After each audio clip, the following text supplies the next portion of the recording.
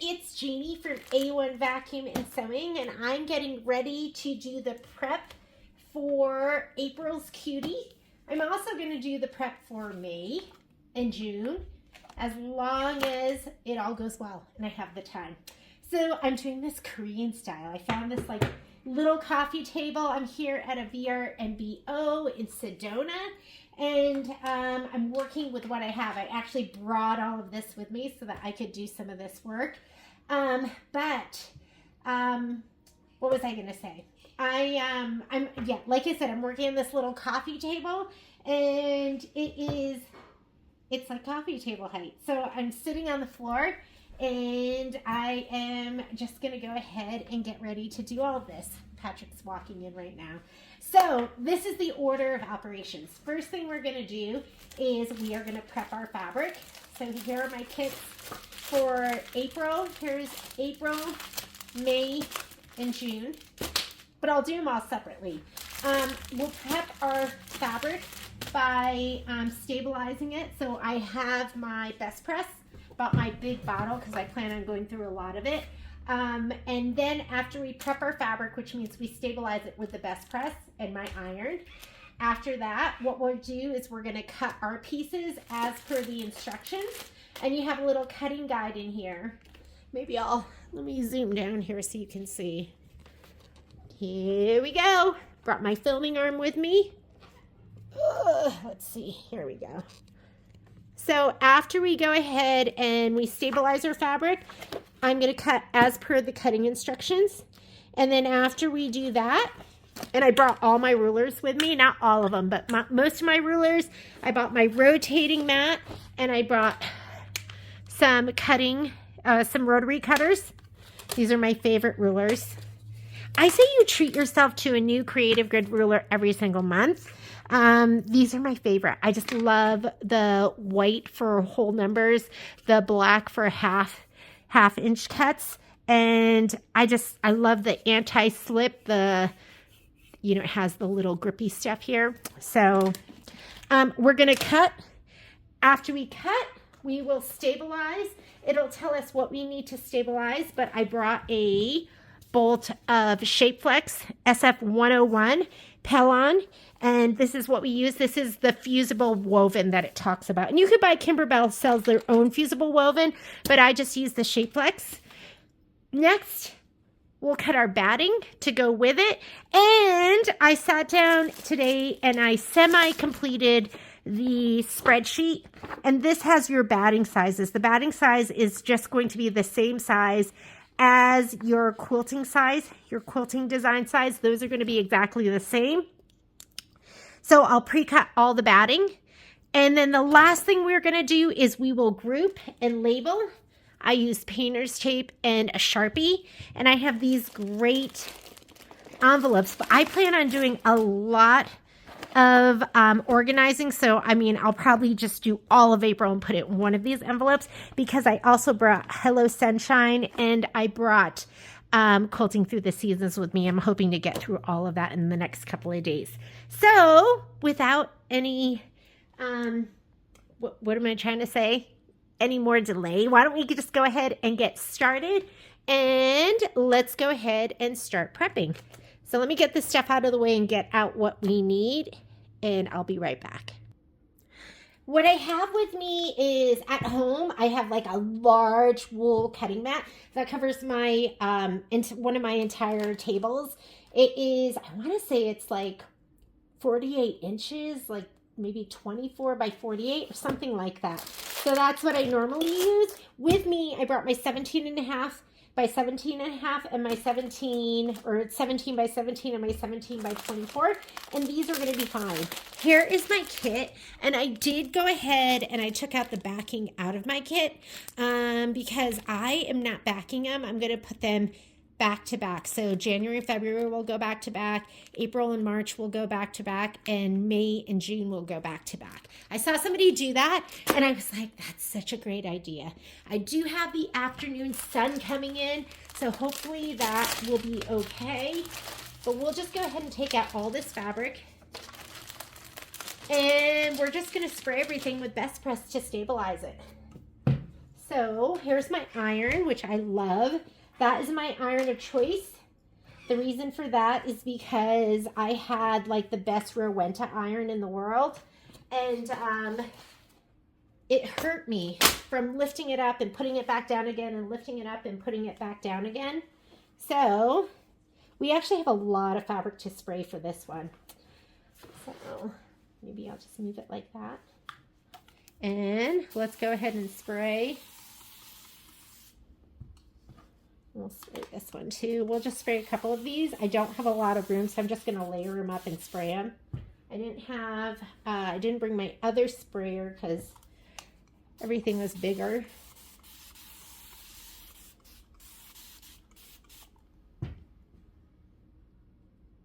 And what this does, the Best Press does, it's a light starch, and it'll make your pieces a little stiffer so that it doesn't move. The fabric doesn't move when you are when you're cutting. Keeps it, and when you're sewing them together.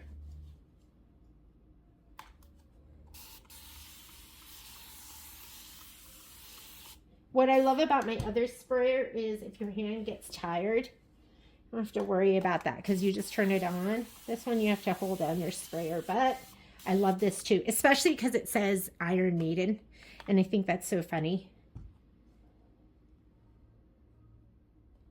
These colors are gorgeous. And don't they look so springy? And Cuties 2 is dropping March 15th. And we have it up on our website at a pre-order price. And we just started making the kits. So I think kits will be ready at the end of the month. Oh my God. These are all fat 8s. This is reverse applique, which I'm really excited about. I don't even really know what reverse applique is, but I think it sounds like fun, and that's what we're going to be doing. So I'm going to just move these out of the way, and let's just go ahead and press them. Maybe I'm going to move it like this. There we go. That way I have a full thing. Okay. You need to pay attention if your fabric is directional, but this is not, so I'm just going to press it.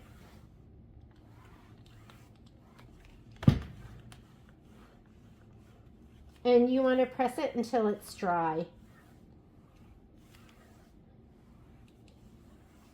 And if your fabric has a pattern on it, because if you're ironing it like I'm ironing it right now, it pushes your fabric. And do you see how this like straight edge is now kind of curved, as is this? So you just have to be mindful of that. These are just solid pieces, so I don't really care. I'm just going to press them and be done with it. And directional is going to be fabric that has like stripes on it, or maybe the thing that you can do when you have directional fabric is to just be really mindful of your pressing. Go in one direction and then go in the other direction.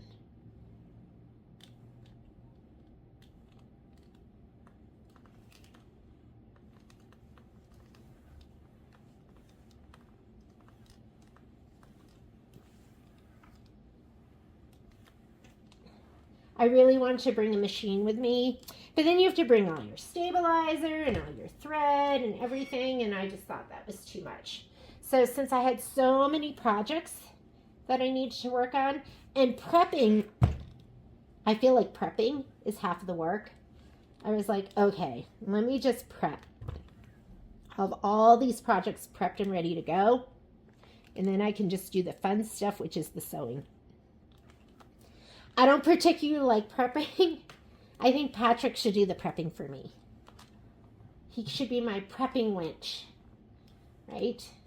Patrick, because he does all that stuff for me anyways. But Patrick would also, I don't think he'd do a good job. Okay, there's the honest truth. Patrick is a get it done kind of guy, and it's not necessarily get it done pretty. Just get it done, period.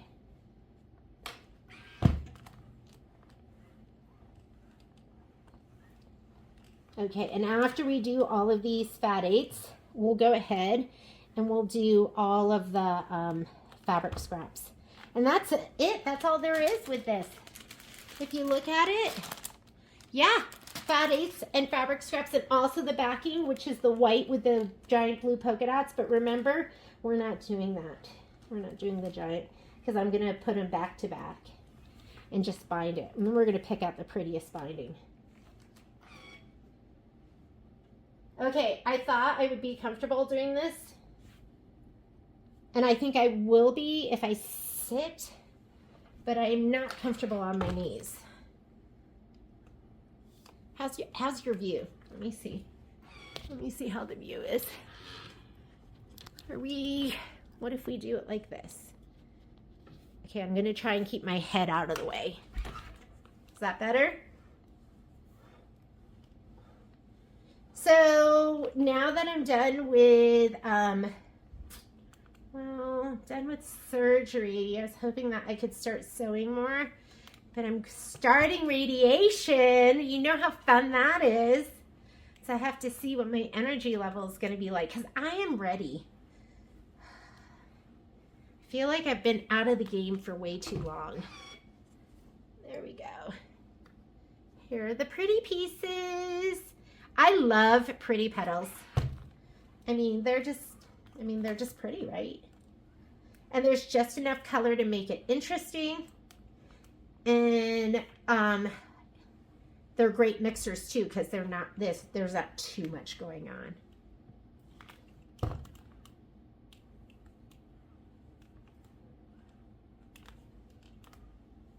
These are beautiful, aren't they? If you're new to my videos, I like to sing. My singing is not very good, but I still love it. I feel like these are starting to dry, so I'm going to just hit them again. And I like to make up my own songs.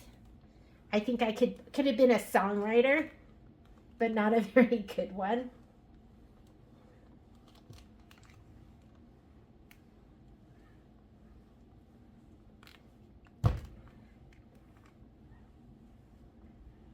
If you could just see I'm going to show you my view in just a minute.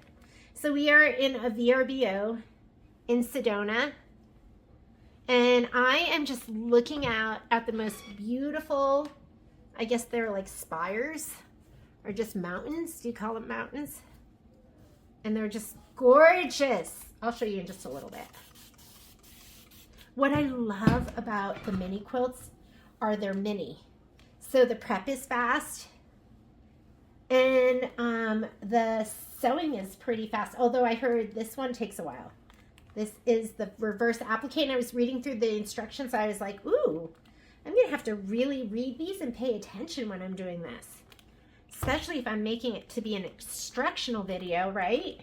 I don't want you guys to be led astray. So I'm going to read this one over really well before we start. I'm hoping to get back early on Sunday that I can start stitching these out too. Look at that. This is directional. So I'm going to go in the direction of the arrows first, because you just don't want it to be all curvy. And just be really mindful and just go slow and don't be aggressive. And when you go to the next section, you can just pick up your iron.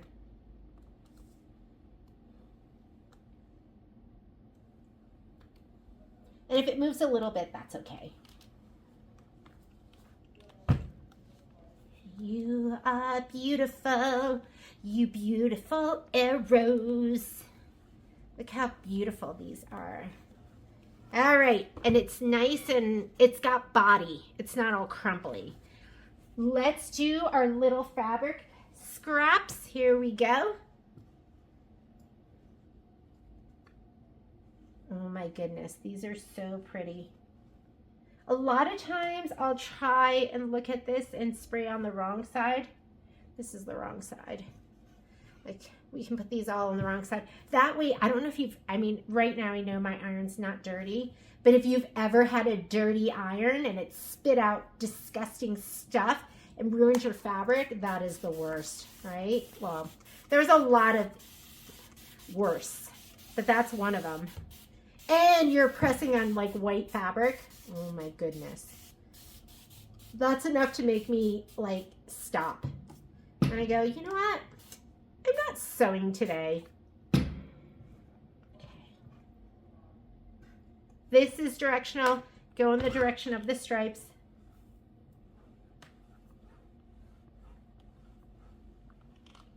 Oh my goodness. It's like a piece of paper. That's what you want. And just because you have an area that doesn't look like it has spray on it, it has spray on it. These are misters and they like spray everything.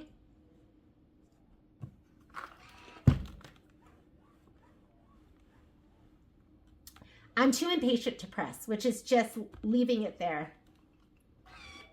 See, isn't this iron fantastic? Because it raises up. And that way, if you have shoulder problems, like I do, my shoulders hurt when I'm like ironing and picking up the iron and putting it down again. You don't have to worry about that with this iron. And did you see the new Tulip Pink one is coming out? It's so beautiful. And I love this one because it's sassy. But that Tulip Pink one, that is really me. So I'm debating, do I get it? And then I can take this one to the shop. And that way it's not going to waste. Or am I more sensible? And I go, you just got a new iron. It's kind of like shoes though, right? You can't have just one pair of shoes. All right. My pressing is done. Now we're going to go ahead and we are going to cut and trim. So I'm going to turn my iron off. Although we'll need it to, we're going to need it to put our fusible woven on. Let me move these pieces out of the way. I'm going to move this out of the way. I also brought my, oh, this is why you don't want to have your cutting mat under here. The seam all went through, but this is just a little table here. Okay, I'm going to put my iron over there. And let's get my iron, my cutting mat. I brought this with me too. And I brought my rotating mat and my rulers. I'm going to put my rulers with me. There's my rotating mat. Here's my rotating mat. Why should you get a rotating mat? Because you can do a cut and hold it down and move and then cut again without having to move your pieces. So you're going to get better cuts. Here are my rulers. And I have these two, some itty bitties. How's your view? Let me see. Can you see? Okay, I think you can see. Let's do that. Here are my pieces of fabric in my book. Okay, if I can cut it on my rotating mat, I'm going to cut it on my rotating mat.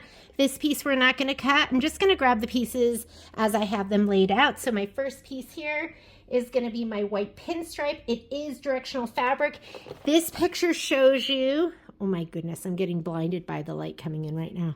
It's showing you the fabric going horizontally and then cut. So let's lay it out horizontally. And we need a piece that's 3 by 3.5. So I do have some itty bitty rulers. Let me get those. You want every size. It just makes your life easier. Okay, so we want it 3.5 this way and 3.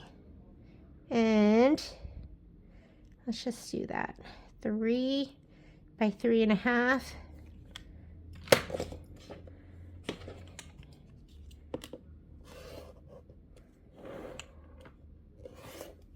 And we'll square it off here. It's not quite to the edge. Just gonna cut off that. I did bring other razors with me. And oh, I brought my trash can too. We need this as well. There's different versions of these. They're just little pop-ups, but we have the OESD one at this store and the Gypsy Quilter. This might be too much light shining. Hang on. Let me put that down so it's not shining in my eye. Okay, That piece is cut. This is to be used later. And next one is the Aqua Pretty Petals. That's going to be right here, 4 by 4.5. This is non-directional, so it doesn't matter how you cut it. But I'm just going to go like this, and then I'm going to square off the other side.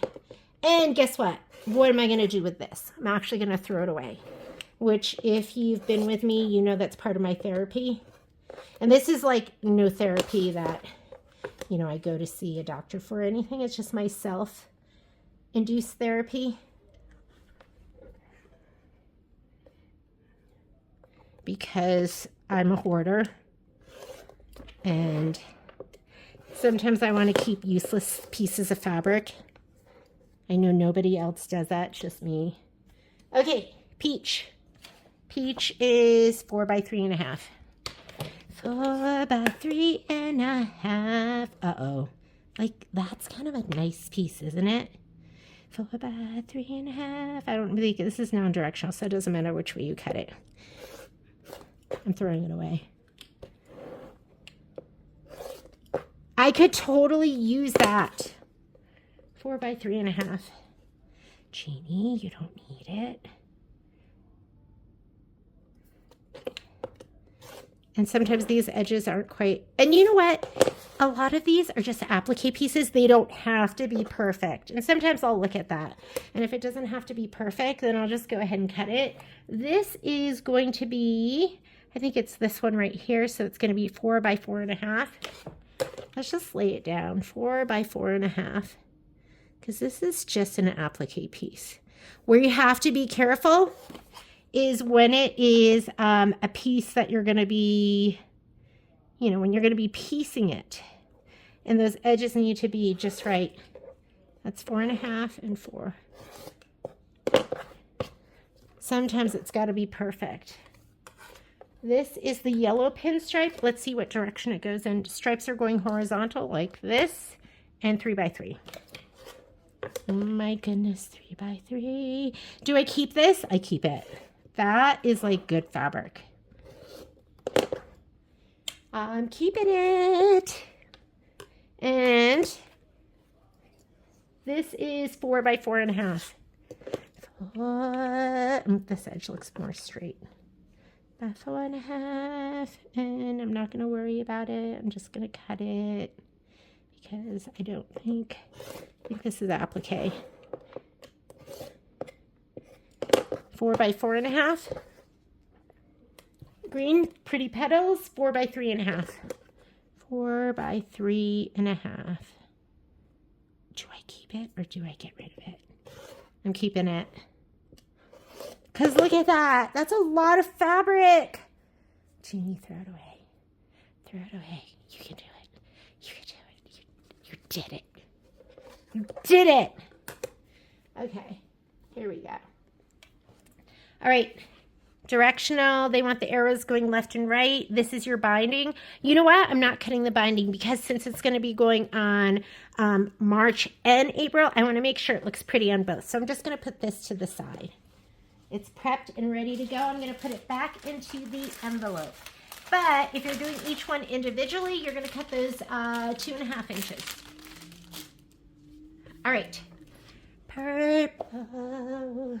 Okay, 6.5 by 6.5. Guess what? I just happen to have a ruler that's 6.5 by 6.5. So let's go ahead and use that. And is this background? It is background, so it doesn't have to be perfect. 6 by 6.5. I'm going to cut all the way out. And see how you can just keep your hand there and just roll it around? And not all rotating mats are created. I'm going to keep this too. Not all rotating mats are created equal. This piece needs to be 5 by 5. I like the Martelli one because it swings around so easily. What's the 5 by 5? The 5 by 5 is lining. Yeah, it doesn't have to be perfect. Is it 5 by 5? Let's look again. Yes. Doesn't have to be perfect. Oop. Oop.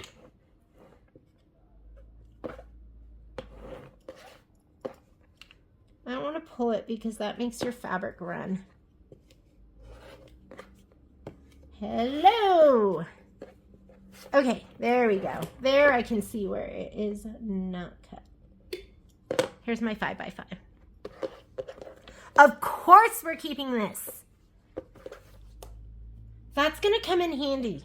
Someday you're going to miscut something and you're going to have that in your stash and you're going to go, thank goodness. 6.5 by 6.5. Okay, so this is all the reverse applique. I like the creative grid rulers because a lot of them are going to be not 6 by 6, but 6.5 by 6.5, which makes so much more sense. Ugh, we'll leave that little itty bitty piece. And 5 by 5.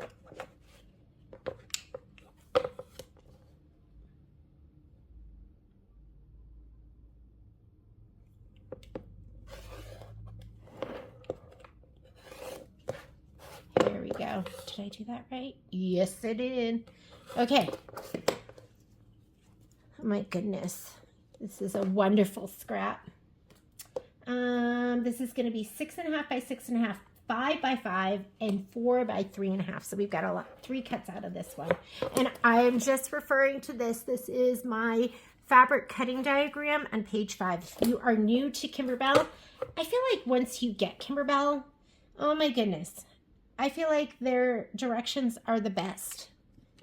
They're a little much maybe if you are new to embroidery, but everything you need is there. And I mean, they've grown a lot as a company. Like and we're going to be doing Hello Sunshine. Well, some of us are going to be doing Hello Sunshine. And there's such a difference between that, the instructions for that, which was an earlier quilt, and their directions now. 5 by 5 doesn't have to be perfect. And then we want the 4 by 3.5, which is going to fit right here. 4. Oh, I can fit my 4 this way by 3.5. Let's do it. Wait, we need 3.5. 4. It's not quite 4, but that's okay. It's almost 4. And this is just going to be for your applique pieces. Got it. Beautiful scrap. Let's throw it in the pile. Yellow. 6.5 by 6.5, 5 by 5, and 3 by 3. We might be able to fit our 3 by 3 right there, huh?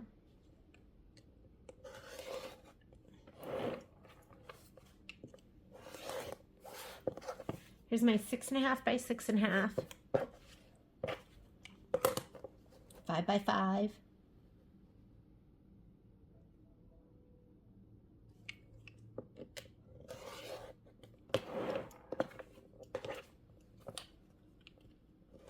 You'll get better cuts if you can leave your hand down and just swing your fabric around. I don't know why I have to check these.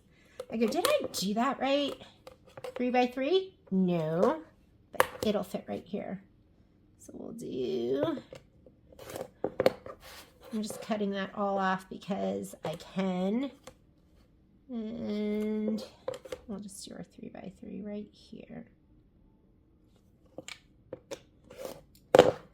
Those are my scraps for later. I also have, I think they're the Alpha rotating mats, the green ones. And I really like that. I think it's 12 by 12, and I also have the 17 by 17. But I find that when I swing those, sometimes I'll get dead spots that don't turn as well. And this doesn't have that. Every area you turn is going to be amazing. Okay. 4 by 4.5 by 14.5. Let me get, yes, I have a perfect ruler for that. Let me see. Let me get these out of the way. Oh, look at this gorgeous ruler here. This is my 8.5 by 17.5. However, I do have one of these. This is my 4.5 by 18.5 as well. And this one will work perfectly. Just make sure you have enough room on your rotating mat, or else I can, 14.5 is all the way down here. I'm going to go ahead and use this whole thing up. And this is going to be background, so it does not have to be perfect. Let me check again. Yes, it's 14 by 14.5. There's my 14.5 right here. Let's cut. Let's swing. Hold your ruler down. Don't let go. Hopefully I'm in view. Here is our piece. Put it over here, and here's my gorgeous scrap. Okay, this right here, 6.5 by 6.5 and 5 by 5. Isn't this I think this is called Pink Whisper. And it's just like the prettiest pink. Because it's a barely pink, like a super light pink.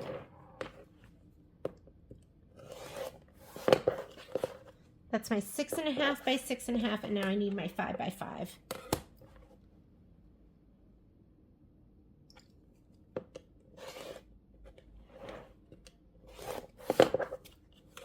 And then I have my gorgeous scrap. I'll put these all together and make them pretty at the end.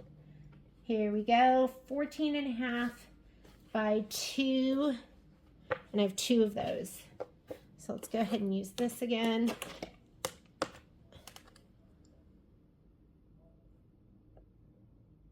And I don't think this has to be perfect either. For a second, I got scared that I needed 2.5.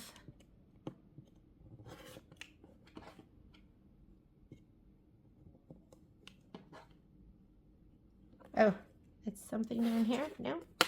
14.5 by 2. And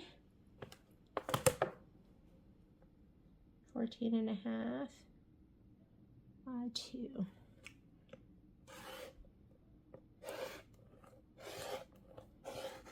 It's nice starting to use my body again. I have not been feeling like I could move normally. We take that for granted, don't we? Just like that you're going to have like a perfect body, and then you don't, and you go, oh my goodness, how can it be? And you just come to terms with it. And I'm like, sorry. You're like, I'm just coming here to sew. What is she talking about? Oh my goodness. Okay, 5 by 5. I'm talking about how my body has failed me and how I'm coming to grips with it. All right, I think that's it. Oh my goodness, we did it. Okay, now I'm going to get my rulers out of the way, because guess what? Actually, I'll keep this one because we're going to put shape flex on the back of everything, and I'll use a ruler to do that sometimes. And then the rest of this, I'm going to fold this fabric up, and I'm going to put it away, and I'm going to get my shape flex out. So I will see you in 1 second when I have my shape flex out and I'm ready to go. Hopefully you could see all of that. I'll have to adjust it. I have this above my head, so I can't tell what you're seeing, but I will be right back. All right, we're going to pull out the pieces that are going to be our background pieces. And actually, it goes through here and it tells you which pieces you're going to put your shape flex on, or your fusible backing. So right here, it says iron fusible backing to the wrong side of the background piece. And that is going to be the long green one. So let's grab that. So I'm going to just pull out these pieces and I'm going to put them to the side. And I usually go through and I highlight this. So to the wrong side of the background. Next one. Right here, the bunny, it wants you to iron fusible the wrong side of the background and egg fabric. So that is going to be background, this fabric, and the egg fabric looks like this one right here, and it wants the egg, which is the 3.5 by 4.5. So it's these two. Background is 6.5 by 6.5, and these are the two pieces. So we are going to do wrong side of the background and egg fabrics. It says egg fabrics. Is there another egg fabric? I don't think so. Egg. It's not the lining. It's the egg. I hope it's the egg. Hang on a second. Let me just make sure. I'm pretty sure that's the egg fabric. We're going to go with it. Okay, next one here. Fusible background fusible backing to the background, which is going to be the purple floral, the larger piece. And once again, the egg fabrics. That's getting me. 3.5 by 4, and it looks like it's going to be peach. I'm not seeing the peach. Hang on. Here it is. 3.5 by 4. Here we go. That's going to be my egg. And it says fabrics, so I'm still confused, but let's just go ahead and do that. Okay, next. Let's highlight it. Fabric, background, and egg fabrics. So the background is the yellow, the larger piece, 6.5 by 6.5. Here we go. And the egg is the green, 3.5 by 4. And if we have to stabilize something else, we'll just do it later. I'm not seeing it say lining, so I'm pretty sure that's not it. Bunny 1. Background and eggs. Background is the large orange, and the egg is, it looks like the aqua. I love that. Is this so pretty together? Like, let's look at it together just to make our heart happy. Is that so pretty? So pretty. Okay. Next. Chick right here. We want the pink, the whisper pink, and the egg. Here's my egg, and here's my whisper pink. The larger.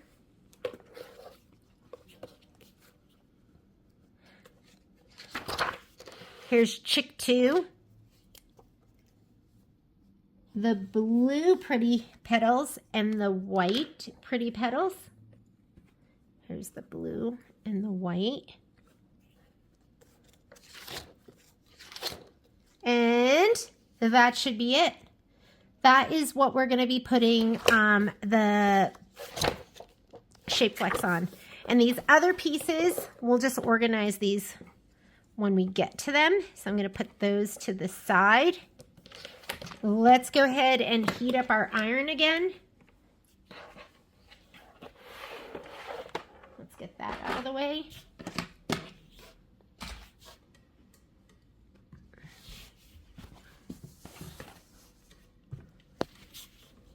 I'm going to move this so you have a better view.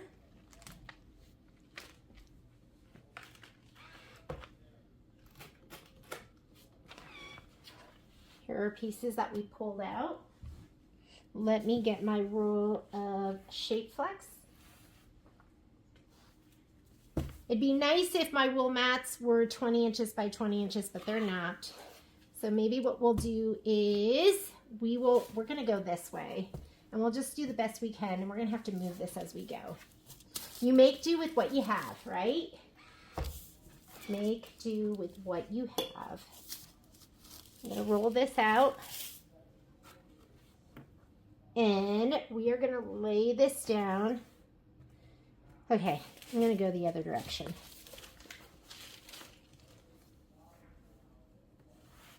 Because at least I can get my 20 inches out. Hopefully you can see this. How's my angle? Not good. Okay, let's fix it. Here we go.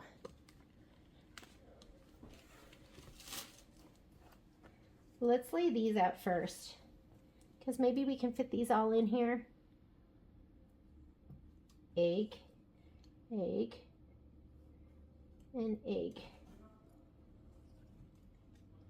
That's good enough. It's going to be in the center. I'm off about, what is that? Maybe 1/4 of an inch, but I'll just bump this one up a little bit and this one up. And I like to leave about 1/8 of an inch in between to just cut. and we should be fine. Here are my 6.5 by 6.5, and remember this is 20 inches, so you're going to be just off by 1/2 inch. Actually, look, they all fit. Oh, that's right, because it's 20 inches, so it's kind of perfect, isn't it? What you don't want to do is don't put your iron down on big sections, but these little sections in between, it's totally fine. It's not going to get on your iron. It'll be perfect. All right, I'm going to just go ahead and get these to stick down. And I'm not worried about it being perfect because I will cut it apart and then I will press it one more time from the back.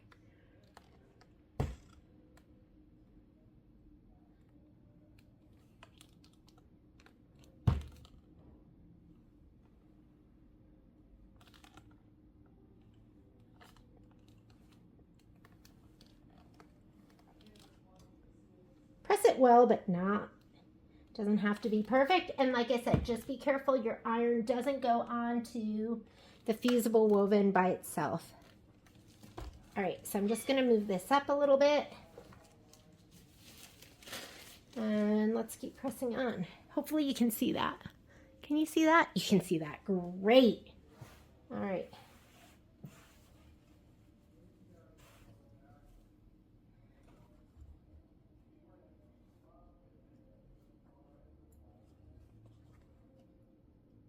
I don't want this being in between. Just pushing those threads over to the side.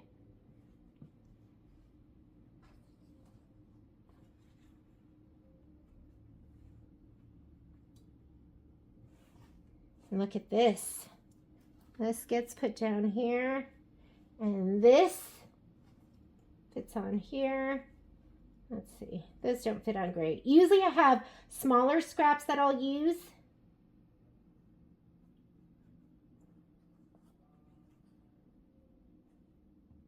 I'm going to iron these on, well, I kind of have to do it now.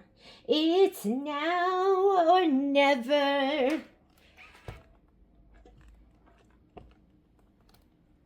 You didn't realize that I would be serenading you, did you? But here we go, and I am.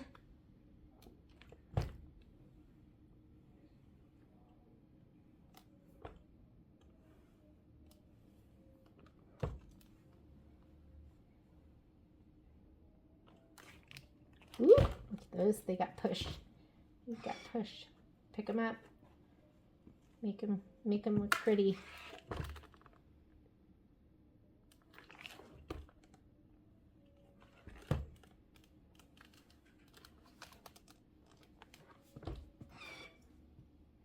Should I go this way? Just go 3 down and then figure out what happens there. Let's just do that. Let's just do that. When we do May, we'll be able to fit May on there and make it look pretty too, okay? And then whatever irregular shapes you don't use, just keep them. And have I have a little basket with shape flex. And then when I have, you know, just some random square I need, I just go into that. Okay, these are adhered. They're not adhered down perfectly, and that is okay, because what I'm going to do next is I'm going to move this out of the way, and we are going to cut. What you don't want to do is put your cutting mat under here and use a lot of steam, because you're going to warp your mat underneath. So just be careful of that.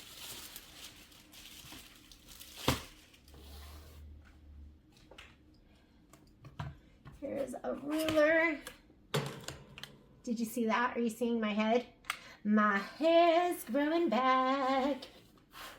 And what I'm surprised about, because a lot of people are like, oh, it's going to grow back curly.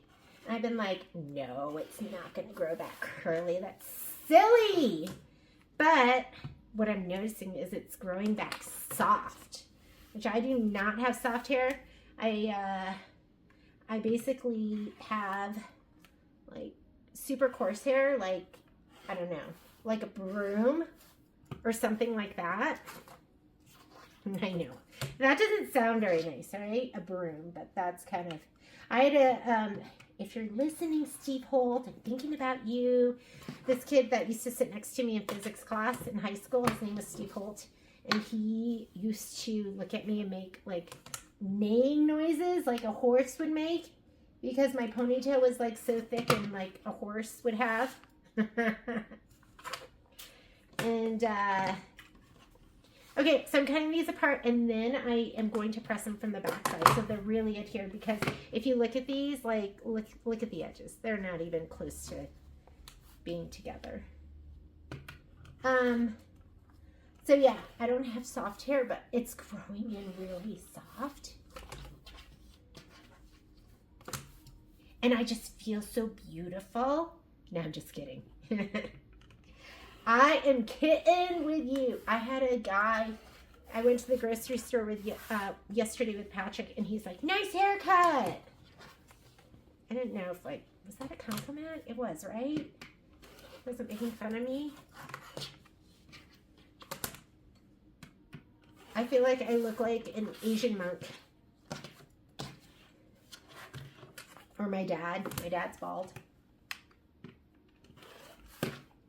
Oh my goodness. Don't these colors, don't they just make you happy? Spring is in the air. Okay. So instead of having to cut all your shape flex to size, you just lay it down whichever way you want, and then you're going to press it down and cut it apart, and that's your template, and I think that saves time. I think it saves time. It could be wrong. And like this little piece, you want the truth. Normally I would save it, but I'm going to throw it away because that's my therapy. And you don't have to use a ruler if you're good with just free cutting. Go ahead and just free cut it. Okay, I'm going to put my mat back on here, and we're going to give it one more press. I'm not using steam right now, so it's fine to just lay it down on my cutting mat. But I have worked cutting mats before. So just give it another press. This is your chance too to see if there's like any red threads. I barely sew with red. I have no idea where they come from, but I always find red threads sandwiched between my fabric and my fusible woven. Oh, like look, like right here. Here's one, and I didn't catch it. It's pink. Can I get it out of there? I got it out. Can you see that? It's pink. So if you can catch it, catch it. Because sometimes that stuff shadows through, and that's what you don't want. Like there's a thread right there. Let's get them out of there.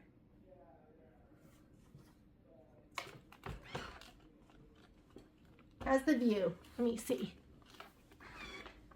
I think that's okay, right? I have the camera way above my head right now, so I can't see what you're seeing, but I think we're in view.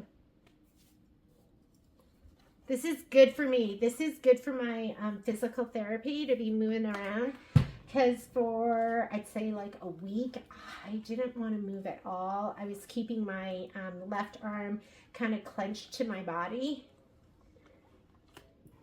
And then somebody told me that I could develop scar tissue that way, and I was like, oh my goodness, I need to move. So I'm moving. It's hard to move when it hurts that much, but motion is lotion. That's what Patrick says.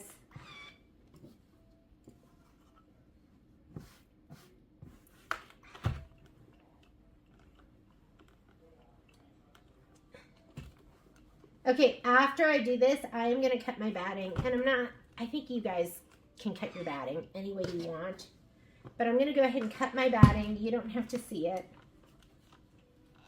And then I'll show you how I group. But I'm going to group everything all together. All right, shape flex is adhered. I'm going to cut my batting. So I brought batting with me. Here it is. And I brought my big bag of batting scraps. Here they are. Here's my big bag of batting scraps. It's all in here. And I'm going to cut my batting pieces from this. And I'm going to use my spreadsheet. This spreadsheet I'm not going to post until I start sewing. Because what I want to do with this spreadsheet, can you even see that? Let's go down lower. with my spreadsheet is I want to figure out the exact colors that I'm going to be using, and then I'll update those, and then I will go ahead and post this. But this is my spreadsheet for April. Here are my batting sizes, and the batting sizes are just going to be the quilting design sizes. So 4x4, 4x4, all of these are 4x4, and a 2x12. That's what I'm going to be cutting right now. I will be back, and those will be cut, and then we'll group. All right, I went ahead and I just cut all my batting for May and June. So here is, let's see, this one is June right here. So all of that is cut, and then this is May. And a lot of this I cut from that scrap bag of batting. So you're gonna see this one's white and this one's cream, and it's gonna be fun because it's gonna be going behind darker pieces of fabric that it's not gonna make a difference. And just use up all those scraps if you can. Here's what I need for April. So let's go ahead and grab my April book. And we're gonna group, and I'm gonna put it all in one sleeve because it's gonna be easy to pull it out and know what goes to what block. So for this one, Good Egg, we just need this background piece of fabric right here. And then we need our piece of batting, which is going to be this piece right here, the 2x12. And I'm going to go ahead and just fold it like this. And then we also, this is also going to get sewn with Good Egg, Good Egg, Good Egg. It gets sewn with these two pieces as well. So I'm going to put these all together. These gorgeous pieces go together. Here we go. And this is Good Egg. And I'll just put it here, and then we'll put it all in that envelope all at once. So here's Good Egg. And you know, for some of these, you're going to be adding the embellishments. We'll do that later. Here we go. This one has that periwinkle fabric, or the light blue actually, or the blue. It's got this. It has the lining that is going to be the same color. The egg, which is going to be the orange. And the batting piece too. The batting piece for this, they're all going to be the 4x4 pieces. So you can put that with it. And here is my background. And then the brown camel, the brown leather, which is going to come from your embellishment kit. But this is what you're going to need for the fabric and the batting. And just put this over here. Go to the next page. And that way everything is ready to go. You can just grab and go. So you're going to have your background, your lining, your batting. And then my chick for this one, you know, for me, I think that chick should probably be stabilized because you can see the shadowing, but it doesn't say to, so we'll just go with it. And then flex foam, which is in your kit, and the wing I think is going to be embroidered, so it's just going to be like this. This is chick 3. Flex foam for some of these, which is going to make it pop. Okay.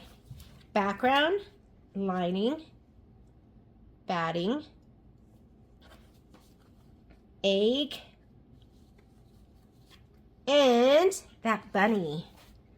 Plush, a white plush fabric, that's going to be in your embellishment kit. So I'll add that later. We'll just put together the fabric for right now. Isn't this fun? And it's nice to be organized. And then when you're ready, your fabric is ready to go. Your batting is cut. You can just grab everything. So I don't particularly love that's plush fabric again for the bunny. I don't particularly love prepping, but what I do love is everything is done and ready to go to stitch. And I love that. Because who doesn't? I just wish I had a secret prepping fairy that would come in and prep all my stuff. And then I could just do the fun sewing, right? Here we go. This is going to be chick 1. So the 2 pieces of light pink, the pretty petal pink, and then the stripe, and don't forget your batting. And there's going to be flex foam. That's also in your kit. Flexi foam is in your kit. It's been sold out at Kimberbell, which is very frustrating. Here we go. And then you have flex foam and your chick. I think that's going to be, what is the chick? The chick I think is going to be also plush. 3x3. Actually, maybe not. Did I miss that? I think I missed it. Do I have, oh, look at here. It's on the floor. When in doubt, look on the floor. Here's my 3x3 piece for the chick. It was sitting on the floor, and then we can put it over here. And I did miss something because this fabric needs to go down. This goes with the purple. Where's the purple? Did I grab something else by accident? Here's the purple. Oh, I need the white and this. This is the egg, and then the white is the chick. So I totally missed that, but that's okay because we caught it. And here is all my fabric for April, prepped and ready to go. We can add the embellishments. Binding I'm doing later because I'm going to see what it fits with. And I have this extra piece, which looks like it goes to this egg right here that I missed. Okay, everything is accounted for. Let's go ahead and put it in the bag. And we are prepped and ready to go for April. I'm going to drop the other envelope in there. This is the rest of my April stuff with my extra fabric. Always good to have.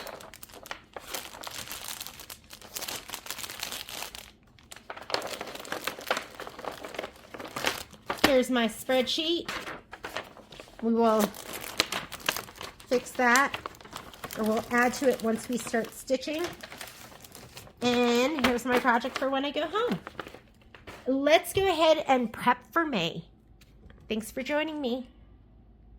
Oh, and don't forget, Patrick told me to say this, don't forget to like and subscribe to our YouTube channel if you enjoyed this video, and we will see you later.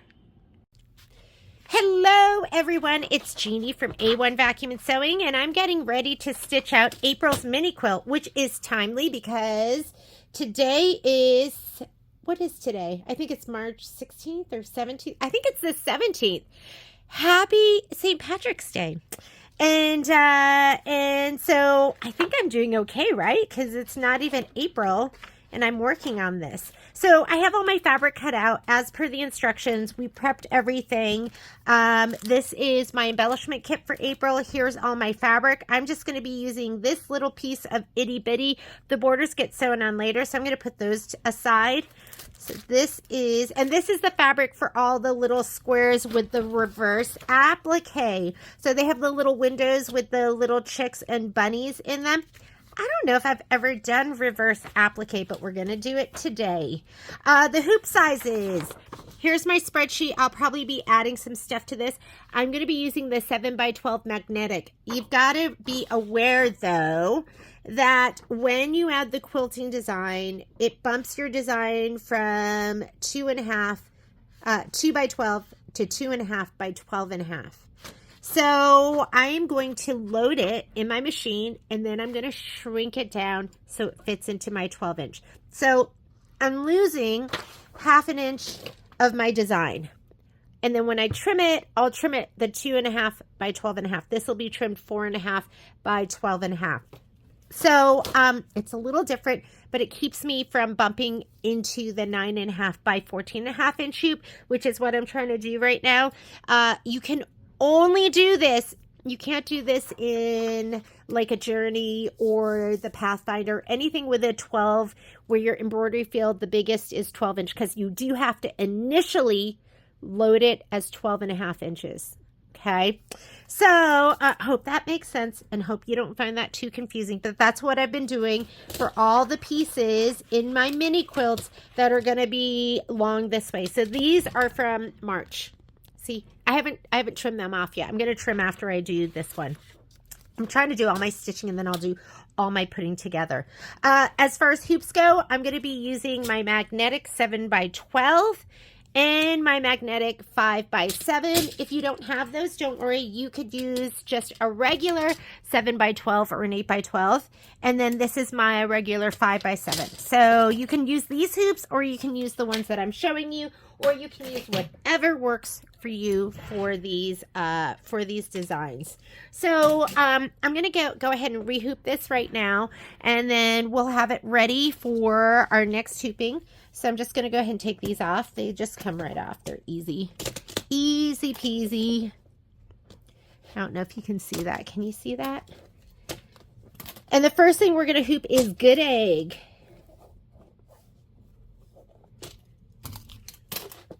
Oh my goodness. They're trying to come in. And you know who I'm talking about. Miss Poppy and Mr. Momo. They've been so bad today. We'll give them one shot.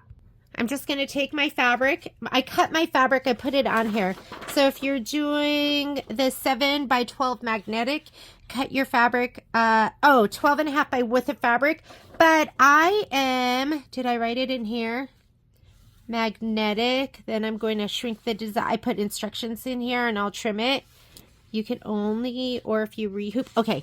For your muslin, you're going to cut it 6.5 by width of fabric because I'm going this direction. Normally I go this direction and go up, but these I'm moving it over this way, and then I will take my design and I'll snug it all the way over here to the left, and then we save all this. See how close I was able to put these? You just want to make sure you have enough room to trim them. So I'm going to move this all the way over. And let's go ahead and put these side ones on first.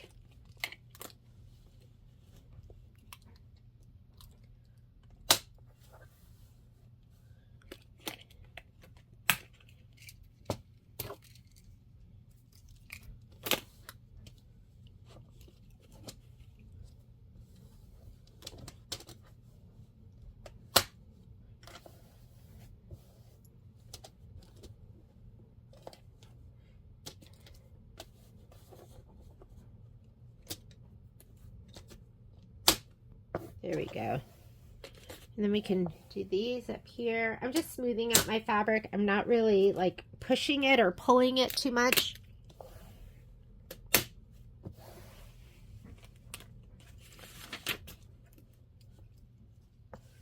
The bottom part goes towards the inside of the hoop.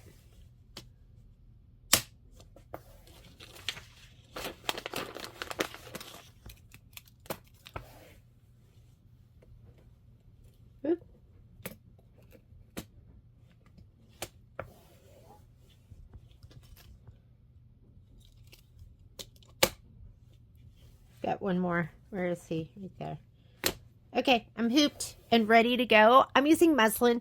Muslin as my base. If you've joined me for other videos, you know when I'm doing like a quilted, an embroidery quilt like this, like a Kimberbell one, that I just use the muslin as my base instead of the no-show mesh because it's softer, it's more pliable, and when you're adding fabric that has Shape Flex 101 or a woven fusible on the back and batting, that's enough. You're going to have enough stabilization for that. So then I like to take my excess and just clip it. These are jumbo Wonder Clips. They make, that's like their biggest size I think they make. I'm going to go ahead and slide this onto, I stole this yellow piece from something. I'm going to slide it onto my machine. Or actually, not just yet. I'm not going to slide it on my machine yet because it's going to load the design 12.5. If I slide it on now, it won't let me load the design because that hoop is 12 inches. So here are colors I'm going to be using. So for this one, I'm actually just going to be using a pink because we have this pink right here. And I can't decide, but I think I'm just going to use this one, which is actually just called Pink. I was thinking I was going to use Pink Lemonade, but I think this is like brighter and better. So I'm going to use the pink. Let's go ahead and look at our instructions.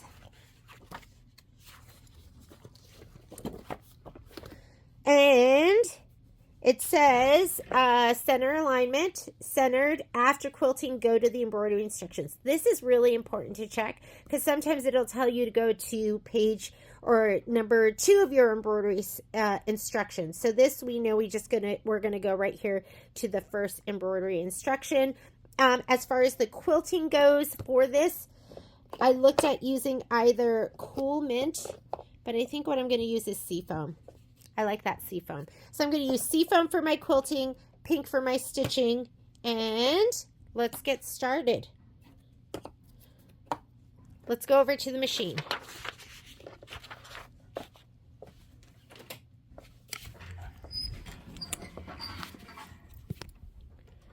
somebody told me that they I've been not filming as much because, I've had some health issues. Never thought I would say that. I always thought I'd just be like so healthy forever. It's pretty humbling. I've had some health issues, and they said they were, they go, oh, it's nice to hear you, hear you with the dogs, because usually I let the dogs in, and then I have to kick them out at some point, and your squeaky embroidery arm, or your filming arm, and I was like, oh, that was really sweet. That they were like, that's all the things that that's all the things that you get used to when you stitch with me. Dogs barking in the background and my squeaky embroidery arm. And I hope there's more than just that. But anyways, first thing we're going to do is we're going to load our quilting design, which is Easter 4, and it's 2 by 12 inches. So I'm going to go back. I was looking at my designs. I'm going to hit return. I'm going to go to my pocket, and I have everything. I show people this all the time. I have this plugged into my lower USB, and I just change out my USBs in this, and I put that on so it knows it's in the bottom. So I usually keep that in my bottom USB, so I'm going to go ahead and click that. You know what? I have had my machine freeze, and it froze last time. I'm just going to turn it off and back on again.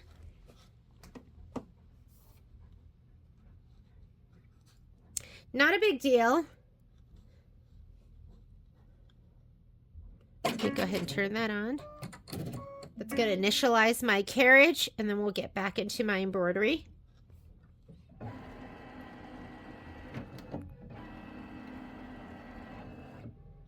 Embroidery, pocket. I'm in the lower USB, and we are doing mini quilts, January through June. This is April, and here is my block by block. Oh, return. I just want my quilting files. Sorry. Mini quilts. I think I put them all in here. Here, background quilting. And the one I want again, it's on the spreadsheet. And these spreadsheets you can find on our Sew Along page under files. If you're not on Facebook, this is on Facebook I'm referring to. You can always reach out to me. Easter 4. So I'm looking for Easter 4 and the 2 by 12 embroidery files, PES, block by block. Here's 2 by 12. The reason you're only seeing this is because I get a sample folder from Kimberbell, and so I have it right there.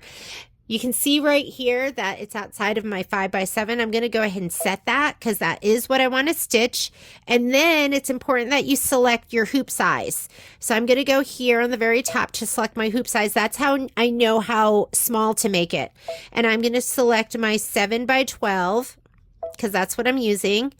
My speed, I'm going to stitch at 1050. Embroidery tension, all of this looks great. I'm going to say okay. Sometimes I do change things. So see how it's outside of my embroidery field? Here, I'll go to 125. So that line right there, that's that rectangle, that's my embroidery field for my 8 by 12. And I'm a little bit outside of that. I'm not going to do it yet. Let me go ahead and load the next design. Or you know what? Well, let me do that. Let me shrink that now, and then I'll add my next design. So I'm going to take this, edit, size, and I'm going to shrink it so it fits right within that. And I don't want to shrink it equal distantly because I want it to stay this width. So I'm just going to use this one right here. Do you see that where the arrows are pointing in? That's what I want to do. And I'm just going to make sure I'm inside that line, which I am right now. It's at 11.75 and my width has stayed the same, 2.5. I'm going to say okay, and then let's add. Going to go back to my pocket, my lower USB, my mini quilt folder, and I'm going to April, and I am adding this one right here. You're a good egg. Set. I think we're good to go.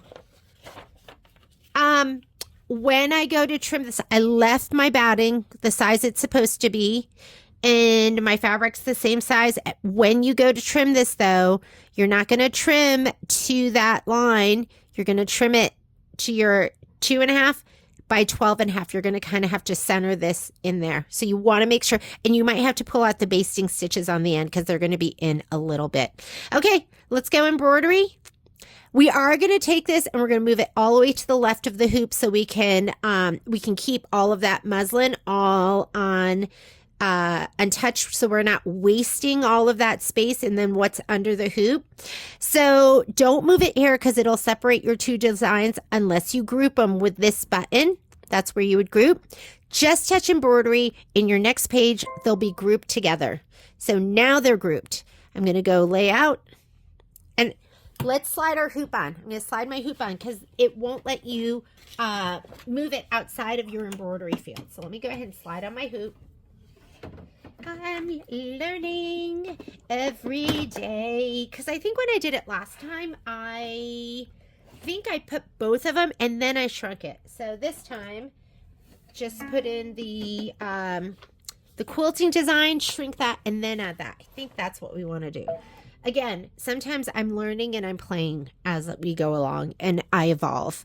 Okay, so here it says the turquoise is placement, the orange is tack down, and then this is going to be our quilting, and this is going to be our stitching for the You're a Good Egg. And I think the black right here is going to be probably like a trimming stitch.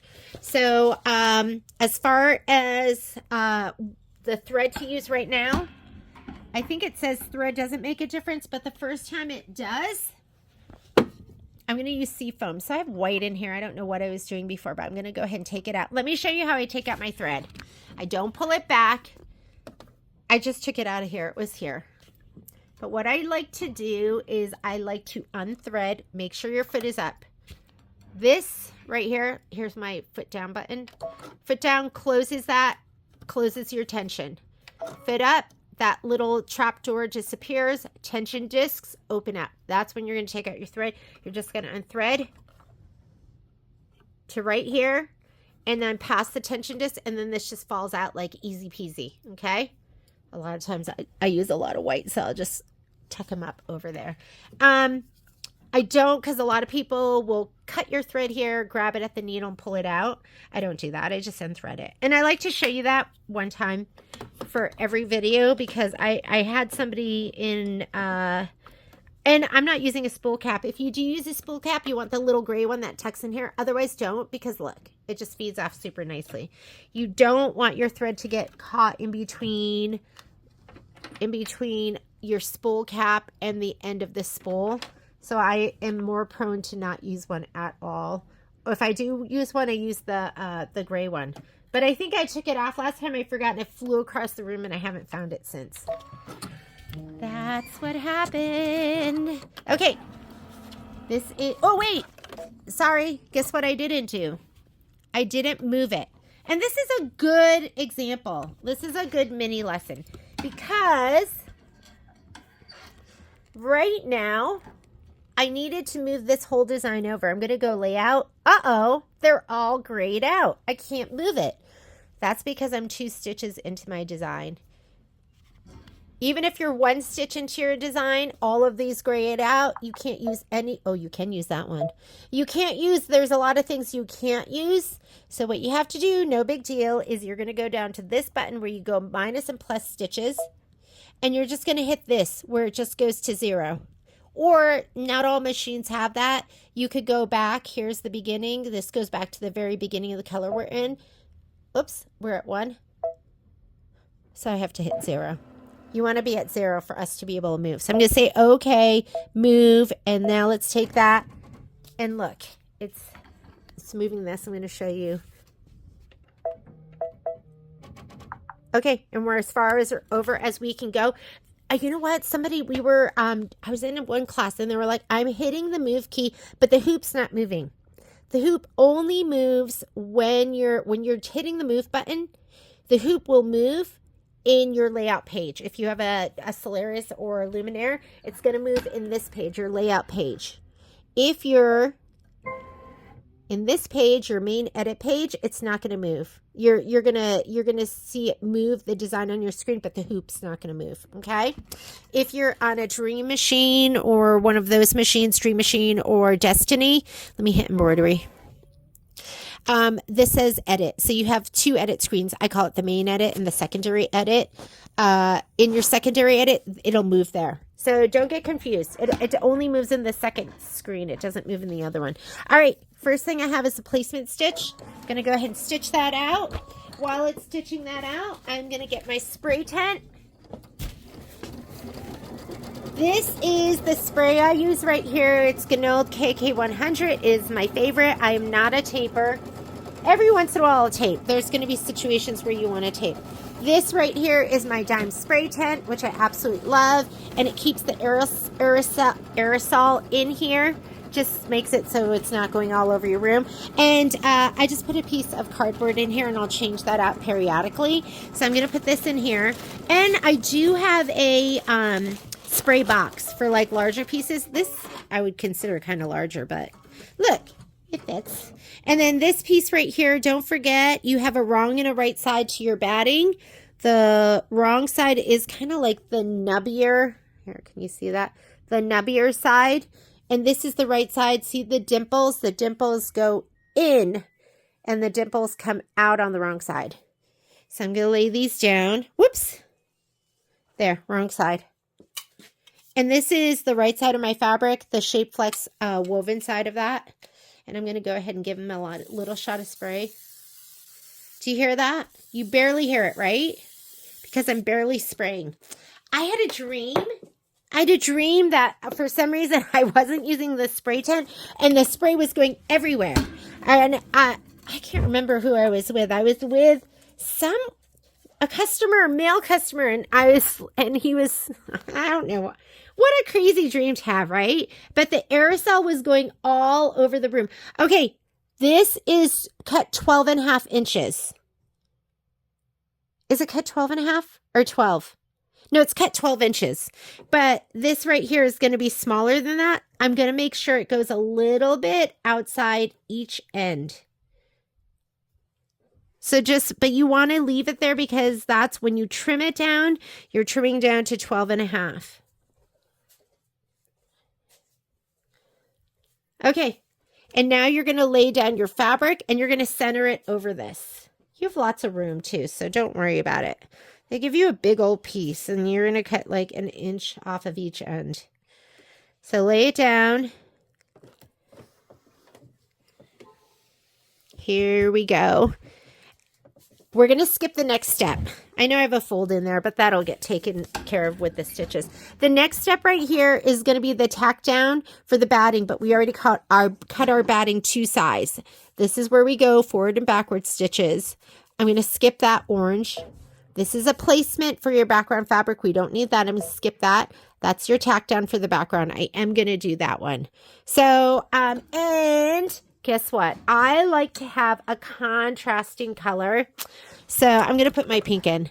And the reason I like a contrasting color is it makes it easier to trim because you're going to kind of fussy cut to this line. So let me go ahead and put this in.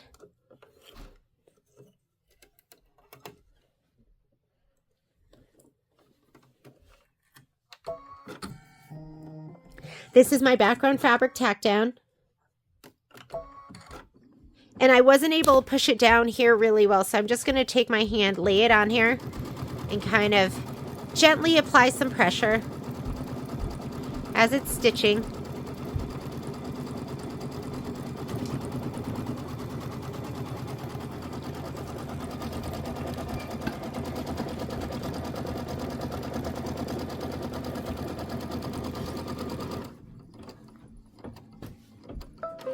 It's about 2.5 from this side to this side. And from here to the bottom, it's about 12, but we're going to trim it 12.5. Okay. Keep that in mind. Don't trim to that line or else you're not going to have anything to sew on. That's the only thing you need to remember if you're doing it the way I'm doing it. Otherwise, keep it the same size and do it in the 9.5 by 14 inch hoop. Hope that's not too confusing. Okay, here's the quilting stitch. I am using sea foam. I think it's the best color for this.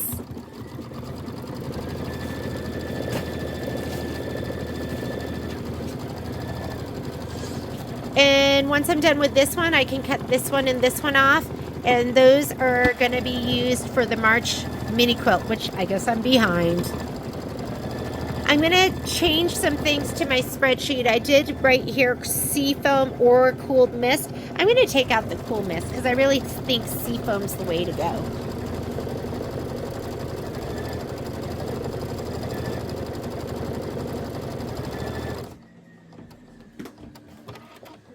If I can find my computer. Okay, just let it stitch. Be right back.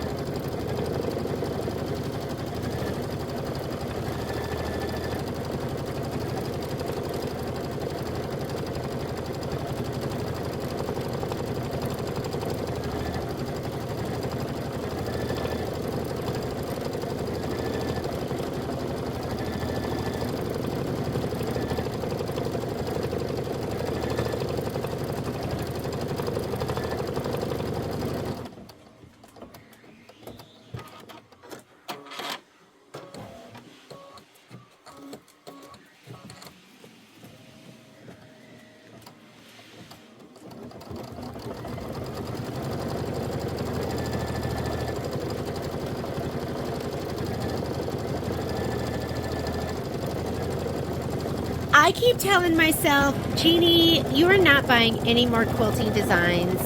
But when you buy those quilting designs, they're specifically created for these projects. And I mean, look how cute that is. That's a little like decorated Easter egg and that meandering, and it's just adorable. Okay, next color we're going to put in. Let me grab my book too before I lead you astray. Here's the book. Here's the book. I won't quit my day job. So we just finished the quilting. And if you look at the screen, you're going to see it showing right here, the pink stitching. That is we just did this. After quilting, go to the embroidery instructions right here. Stitch Your Good Egg. We already loaded the file because we loaded them at the same time. Your Good Egg in pink. Go ahead and stitch that out. I'm going to change out my thread. That is 10 minutes of stitching. And then guess what? We are done with this block, other than I think there's going to be some trimming stitches. Your trimming guides. And I'm using pink because it is so beautiful and it's such a good color. I'm thinking I need to just order glide thread and just have it in the store, right? Because, come on, who am I kidding? We do a lot of Kimberbell in our store. And we carry Isocord just because I love Isocord. We do a lot of OESD too. But we do a lot of Kimberbell. Here we go. Okay, 10 minutes of stitching. Just let it go.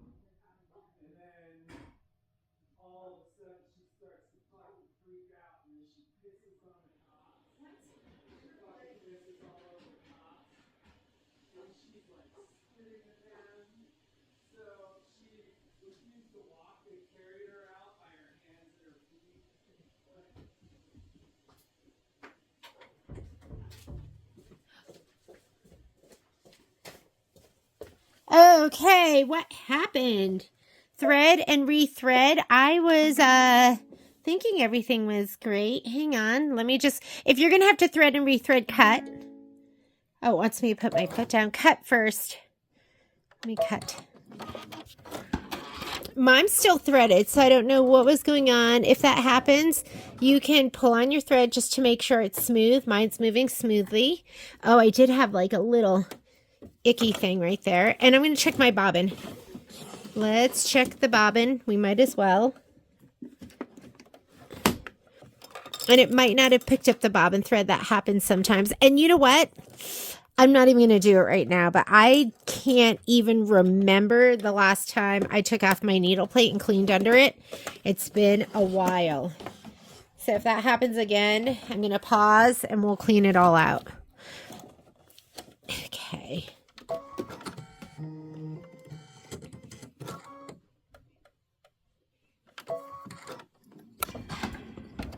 We've got how many more minutes left?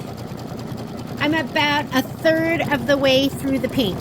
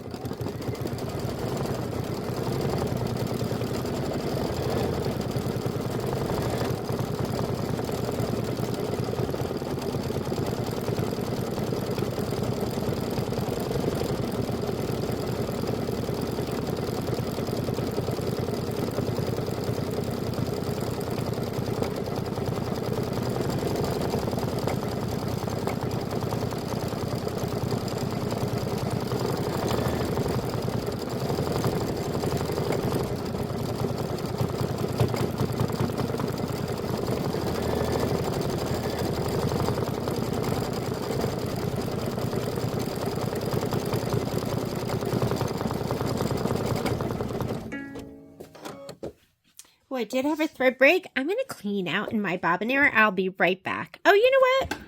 Do you want to watch? Well, you don't have to watch, but I'm going to go ahead and slide this off. I'm going to be a little bit embarrassed, I'm sure, because it's probably really messy in there. On your Luminaire Solaris, this is one of the reasons I would get a Luminaire or a Solaris, is the one-step plate changer, and you just pull down and this pops up. And mine's actually not that bad. I'm going to take the bobbin out.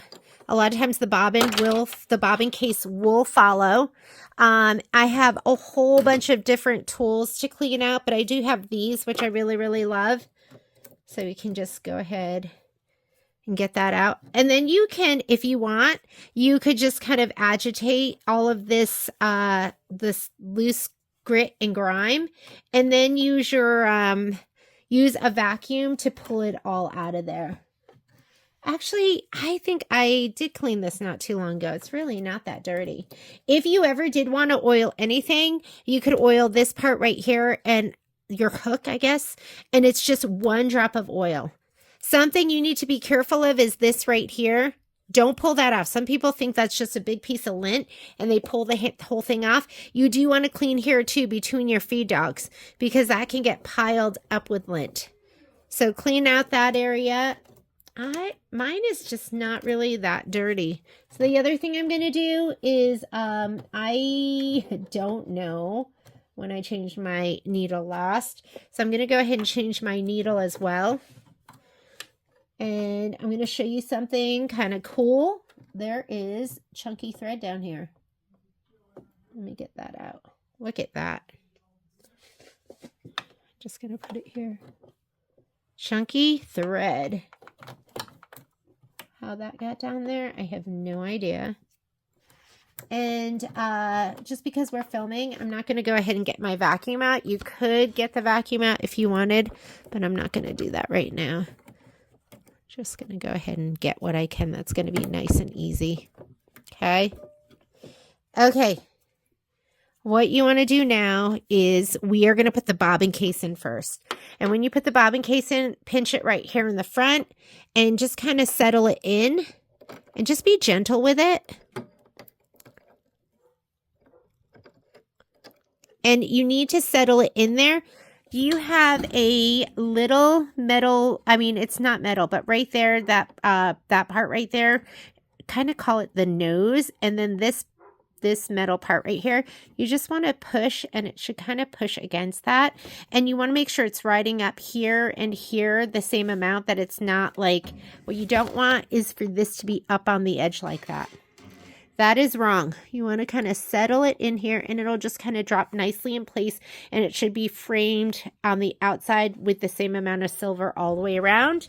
You're not going to put your bobbin in yet. And this is, we are talking right now on the Luminaire and the Solaris. When you go to put this down, you're going to put these two underneath here, those two parts underneath here, and then you're going to push down on the right hand side, and then we will go ahead and put our bobbin in. Let's talk about changing out your needle. Here's our little mini maintenance lesson. I'm going to put this in. Remember, thread feeds over here on the left-hand side. I like to put it in, bring it over here to the right, and then just follow around those grooves. There's a blade right here. Make sure you complete that and cut it. And then this little notch here goes underneath this middle part and then down. When you go to change out your needle, this right here should never be loose enough for you to undo by hand. If it is, it's going to shake out during your embroidery at some point and scare you. I like to use this to change my needle. There's my little screwdriver, and I just kind of look into the side, and I can see when it fits right there. Go ahead and just turn it. When it's loose enough, you're going to pull this out, and it looks like I had an 8012 Microtex. I love my 80. Oh, you know what? That's not very old, that needle. I love embroidering with my 8012 Microtex or my 7511, my 7511 anti-glue needle. And why don't I just go ahead, they're right here. I'm going to put one of these in. You have a sight window. Let me show it to you right now. Where is it? Can I see it here at this, this angle? it's kind of hard to see. But right here is your sight window. Do you see where I'm putting the tip of my needle? And there's a little metal ball. You can see the top of your needle when you put it in. So I'm going to grab this flat to the back. I'm going to put it right here. And I don't know if you're going to be able to see this. Can you see that? I don't think you can see it because it's but I can see the very top of my needle is right there. And I like to be a little OCD and just make sure it's all the way up there. Hand tighten, take your screwdriver and just tighten a little bit more. Hang on. Look, that's all I did. That was like what, an eighth of a turn with this. You don't want to crank it down. And let's hope that fixes my problem. I'm going to rethread. Sorry if you had to sit. Oh, look at this. Is this my problem? And that could have to do with a couple of things. Number one, my thread at some point got a nick. And so it could be because it's going through thick stuff. If you use adhesive, it could be that. It could also be, I could have like, it could be my needle. So you just want to rule everything out. Cleaned out, changed my needle. Hopefully that will solve my problem.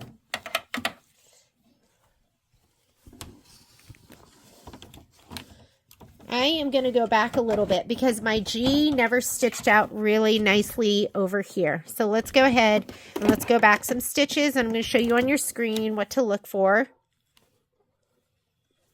Here we go. On the screen, you have a little green cursor right there. I am all the way over here on the end of my G, so I'm just going to hit some -10s. Do you see that little cursor? Let me see if I can zoom in. There's that little green cursor. Let's start there. We're going to start right there and see if that's good. There we go. Should be great. Yep. And let's see if just the changing of the needles makes everything okay. I'm going to go ahead and trim that thread too. Oh no, you know what happened? I brought my snips. Oh, maybe I didn't. I'm going to get that. Hopefully I left them here. My snips and my tweezers I brought to the store. Nope. Okay, we're good. I can't live without my snips.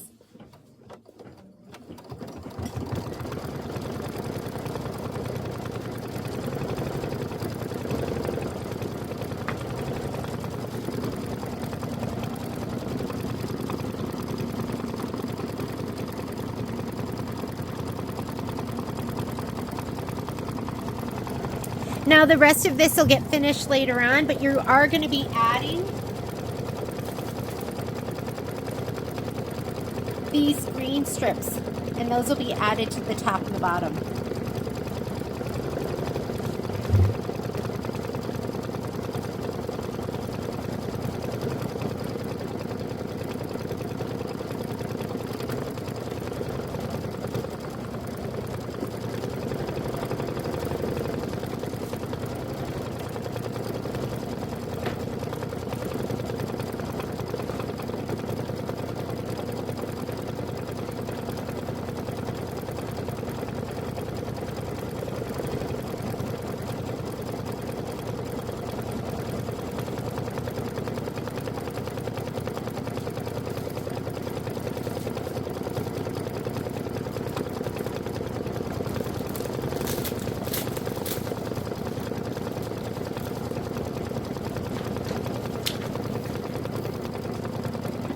If you want to get ready for the next block, looks like what we're going to need is going to be, we're going to be doing this, the bunny, and you're going to need this fabric. So like that blue fabric with your batting.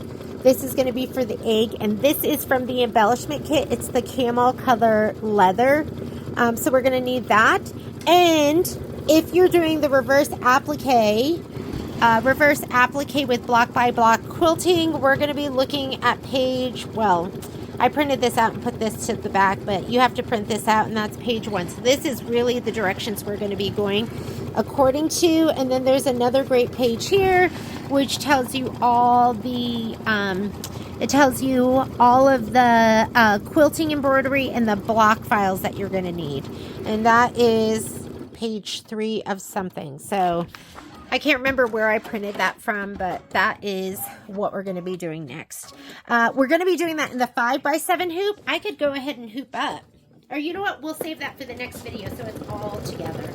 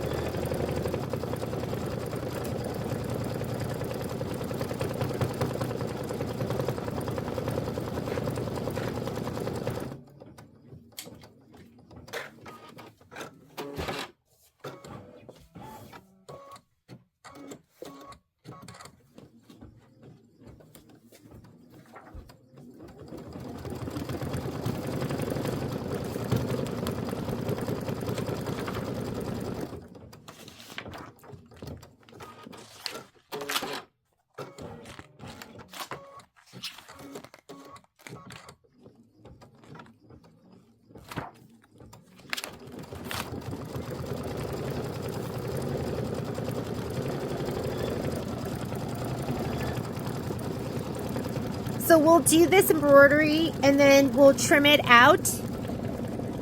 And on page 25 will be the instructions for adding the polka dot, the green with the small polka dot border. So it's going to end up just like that. Cute.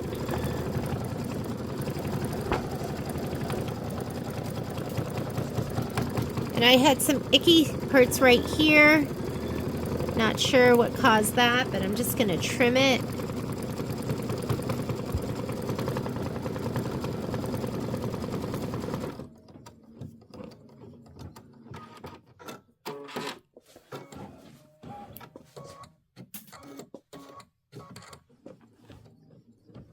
And the last step to this block is going to be stitching out the, right here, it wants us to stitch the trimming guide and tick marks, and it wants you to use a color that you're going to see. So don't use the pink. You want to use something contrasting. It's going to do this stitch right here and this stitch. So I'm going to go ahead and why don't we put in something totally different. I have a bright yellow. Let me put that in. We're done with this pink. You want something that you can see.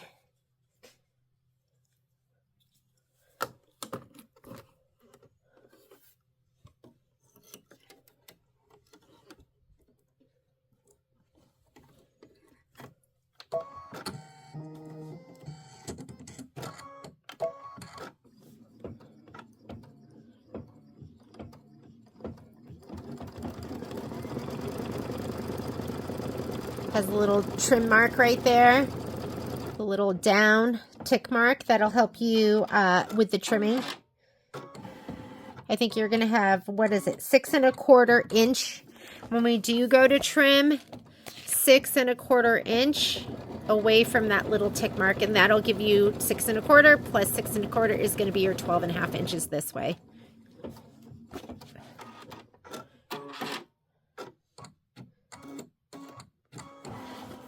Perfect. And we are done with this aside from sewing on the green border. Next block I'm going to do, that's part of the finishing, so I'm not going to do it right now, but we're going to get ready to do bunny 2. Thanks. Our next step is, or our next block is going to be bunny 2, and we are doing the reverse applique block. So it's really important to follow the instructions that you're going to see, and I printed out, I put it at the back of my stuff, but reverse applique with block by block quilting. That's what I'm going to be doing, and that means we're going to be combining the quilting design with the bunny, but you have to follow these instructions or else it's going to be confusing. So I'm going to walk you through it. So, and I know the first time I did it, I was confused and I did it wrong. This is my second time making a go of it, and I had to just like, number one, trust. There's a lot of times when I feel like you just have to trust, and that's what I'm doing. So I'm going to be using muslin. This is my 5x7 magnetic hoop. If you want to use that, great. If you don't, just use your regular 5x7 hoop. I love them both. But I'm going to put that one to the side. I'm going to go ahead and hoop up here, and I really like this because, I don't know, I just do. I really like this hoop. So I'm going to put that one on top. I'm going to pull this down taut. And let's put this one on. And then I'm going to put my side ones. I'm not pulling tight, but I'm just pulling taut.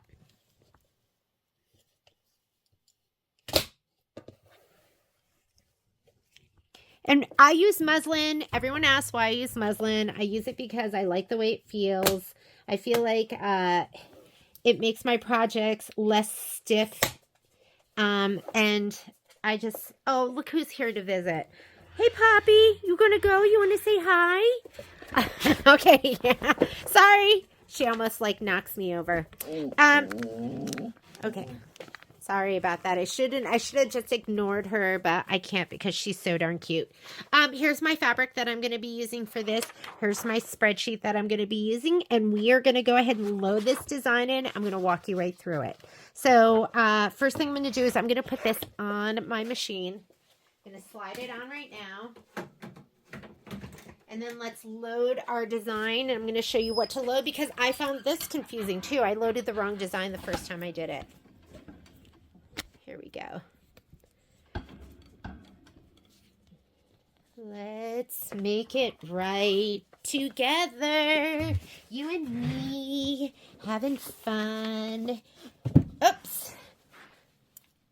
Okay, my hoop is on. Let's go ahead and load our design.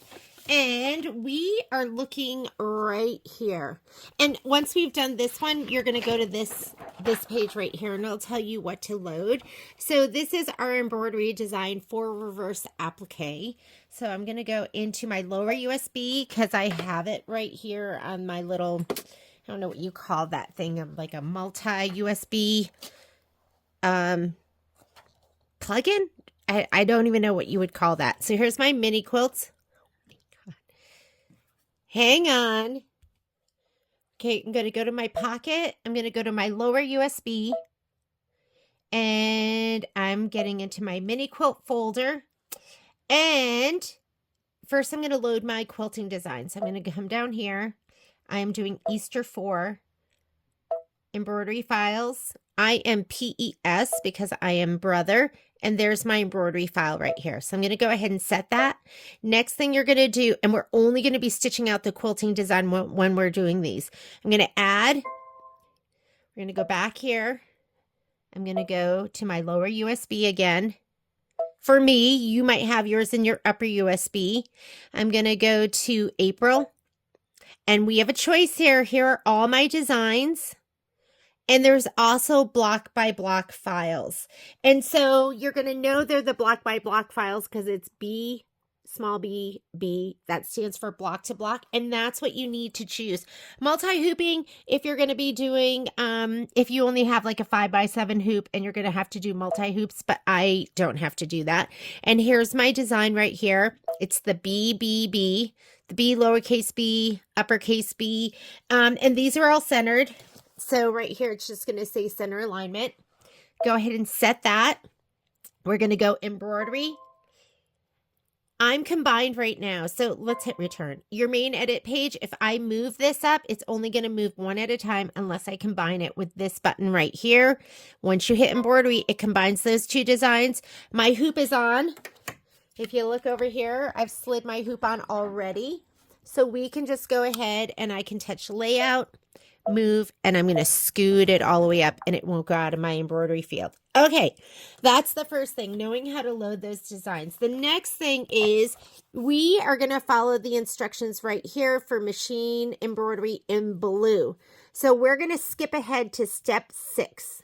So I'm going to say okay to this to get out of that screen. This is where we go forward and backward, whole colors or stitches, and I'm on step right. This is how many stitches. These are your steps.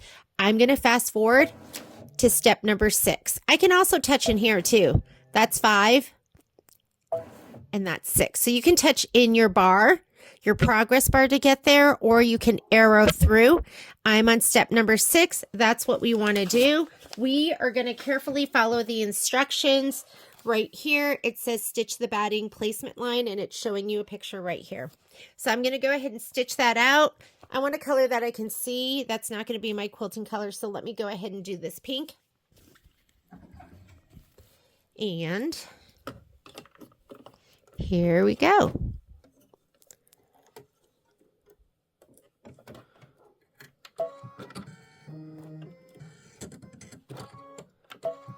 So this is our placement stitch.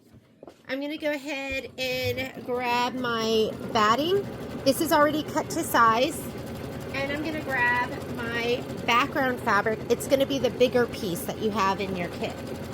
I think it's like 6x6 or 6.5 by 6.5. Here's my dime spray tent that I'm going to be using right here. I'm going to spray in here so that aerosol doesn't get everywhere. And I'm using my Gnold KK100 spray, which is my favorite. I'm not a taper. If you prefer to tape, go ahead and tape. And I don't spray too much, so it's not like it's this crazy amount of spray. I'm going to take my batting and I'm going to lay it down right inside of this square. And the next step says to, okay, so it wants you to lay down the batting. Now here's your next step right here. It's showing you on your screen.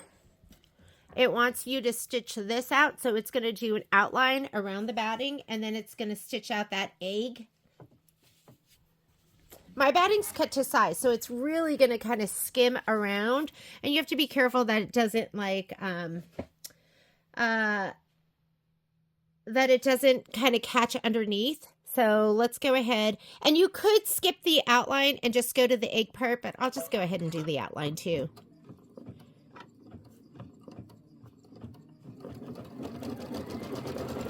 And you just want to make sure it doesn't like, whoops, that's my book in the way. And mine's a little bit bigger, so it might be stitching that a little bit. Okay.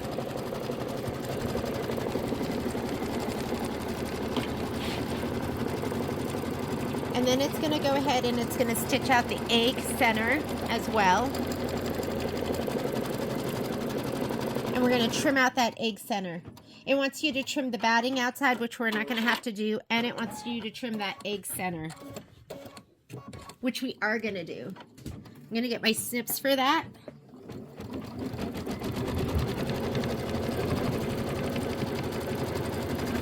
And it says trim the batting close to the stitch line, trim inside of the egg outline, being careful not to cut the stabilizer. So you are just cutting, you are just cutting that egg innard and not the stabilizer, which for me, I'm using the muslin. I'm going to put this over here on the side so I can see and I can cut.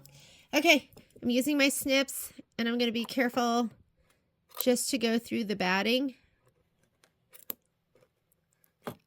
There, we're through. I wonder if I should just go this way.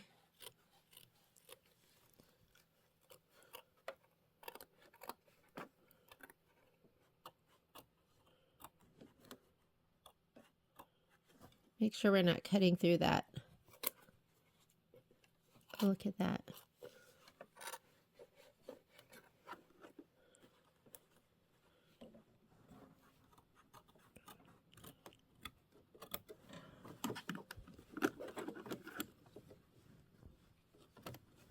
There we go.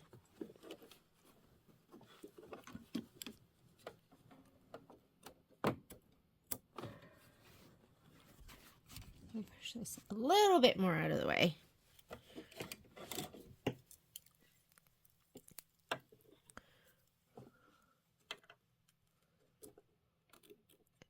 Oh, you know what I need? Let me turn on some more lights in my sewing room too.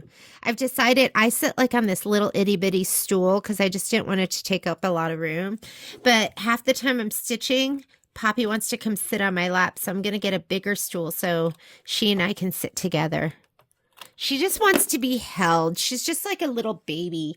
Okay, so we trimmed that out. Remember, we are doing the blue set of instructions. Now it says stitch the background placement line. I'm going to skip that step because it's just going to be centered over this.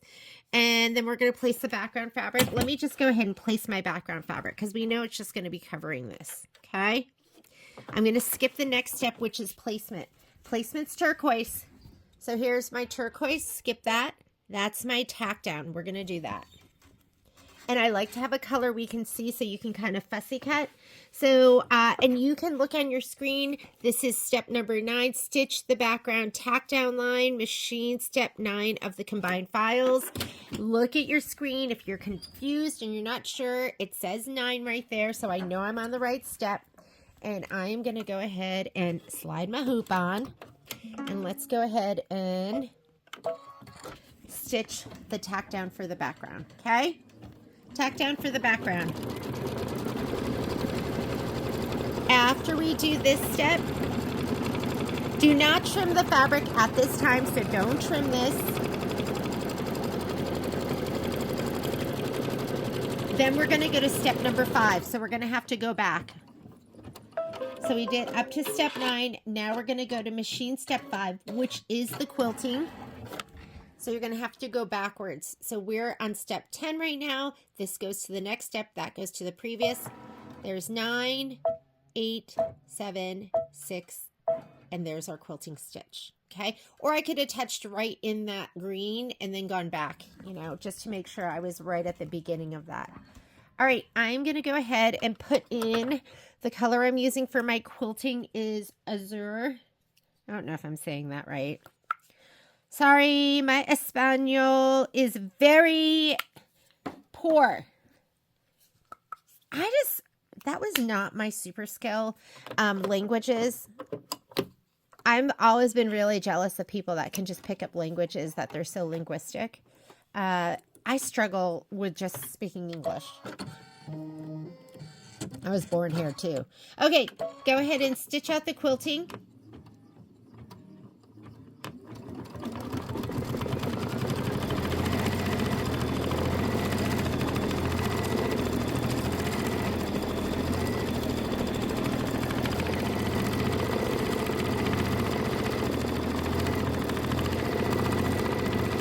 And now we're going to go to our main embroidery instructions.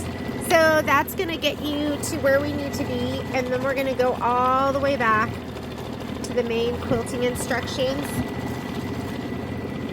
And we are going to start right here. Stitch the line placement line. And we've done everything else. Isn't that fun? So once you understand what you're doing, this is going to be the same thing for all of our blocks. Now we can really just get stitching. So we're going to be stitch the line placement line. That's what we're going to do next. And we're going to need this piece of fabric. This is the lining. And I'm going to give it a shot of spray. It wants you to place it so the wrong side of the fabric is facing up. Actually, we're going to leave it because we never spray the right side of the fabric. That looks like a little grenade to me. Doesn't look like an egg. It looks like a grenade.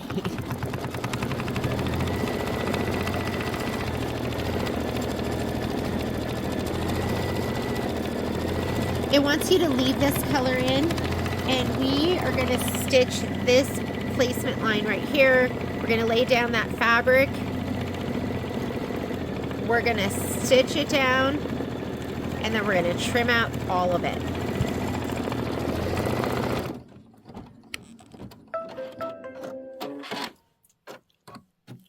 Leave that color in. Go ahead, and we are going to, we need to go to step number, okay, you are going to go, I think, to step number 10. Let me see. So we're going to go, and I could just touch in here. That's 8, 9, 10. There we go. Step number 10. This is going to be, and let me make sure that I'm on the right step. I'm going to check those special directions. Let me get there. For my reverse applique. Yeah, and now it says to go to step number 10, which we're at. Okay, go ahead. Placement line. Then we're going to lay this down, and it says to tape it down. I'm just going to lay it down and hold it there. And we could have just laid this down in the middle. I love skipping steps if I can.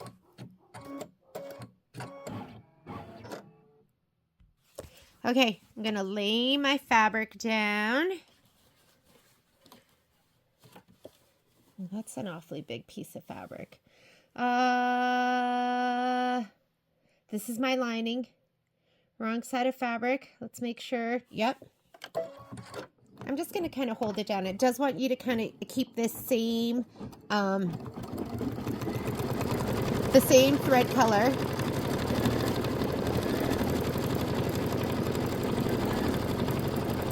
This is step number 2. After we do this, which is stitch the lining seam stitch, carefully trim inside the seam stitch with a 1/4 inch seam allowance, cutting through all layers.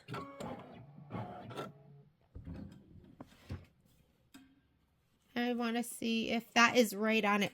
So it wants you to cut a 1/4 inch inside. I'm going to need some sharp scissors. I think what I'm going to use is, let's use my Perfect Scissors. These are Karen Buckley Perfect Scissors. All right. You don't want to push too much because you don't want that.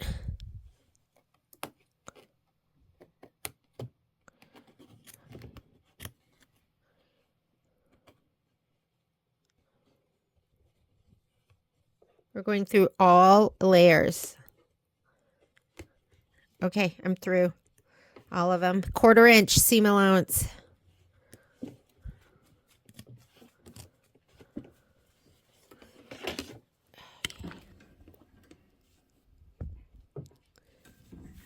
Here we go. Okay, the menaces are in here. So they start barking, I'm going to have to pause the video and they will be kicked out. They know they only get one chance. I just love them. I just have dogs that love to bark, unfortunately.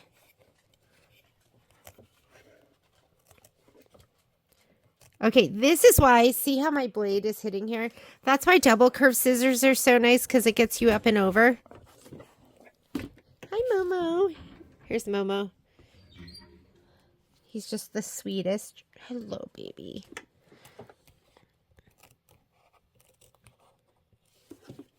I just could spend all day just hugging and loving on my dogs. I know people that have animals are like that.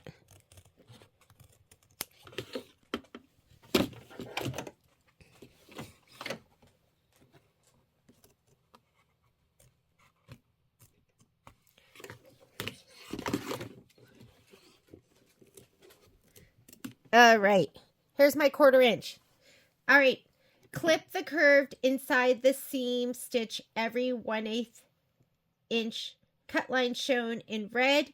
Clip through the placement line from machine step 1, only seen from the back, but do not cut this seam stitch. Let's go ahead and flip it to the back and see what seam line they want us to cut through. You can only see it from the back. Okay, so we're going to cut through, it looks like this. Let me just make sure we're cutting through the right seam line. So we're cutting through this one if you already haven't cut through it, but don't cut through this one. That one we need, and we need this one as well. So you're not cutting through either of those. We're only going to, and it'll be easier, I think, for, well, you can cut through either. I mean, you can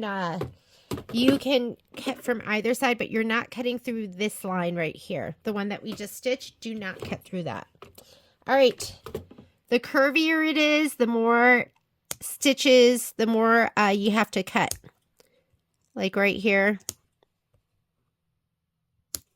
But this like straightaway right here, you don't have to have as many. But this part right here, definitely.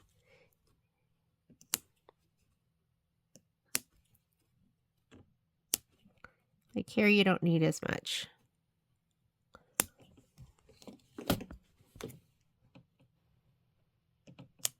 These scissors are great because they have a nice strong tip, right? I also love my Formore precision tip. Those are great too. I think I could have cut a little bit closer. Don't cut that stitch though. You need that stitch. Okay, now we're going to be going around a decent curve. So you want to get these a little bit closer. I'm hoping it's nappy time for these guys. Patrick and I already have taken them on a 6-mile hike this morning. We really got the dogs for me because I don't know about you guys. I'm really jealous of those people who are like, I need activity. I need to go on a run. I need to go on a hike. Because my body never says that. My body says, sit in a ball and don't move. My body loves inactivity. So, but, you know, I had to get the dog because, I mean, he's so cute that I want to walk for him. I won't do it for myself, but I'll do it for Momo. And I'll do it for Poppy. And it brings me joy watching them like run around and be so happy. That brings me joy. You know, people say, oh, once you go out and then you feel so good. I don't feel so good. Okay. Then it says, clip the curve. We did that. Clip through the place. We did that. Turn the hoop to the back. Carefully pull the lining through the hole. To iron on the back of the hoop, prepare an iron surface smaller than your hoop with enough weight to support the embroidery and keep the stabilizer from loosening. So we don't want that to get too loose. I am going to turn on my iron. Okay, my iron's heating up. I'm going to turn it to the back side, and I'm going to grab that lining, and I'm going to pull it through just like this. I think I'm going to trim it like a little bit closer next time. And then we're going to go ahead and pull this nice and taut. And they want you to have an ironing surface that's going to be smaller than this inner part. This is a good time to have one of those little ironing mats from Dime. I don't have one of those, but I'm going to order that. In the meantime, I'm going to just fold up some fabric and just put it underneath. I have a nice piece of flannel here. I'm just going to put it right up here. You don't want it to, you don't want to loosen all that stabilizer. I'm going to go ahead and do this. Oh, it looks so good. Looking good. I'm going to also give this a little spot of best press. Where's my best press?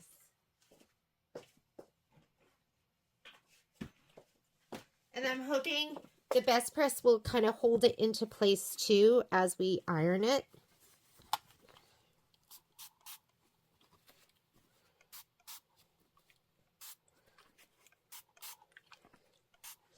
That'll be nice, just like that.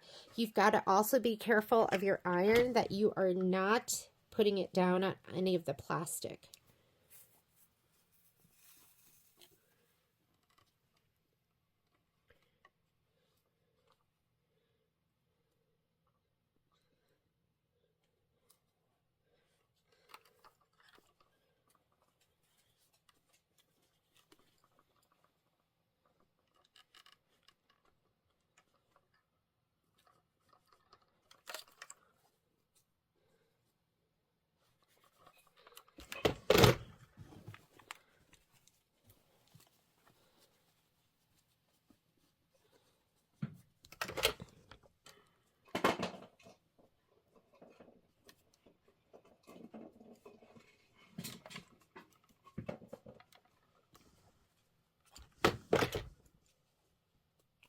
My God, that looks so good. Looks so cute like that. And you want it to be pulled pretty taut so that when it does the outline stitch, it's just a nice crisp edge. And so we went ahead and we did this. Support, keep it from loosening. A folded hand towel would work good. I just balled up some flannel. And I'm going to get one of those inner hoops. And then it says, place the hoop right side down with the embroidery on the prepared surface. Carefully pull the lining fabric over the stabilizer with both hands. Be careful not to loosen the stabilizer in the hoop. The lining fabric will remain slightly wrinkled around the opening. Starch the lining fabric again. Carefully pull the fabric taut until the lining fabric seam is in the inner edge of the egg. Press well. Note, if the lining fabric will not lay flat with the seam or the inner edge, additional clipping on the curve is needed. Tape the corners in place. That's what I was looking for. So now we're going to go ahead and tape our corners in place. And I know this one is taking a little bit longer, but as you get used to it, and I'm going to pull this nice and taut and tape it. And this too.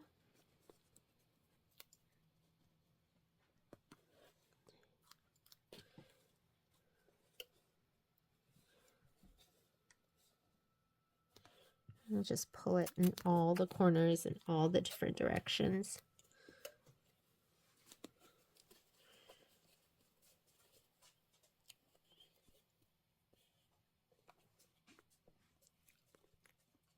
Okay, we are taped in all the corners. From the back of the hoop, place the egg fabric right side down over the opening. Tape the corners and edges in place. We're going to go back and stitch the egg tack down line in white. So let's go ahead and... So let's grab our egg fabric. That's going to be this fabric right here. So we've done all of this from the back. And then this is step 3. So we're going to take this fabric too. Put this down, cover that hole.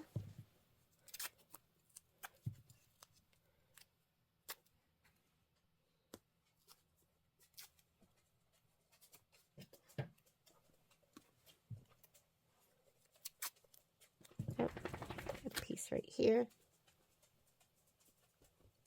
Okay, let's take this over to the machine, and it should look something like this. Is that adorable or what? So I'm going to slide this on my machine. Let me grab this and my white thread. Here we go. Whoop.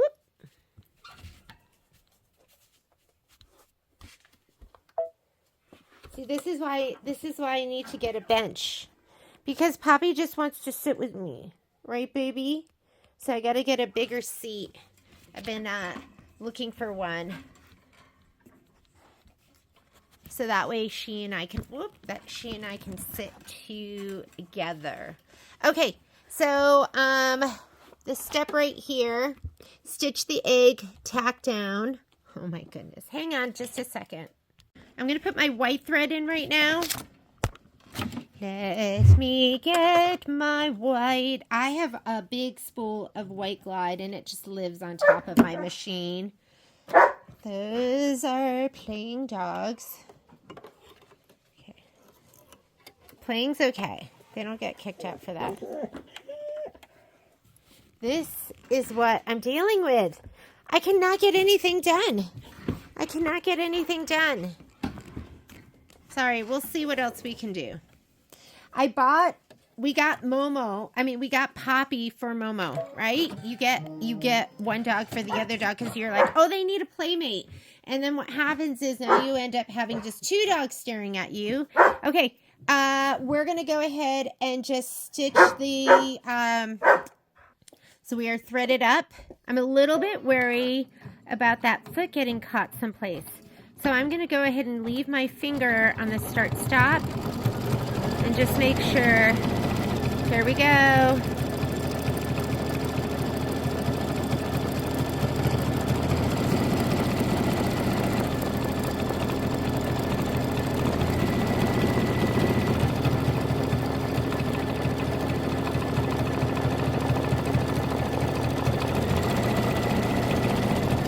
that was totally fine, and it looks perfect. Now what it wants you to do is it wants you to place the egg wash away topping completely, covering the stitch area, and tape in place right here. So I have one big old piece of wash away, and I'm going to go ahead and leave it all like that. And I'll tape it in the upper corner. I wonder if I can make it work this way, if I could fit like more if I do this. Okay, I'm going to tape it down. I'm hoping we have no more interruptions. They got kicked out. They were ejected from the party. I had my bouncers remove them. I'm going to put a piece of tape here and here. Where's the bunny going to go? Bunny! Oh, they want total top and bottom. I'm going to put one piece here because the bunny's going to be right there. And put this piece up here. And I'll just kind of hold it over here in place. All right, stitch the bunny placement line. I am using this really delicious medium brown. That is what it is called. So that's the color I'm using. And it matches that leather so perfectly. And it's just pretty.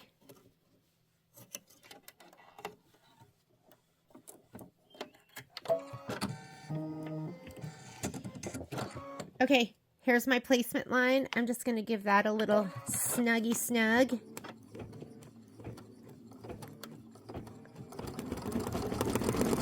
I do want to make sure, see the foot, I just want to make sure it wasn't, I'm going to move this over a little bit. Let's move it like that. That foot wasn't going to get caught. And it seems like it's okay. So you might have to watch that just a little bit.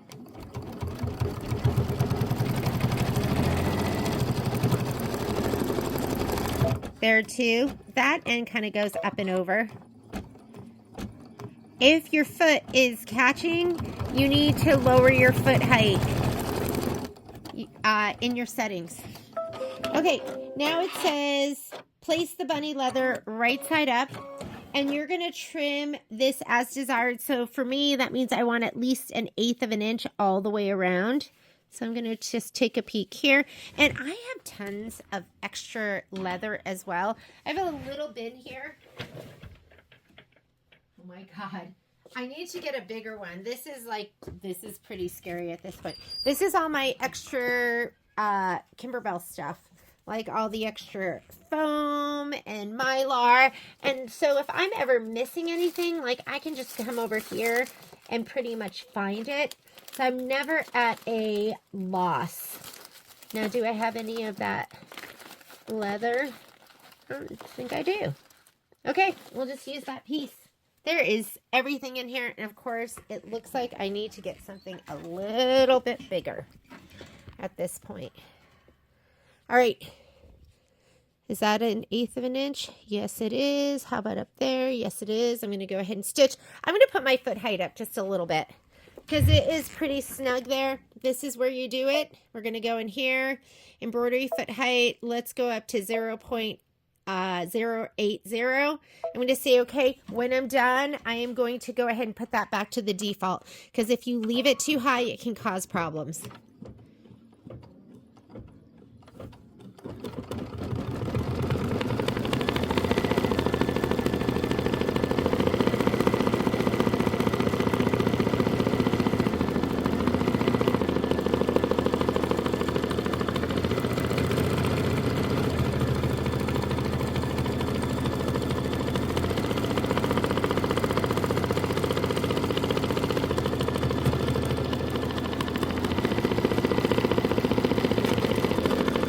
Oh, did you see that? Hang on, let me cut that. And that could be just my foot being too high right here. What happened? I don't even know. We're going to have to go back over that. I'm going to go back.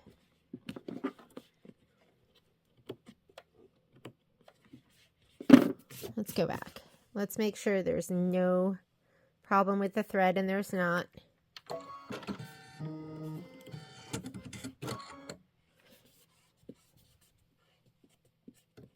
Okay, I'm going to lower my foot height back down right here. 0.06, and let's go back. So I'm just hitting -10 on this screen. This is where you go forward and back stitches. I'm just going to hit -10. As I'm hitting my -10, I'm going to be watching where my needle is. -10, -10, -10, and maybe I'll just go back another. That should be good. Okay.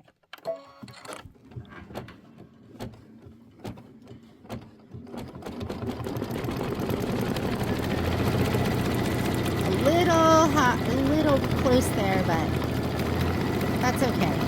Just gonna make it work.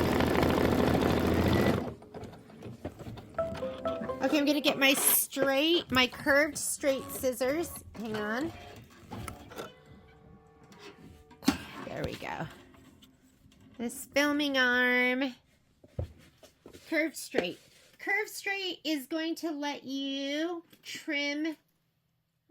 Curved. I have so many scissors. Where are my curved straight? Here they are. If you use your curved and you try and trim, it makes little smiley faces and you don't have as much control. So I like to use my curved straight. I'm going to slide this out. And we're going to go ahead and trim. You could trim right to the edge if you want, but I'm not going to do that. Or right to the stitch. I'm going to just trim around my bunny. I'm going to leave a little bit of an edge. I don't know. I think it looks better with... Sometimes I'll go right to the stitch. But a lot of times when it's leather and it says trim as desired, I like to leave a little bit of an edge there. Like 1/8 of an inch or something. Somewhere in between 1/8 of an inch to like a 1/16 of an inch.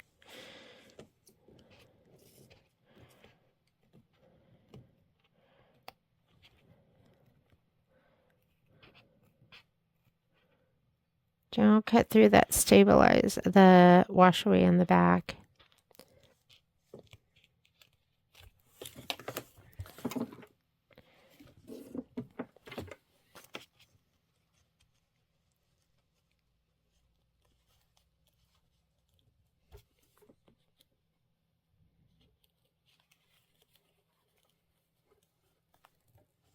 I've gotten to the point, and this has just been over the past like couple of years, where I've got to stitch in the morning because I'm just tired at night. I don't know how you all feel, although, went through it. That's okay because we're going to be putting another piece on.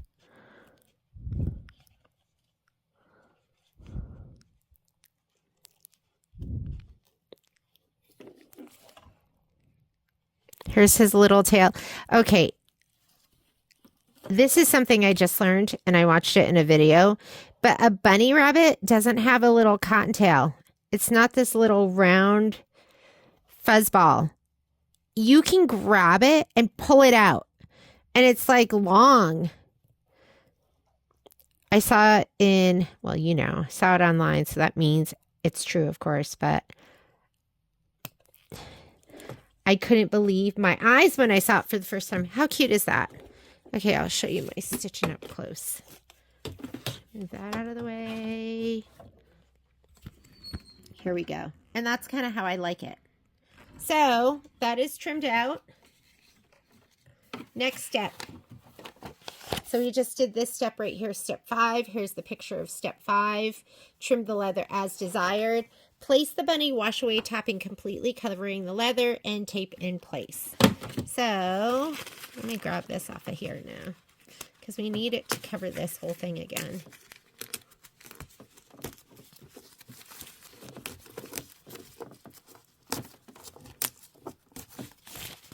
He is cute. And look, can't get under there.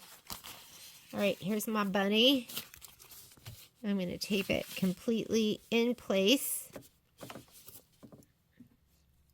And now it wants you to stitch the inner ear fill. And you just don't want that foot getting caught on stuff. That's it.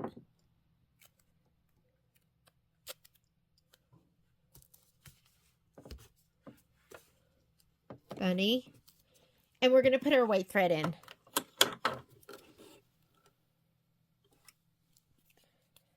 Let me get my white, thread her up.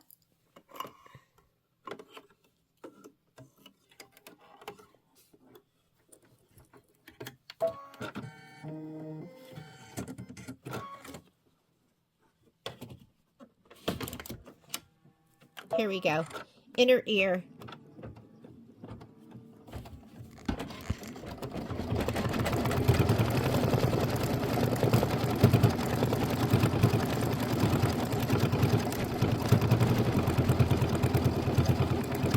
And I'm back to my default. It's going right over it, but barely.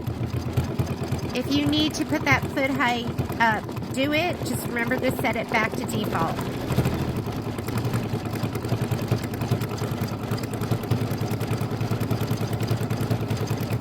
Then you want your black thread because we're going to do the eye fill.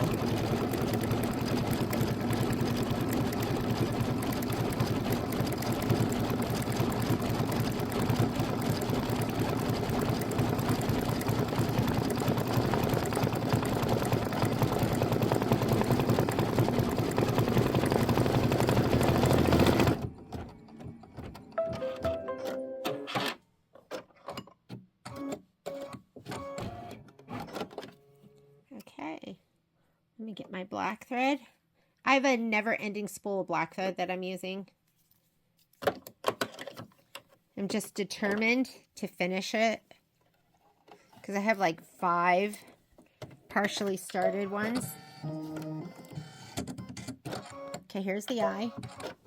And then we're going to stitch the flower fill, and it wants to be yellow. I'm using Funshine.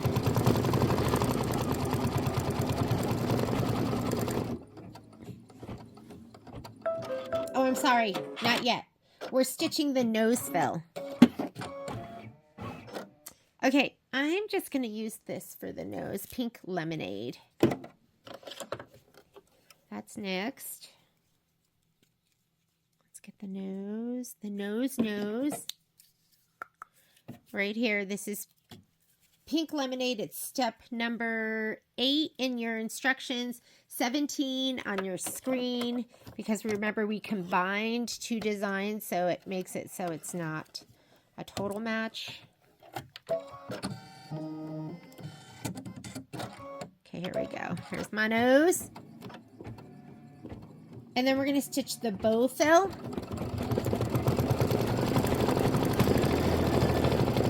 And I'm going to go back to this right here, the azure. Yeah, I don't know why I thought I was on yellow. I'm not even close. All right. This is the bow fill. This is going to match the background fabric.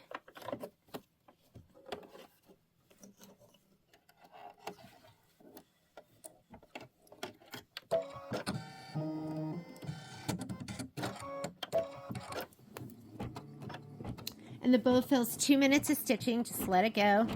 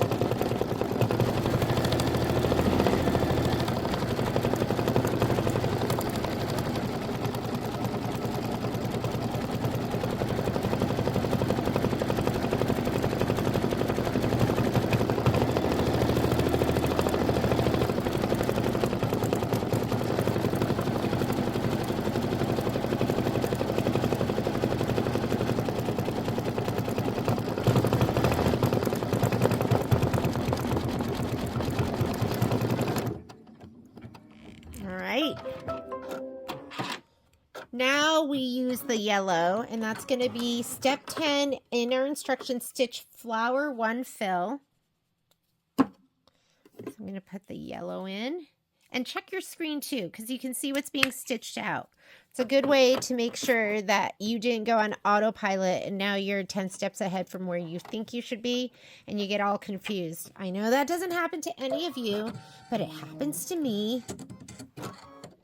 Okay, I'm really close to the edge of this wash away, so I'm going to watch that really quickly just to make sure that it doesn't, the foot doesn't go under it.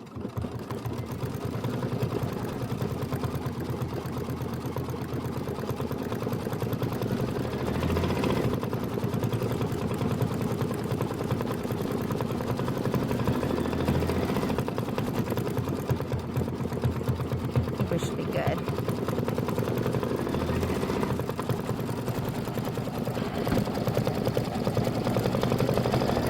And then we're going to stitch flower 2 fill.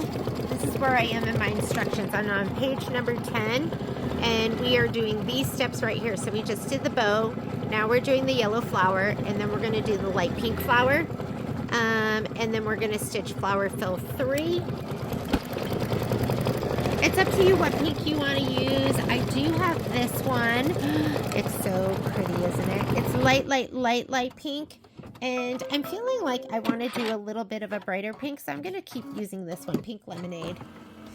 I know it calls for a lighter pink. Let's see. Does it make a difference? Let me see what it looks like. Light.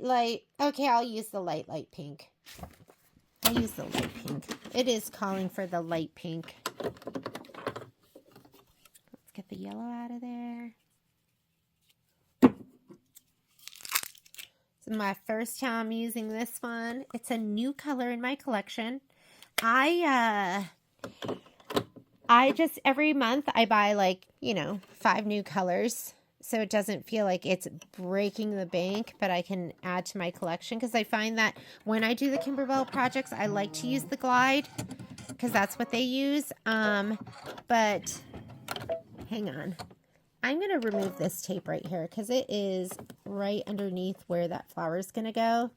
And I don't want it to be taped down.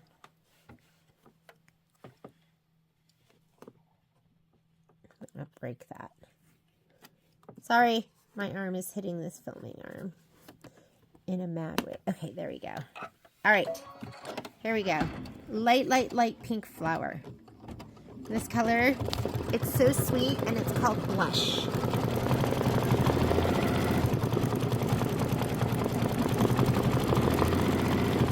And after Blush, it wants you to stitch flower 3 fill.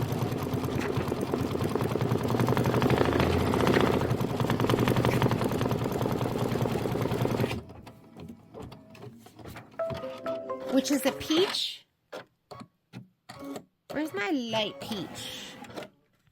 I'm going to use this. This is called Sun Kissed Peach. I also have like just regular peach.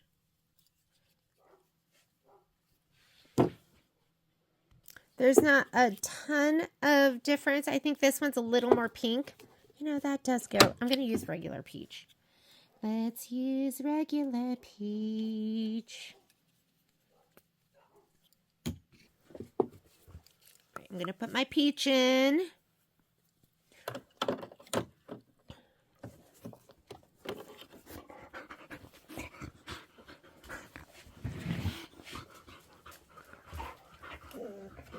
I know it sounds like me heavy breathing, but it is not.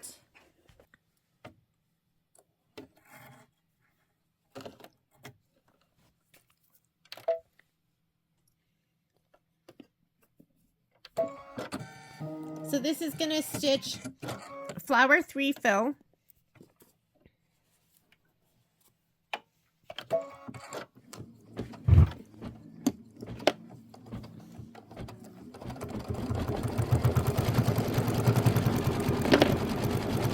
And then we're going to put our white in.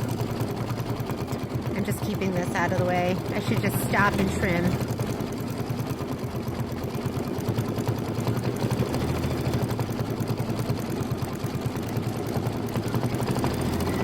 and that's going to do the flower fill.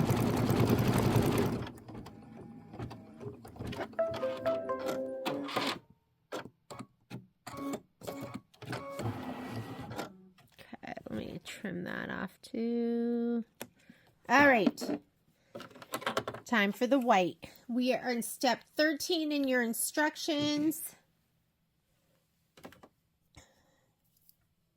Oh my goodness. I feel like I'm babysitting. Not you guys, just my dogs.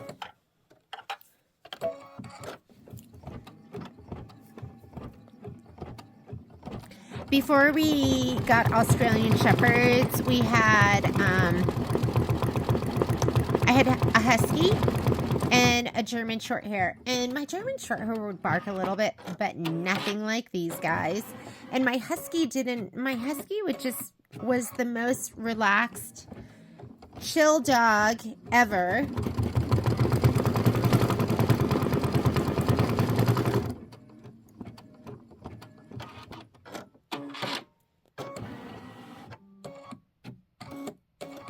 And then you're going to see right here, number 14, it says, do not stitch this do not stitch this step. This line is for design placement only. So as soon as we're done with these white center fills, we are done.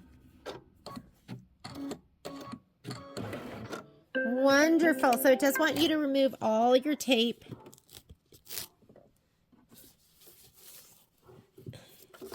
And I'm going to just go ahead and take this off of here. We'll get the rest of it later. Like, I'll spend some time and just make sure everything is off. And, you know, we get all these little pieces. That's when your precision tip tweezers really come into play, and we'll trim off all of those threads. And guess what? We are done with our first reverse applique. Let's go ahead and hoop up, and we are going to do the next one, which is chick 3. See you in a little bit.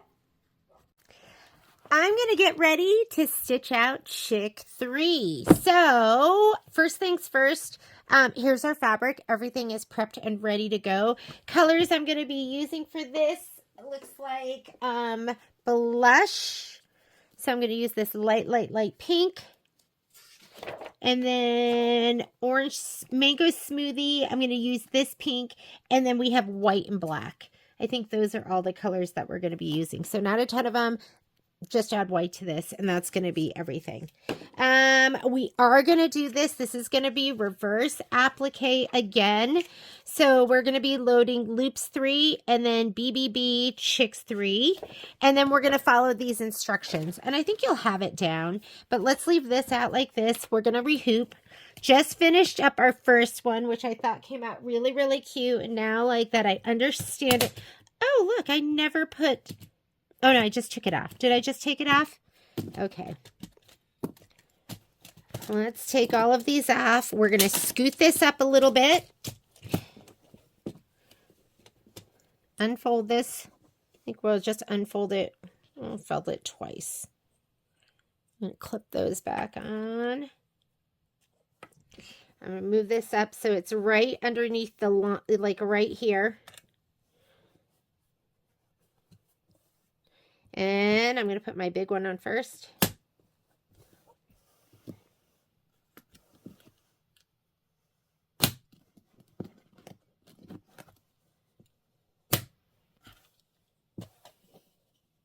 Taut, but not tight.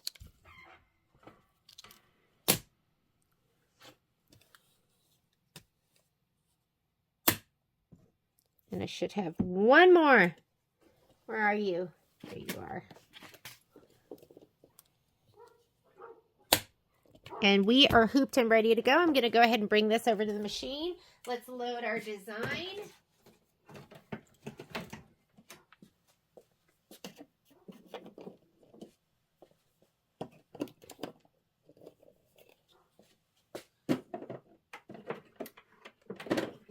Okay.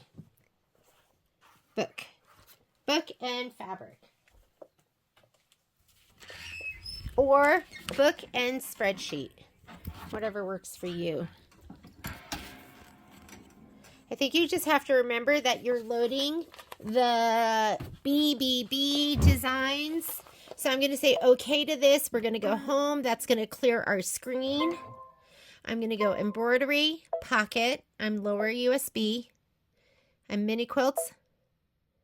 And we are background. Let's get our background quilting first. And I have this on our spreadsheet too, but if you look at our spreadsheet for Chicks 3, we want loops 3, 4x4 horizontal. Okay, loops. Here's loops 3. And I'm PES because I'm on a brother, and 4x4 horizontal. Horizontal comes in before vertical. So if you have 2 of them, just know the first one is going to be horizontal. Let's go ahead and set that. Before you move it, we want to add our next design. So let's add. And we are going to be adding our design, which is, it's going to be this guy right here. So BBB Chicks 3. So I'm going to go pocket, my mini quilt folder. We're in April. You want to go to your block by block files. Don't pick these. You got to go block by block. And where's Chicks 3? Must be this guy right here. Chicks 3. Yeah, he matches the picture. I'm going to go ahead and select him. Let's set. You want it centered. It tells you right here, centered alignment. And now they're not combined. You have to touch embroidery. Go to your next screen, which will combine them. They'll move as one. My hoop is already on. So you're going to know it's not going to go out of that embroidery field when the hoop is on. If you don't have the hoop on, then you got to be careful not to go outside of your outline, which I set up in my settings right here. Make sure you put your foot height back if you did change it. Mine's at default. I'm going to go layout because they're layered. This is your stitch out. Underneath it is going to be these layout keys, these editing keys. Move them all the way up. Let's say okay. I'm going to touch layout so I can see what I'm stitching, and I'm going to touch my minus plus button so I can fast forward and go backwards and forward stitches. All right, here are your instructions. I know it's a different embroidery design, but the steps are the same. First thing we're going to go to step 6. So I'm just going to touch in here. I think that's step 5. And it says it's 5. Fast forward, now I'm on step 6. So you can see 6 of 22. So let's go ahead and stitch this out first. This is going to be our placement line for our batting. I want to do it in a color I can see. So I'm going to take the white out that I had from my last stitch out. And let's go ahead and I'll just put in this bright pink. Let's go bright pink. Oh, you know what else we need? The other color we need is going to be, I think, the purple for the quilting, the lavender. And I think I selected amethyst. So let me grab that too. Okay, that's placement stitch for the batting. I'm going to grab my batting. Here's my batting. And I'm going to grab my background fabric, which is going to be the larger piece. We have 2 pieces. It's the larger piece of that lavender fabric. I'm going to go ahead and spray these. Spray the back side of this. The side that's rougher is your back side. That's going to be this one. I'm spraying in my spray tent with my Ganol KK 100. Let me put these both in here. And don't go crazy with the spray. You don't need a ton. I'm going to lay this down. Here we go. And I just cut it a little bit bigger than that outline stitch. Just the tiniest bit. Next step, step 7 is going to stitch, and we don't have to do it's all in one. The outline and then the little center.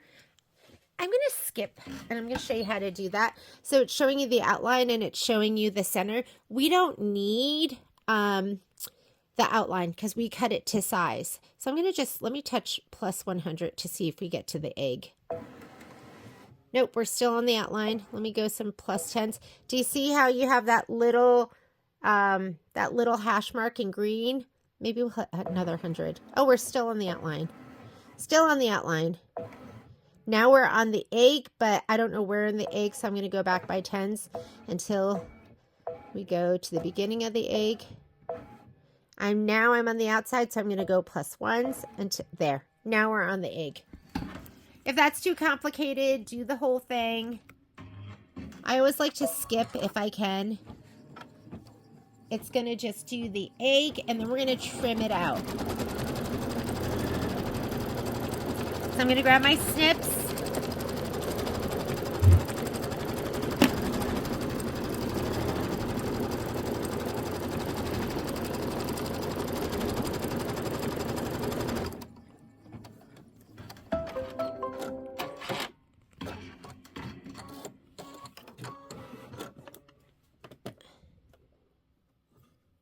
And you want to make sure you're not cutting well, for me, I'm using muslin.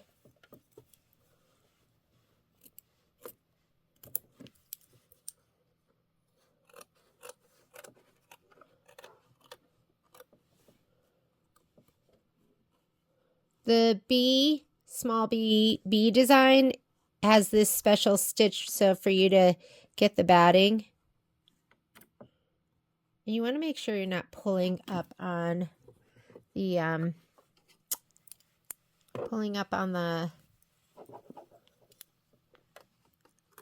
muslin or your stabilizer, because then that affects the placement and the stitch out when that moves out of place.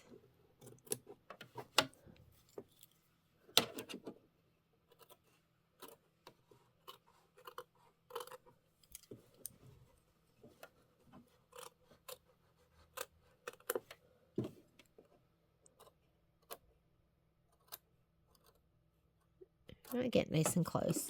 Okay, looking good. Next thing you're going to do, next step, so that was step number 7.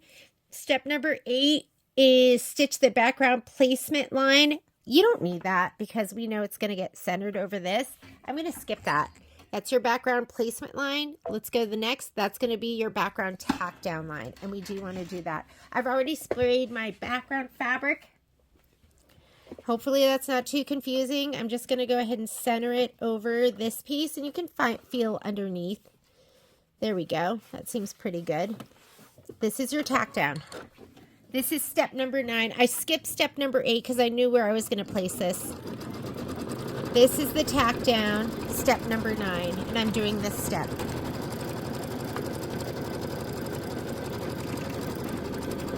Do not trim the fabric at this time. We're not trimming.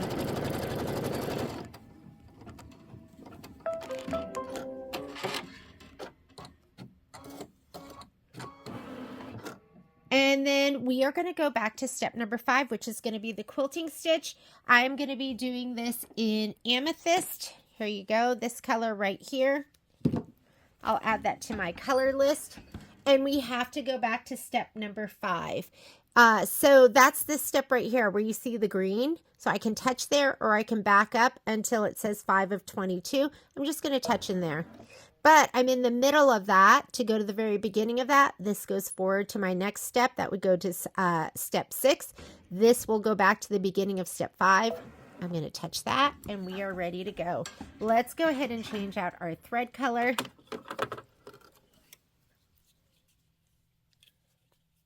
I do skip steps that I feel like, you know what, we don't need to do that. We don't need that placement stitch for our background. It's just getting centered to our batting. We don't need to do the outline of our batting because we already cut it to size. If you didn't cut it to size, you have to do that. The batting, and then you have to trim it. But mine is already cut to size. And here's our little loop stitching. Once we're done with this, machine step 10, we're going to go back to the beginning of the embroidery. So after it's done doing this, the quilting stitches, we are on chick 3. This one right here. And we are going to start with right here. We're going to start with all of these steps.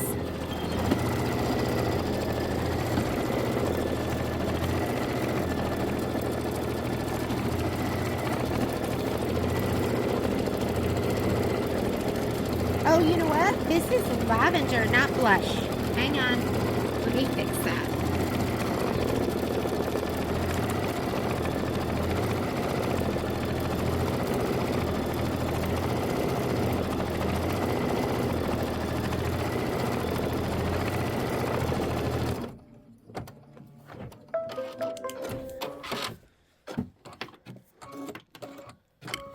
Okay, we are on page number 11, and now we're going to just go through the steps.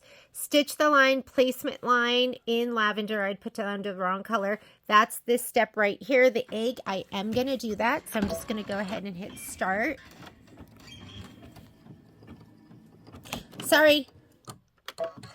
This is going back to step number 6, which we don't need. We've got to go back to step number 10. So go in here, and we're going to go, 10 is probably somewhere in here. I'm on 8, 9, 10. And 10 is our step 1, and there's the egg. Sorry about that. Here's our egg. You're going to grab your lining fabric, which is going to be your lavender pretty petals. This one right here, and we are going to be putting it wrong side up, right side down. You can tape it if you want. I'm just going to hold it in place. So I'm going to go ahead and cover that whole egg. And now I'm just going to let it do step number 2, which is to stitch the lining seam allowance, which is going to be this right here. So go ahead and let it stitch.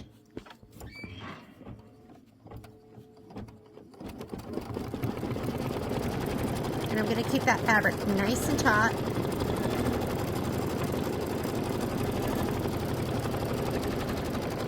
I'm going to grab my perfect scissors, and we're going to cut that out all the way through all the layers with a 1/4 inch seam allowance, just like we did on the other one. Let me get this out of the way. I'm going to take this off. I'm going to put them in my lap. And we're going to cut through all the layers. You want to be careful not to be pushing too much on your fabric so that it pulls the muslin and everything. There, I'm through. I could feel that. Okay, 1/4 inch seam allowance.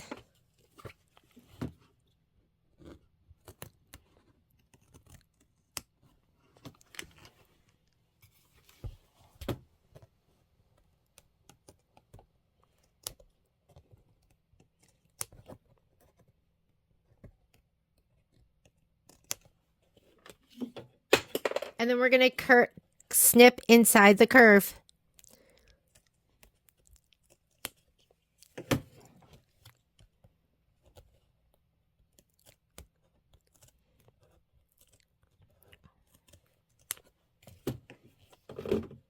Whoops, sorry, you couldn't see that, could you?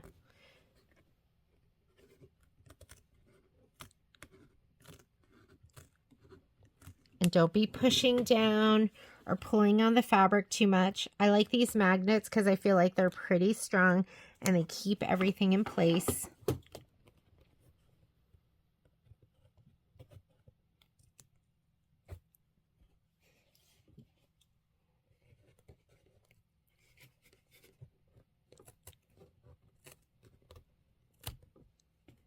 And there goes the insides. You should see clear through that. Now we're going to snip into the curves. The more curvy it is, the more snips you have to do. Like this part here isn't as curvy. This is curvier, and this is really curvy. So lots of snips here. And don't be so curve greedy that you snip your curve, your stitch.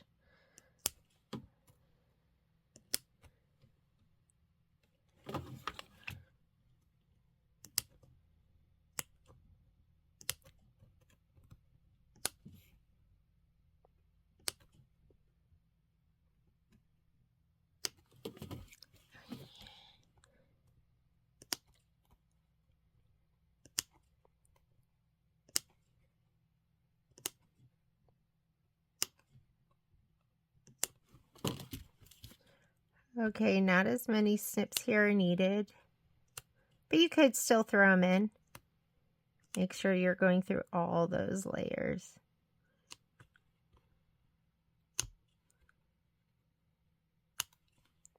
And then when you get over here, guess what? Lots of snips. And you're going to want to heat up your iron too. Remember, we're going to press this because we're going to pull the lining through. We're going to starch it and press it.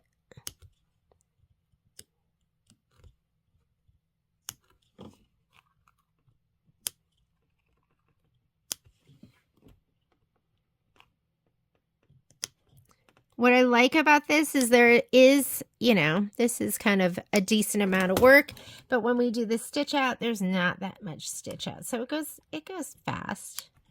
Not super fast, but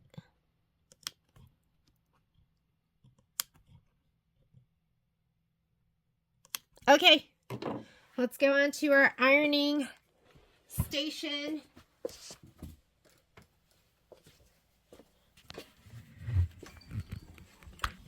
And you have to grab your egg fabric too, so grab that, because once we tape all the other stuff, we're going to be taping the egg fabric down. Here we go. Stay.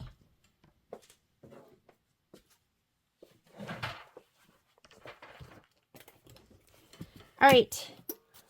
We just did all our snips. Now I want us to turn it to the back of the hoop, and we're going to pull our lining fabric through. So here's the back of our hoop. Reach in there and grab that lining fabric. We're going to pull it all the way through. And if you start ironing here, you've got about like 1/2 inch of fabric. It could pull your muslin. So I have this really fancy piece of flannel that I'm working with. He's a little high. I might do it on this side, like right here. That's perfect. And then I'm going to spray this with starch, and that's going to help me pull this back and for it to stay a little bit better. So I'm going to pull it back and spray.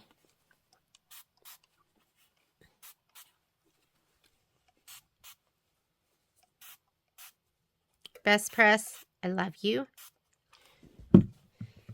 Now you have to be careful of the plastic here. You don't want to put your iron on that. I could. We'll just do it like this. I'm just going to go ahead and pull this back and press it. I'm using kind of the tip of my iron so that I'm not putting this down.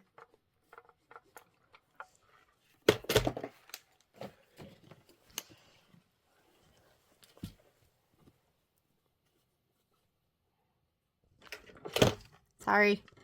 Cord, filming arm, everything.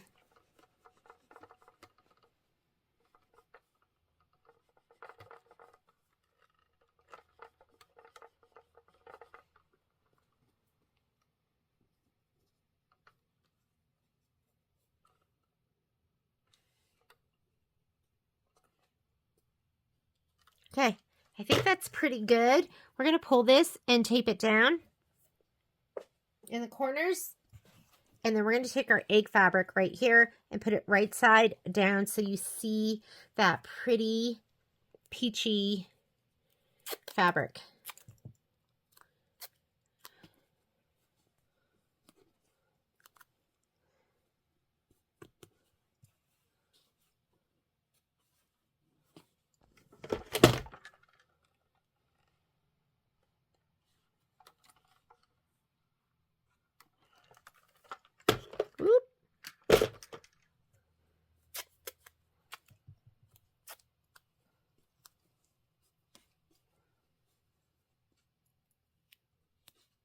And then let's put this fabric right side down. We'll tape him down too. I don't need a lot of tape for that. Let's just get him. I love this tape. This is transporting. Do you see how nicely it rips? And it's super sticky. It's like dream tape. Okay. And when you flip it back to the right side, this is what you'll see. Just like that. I'm going to slide it back on my machine.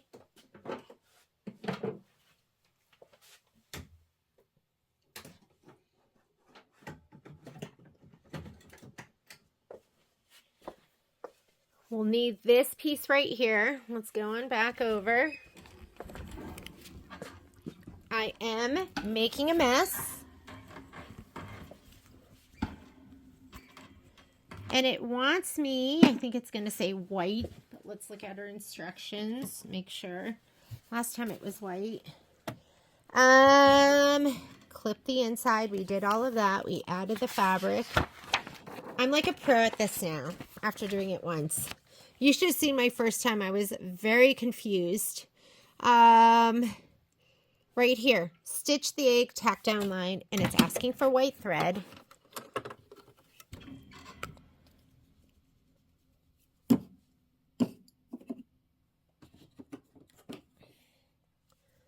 Grab my white.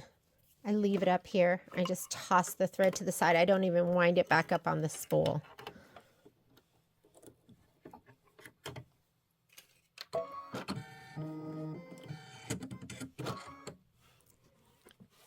And now it's going to sew the tack down.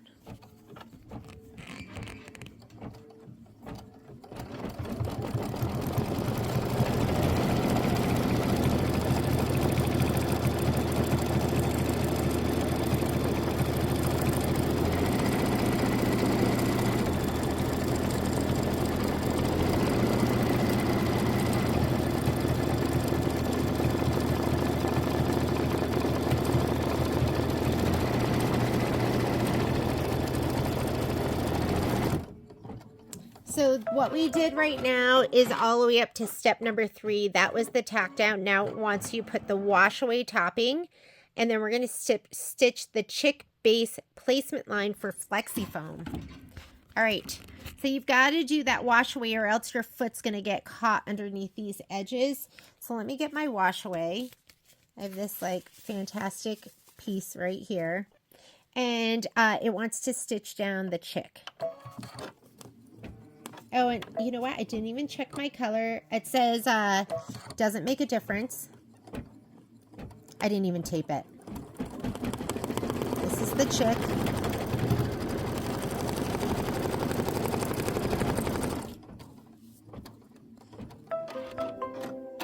And we're going to put flexi foam.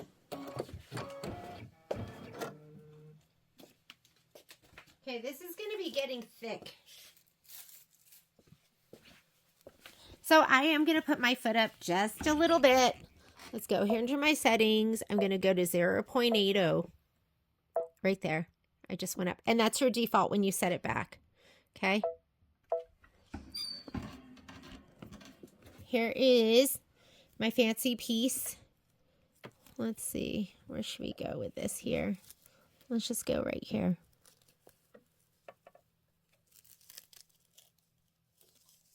Just like that.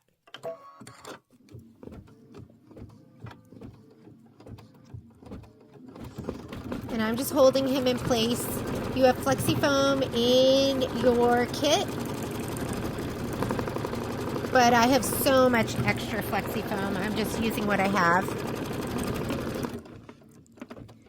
And then I like to trim my flexi foam with my snips. So I'm going to go ahead and trim this.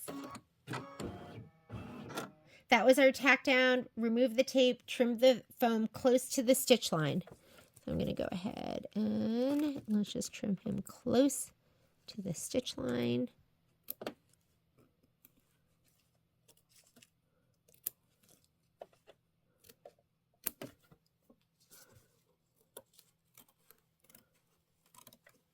I think, well, I don't know if this is true, but I feel like the flexi foam they used to have was thinner than the flexi foam they have now. However, they've been sold out of flexi foam for several months now, and they just got it back in stock. So I'm interested to see if it's going to be thin again or if it's going to be thick.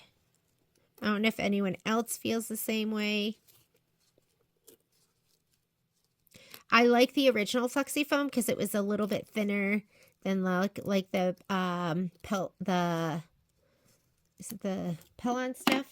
Okay, look how cute that is. All right, stitch the chick base tack down line. So we just did this, and here we just did the tack down. So that was the tack down, and then trim the foam close to the stitch line. We did that. This is the next step. Stitch the chick placement line. I'm skipping that because it goes right around the outside of the foam. And then you're going to place the chick fabric right side up. So this is the chick fabric, and I think we're going to do the vertical, like if you look at the stripes, they're going to go up and down. There is a right and a wrong side. So this is my right side. I know it's hard to see, but you can see the stripes better than you can on this side. So I'm going to give it a shot of spray here on the wrong side. And if you look at your screen, you should see a turquoise placement line. I'm going to skip that. So I'm putting this right over here because we know it's going to go right over your flexi foam. So I'm skipping that. I'm going to do the tack down. Let's check our thread color, and they say color does not make a difference. The step number 7. Step number 7, stitch the chick tack down line, remove the tape, trim the fabric close to the stitch line. I'm not using tape because, again, I like to use spray. I'm just going to make sure everything stays in place and looks good. Looks great. Once it's done with that, we're going to go ahead and trim close to the stitch line.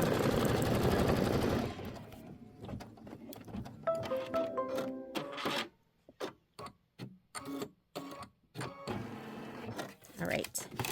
Close to the stitch line. I love my snips because all you have to do is, and you really want to get this close or else when you go to do the satin stitch, you don't want pieces of fabric or thread sticking up, and the foam kind of pushes your snips up a little bit, so just be mindful of that.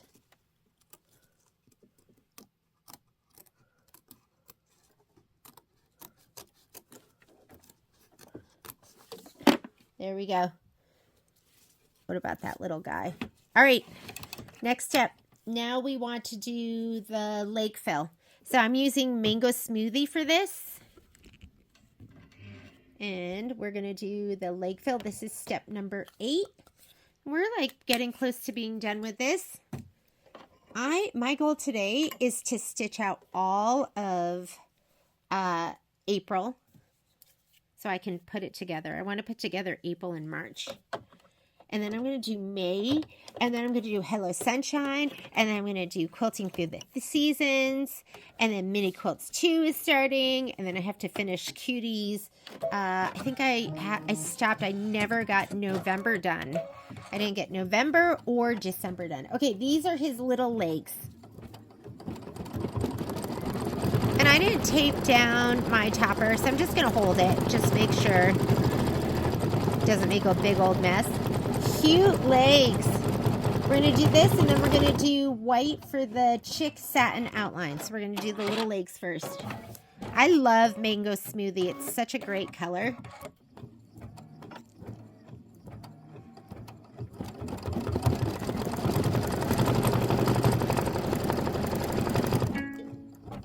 My bobbin's running out. Let's go ahead and do a bobbin change. Okay, if you're in the middle of stitching or doing a bobbin change, hit your cut button first because you don't want it to drag around that thread. You want it to cut front and back.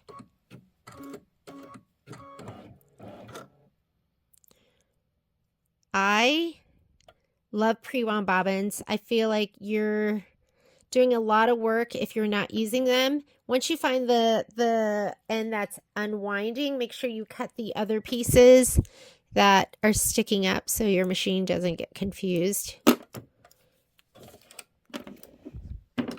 every once in a while I have a box where I have like one that I can't get unwound. It just happens. But overall, I love pre-wound bobbins. I would never go another way.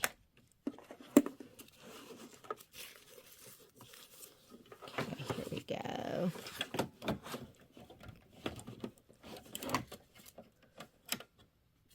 All right, I'm going to go back 10 stitches. Let's go return minus 10 and finish stitching that little leg out.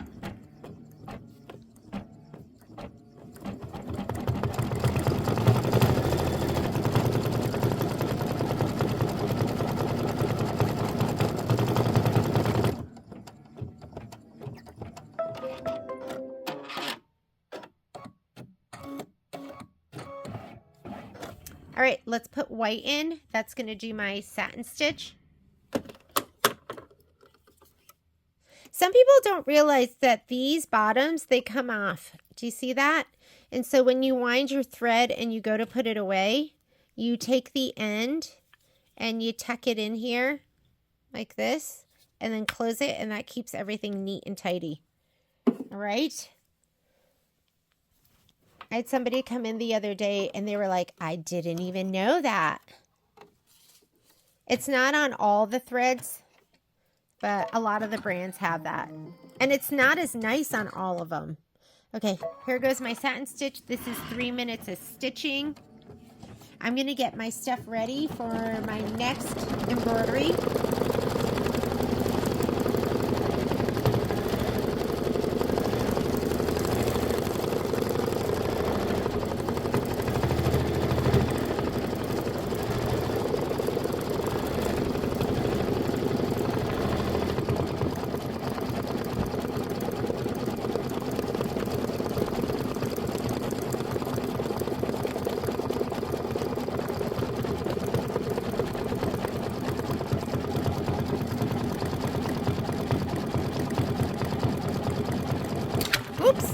Sorry about that.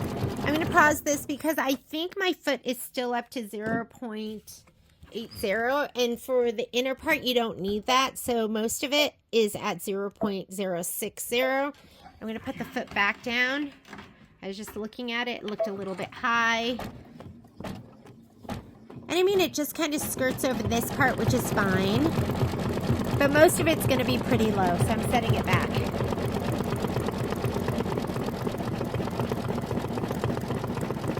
And I don't want to forget.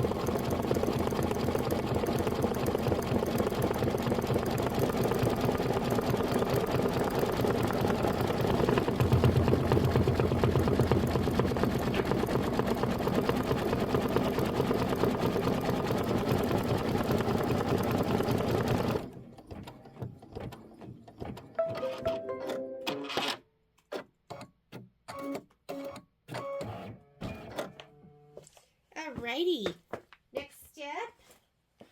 I was just adding all the colors to the thread chart.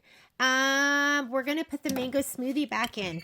So now we are going to do the wing fill, the beak fill, and these two steps. So we're going to use mango smoothie, pink and black. Alright, so let's go ahead with, put our mango smoothie back in.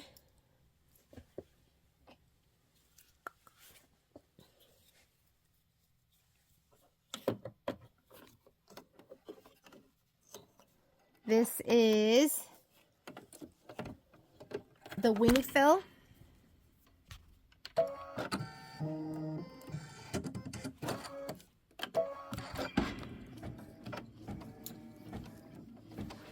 And this is a lot of stitching, so this is going to take 2 minutes for his wing.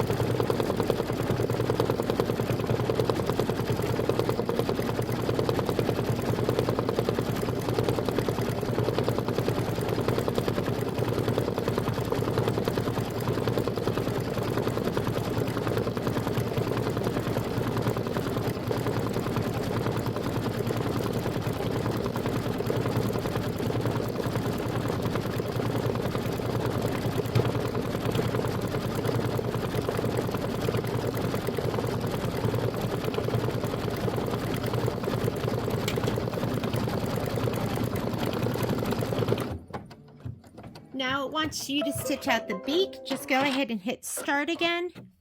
I'm using that same orange. And then get your pink ready. You could use a bright pink, a light pink, whatever pink you see fit. I'm using a brighter pink, this one, super Eastery. And that's gonna be for the tail and the comb fill.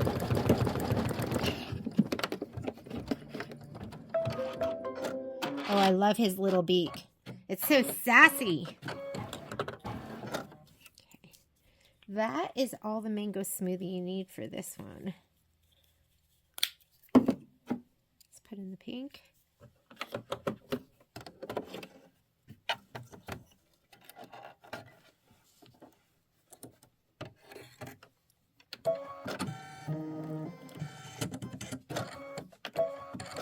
Here's his little comb.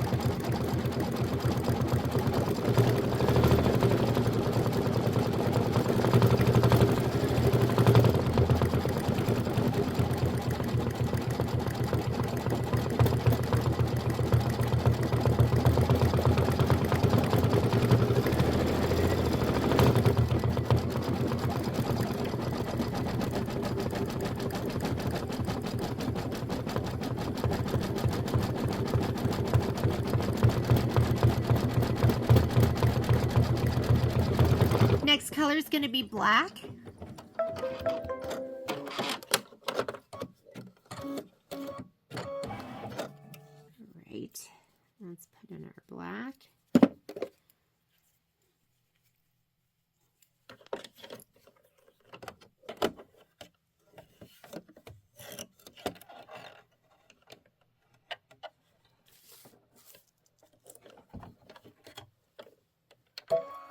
We're going to just do his little eye. Is that his eye? Yeah, that's his eye. And then we're done with this one. Time to hoop up. Next embroidery is going to be Bunny 3.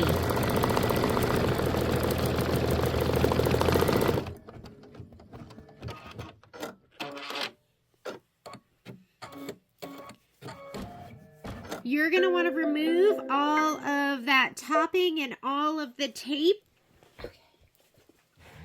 Let's go back over here.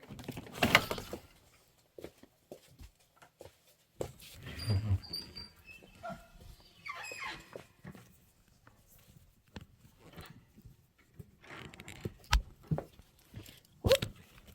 Sorry about that. Let's see if we can tighten up this arm so it doesn't do that.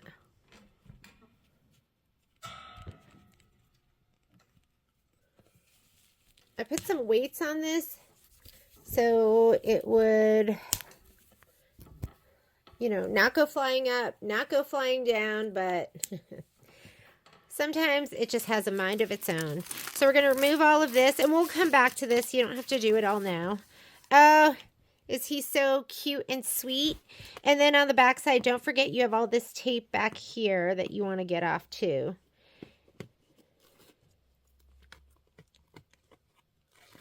And we'll be trimming all this up too.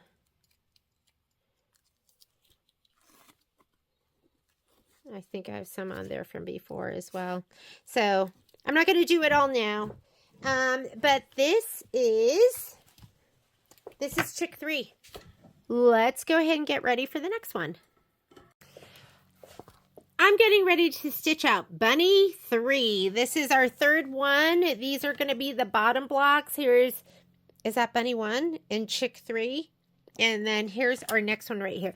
These are the colors I'm going to be using: black, white, azure, blush, pink, and sunshine. And I might have to add to that. And here are the fabrics, including your plush white that comes from your embellishment kit. So why don't we go ahead and get started? First thing we're going to do is I'm going to rehoop. And what I'm doing, and so I cut my 90-inch muslin with the fabric all the way across that 90 inches. And then I just kind of roll it up and I put these wonder clips in there. I'm going to go ahead and unclip or take out the magnets from this.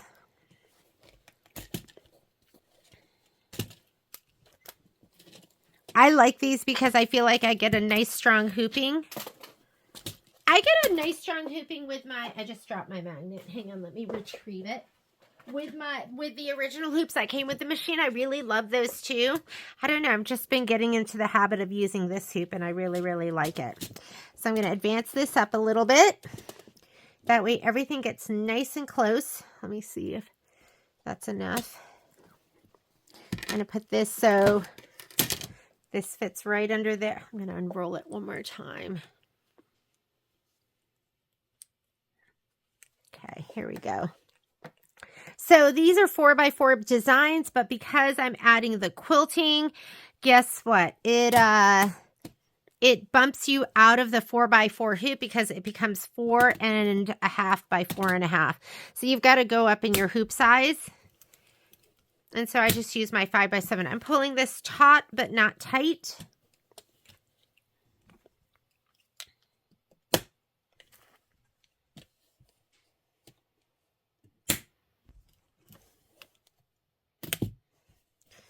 Is that nice and taut over there? I don't know. I'm going to go ahead and just grab it a little bit.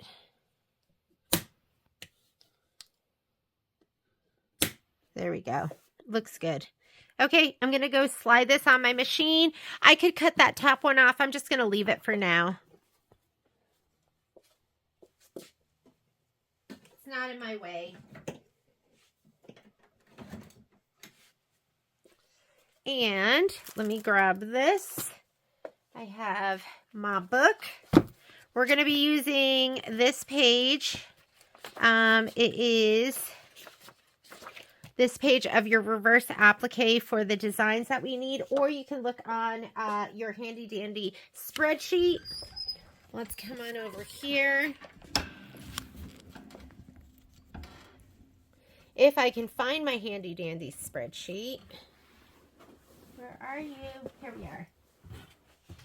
So first thing we're going to do is we're going to load in for Bunnies 3. It's Easter 4, 4x4. So we're going to load that design first. I'm in my lower USB. I have a mini quilt folder. And here are my background quilting designs. And the design I need is Easter 4. And it's the 4x4 design. So I'm going to go to my embroidery files, PES, and there's my 4x4. Let's go ahead and load that. I'm going to set it because that is what I want. Now we're going to add to it. And the design we're adding, and remember we're doing the B design. Large capital B, lowercase b, and uppercase b. And so it's going to be this one right here, BBB Bunny 3. So when you load it, and I'm going to go to my mini quilt folder again, April. What you don't want to do is you don't want to load these designs right here. You're going to your block by block. That's what those BBB stand for, block by block file. And there, nope, there he is right there. And that puts in that the step where you can cut out your batting. So I'm going to go ahead and set that.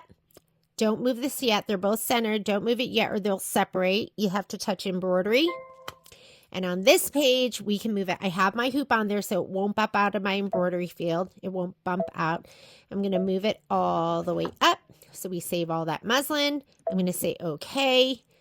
Touch layout shows me what we're stitching. And I always like to go here to the minus plus so I can fast forward because I do skip steps. Why stitch the steps we don't need? And again, now we're going to go to the block by block reverse quilting instructions, and you are going to go to machine step 6. So to do that, we're at this is the number of stitches, these are the steps, and this is the number of minutes. I'm going to go to step 6, or I can touch in here. I know that's step 5, that's the quilting. It says step 5, and then I'm going to arrow through, or else I could have just arrowed through all of it. Step 1, that's step 2, step 3, step 4, step 5, and step 6. Okay, this is placement stitch. I'm going to go ahead, and I have Mango Smoothie sitting right here, so I'll use Mango Smoothie. I don't like using black because I feel like it shadows through. So let's go ahead and use Mango Smoothie. Let's thread her up. How about I put this over here so you can see?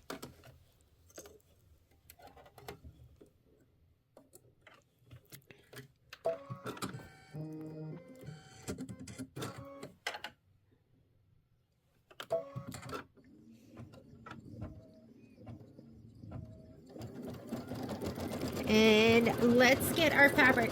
What you want is you want your batting and your background fabric.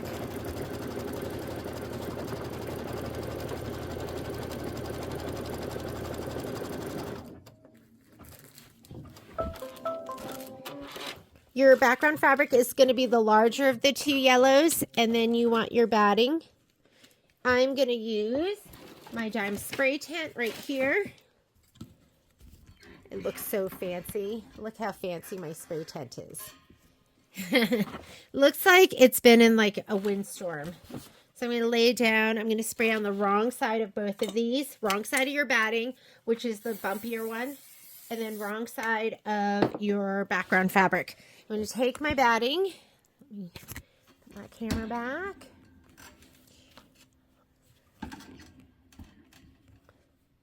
Take my batting, and I'm going to lay it right down in this square.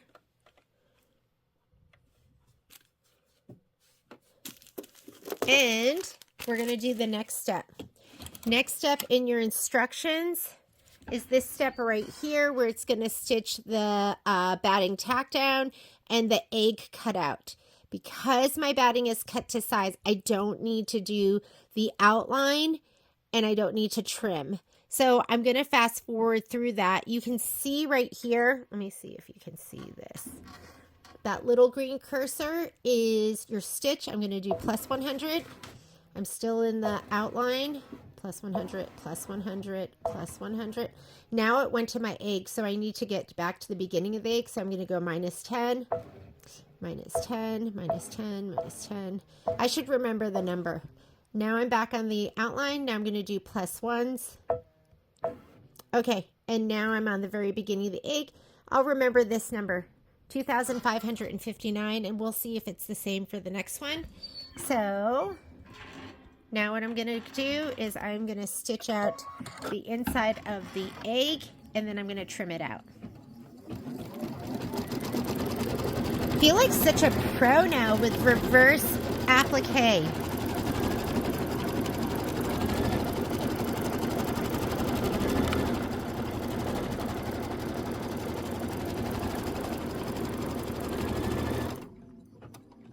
Okay, we're going to trim out just the center of the egg. And if you're not sure what we're doing right now, I'm doing these steps right here.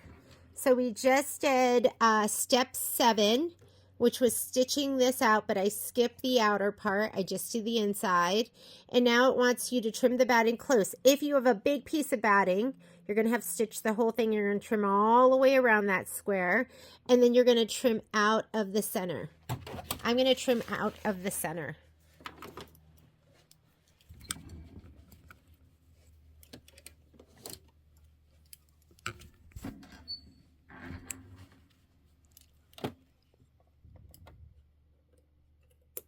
Now you don't want to cut through the muslin, so just be careful.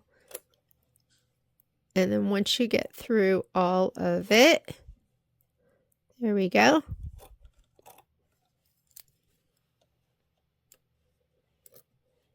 Although we are going to cut through that muslin. And some of you are using no-show mesh. And if you need muslin, we sell it at the store. It's the 90-inch. It's so nice. It is so nice. And I just know the quality of it, which is really important because I have bought muslin where I've gotten it and I'm like, oh my God, that is horrible.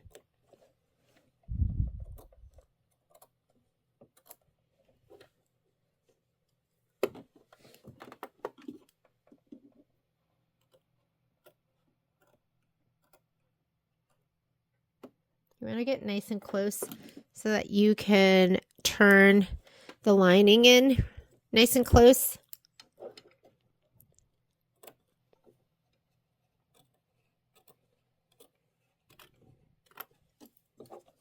Okay, so you're trimming it all out. Trim out that batting, all right? Here it is. Get rid of that. Next step, step number 8.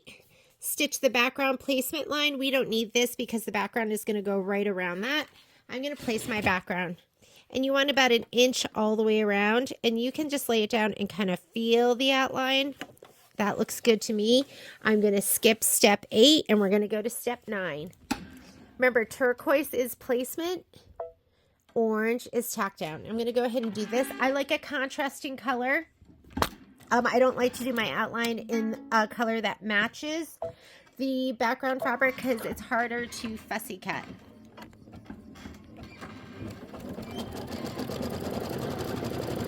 There's my tack down of my background.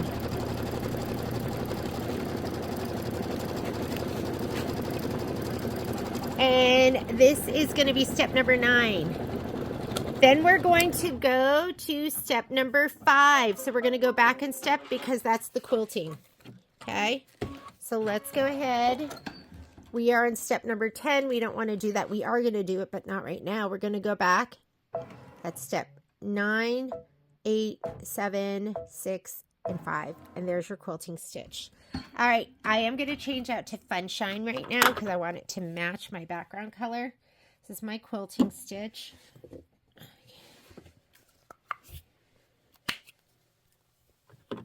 Then we're going to go to step 10, which is really step 1 of your embroidery instructions, which last time I forgot and I just started to go, and then it repeats. It goes to step 6, which is what we did first.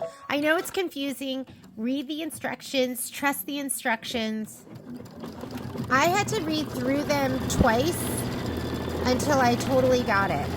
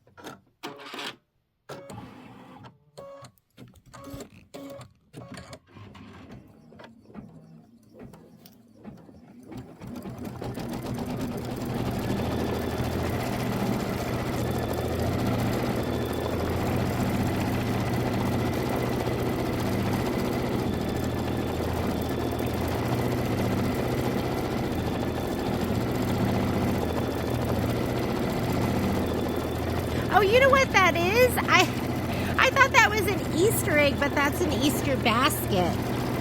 Okay, silly me, because I was like, that looks like a grenade.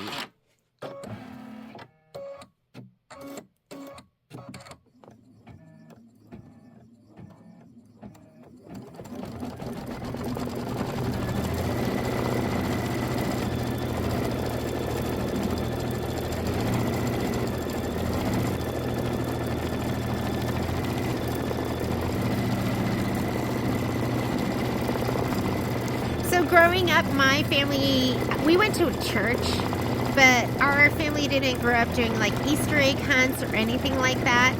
I loved going to church around Easter time because they would do an Easter egg hunt at church, and that was like such a treat. Chocolate bunnies, we never had anything like that. Okay, now it goes back to step 6, which is where we started. We want to go to step 10. So I'm going to fast forward 7, 8, we already did this. 9, that was tacked down of our background fabric, and 10, which is the beginning of our embroidery. Okay, it took me 3 tries to get it right, but we finally have it. Okay, here we go. So let's go to our embroidery instructions. We're going to get out of our reverse applique instructions and actually go to our embroidery instructions for, this is, where is this? Here we go. Bunny 3. So we're going to stitch the lining placement line. That is the egg. Then we're going to stitch the lining seam line. So I'm going to leave that yellow in and just go ahead and let it stitch out the egg. We're going to lay down our yellow lining fabric right above the egg. And we're going to stitch it down. Don't spray it because what we're laying down is our right side. Okay, I'm just going to kind of hold them down as it stitches. I'm just going to make sure it stays nice and taut. You can tape it if you want.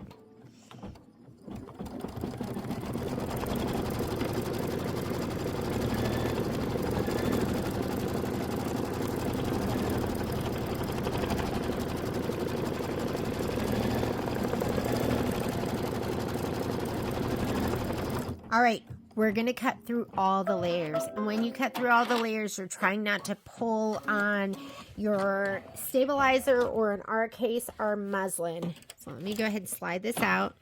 And what I found works best for me is I'm using my perfect scissors and I'm just pushing up a little bit. I'm going to snip and I'm going to snip again.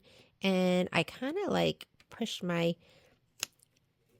tip of my scissors through, and we're going to cut about 1/4 of an inch away from this stitch line. So let's go ahead but be gentle because you don't want to move your fabric too much.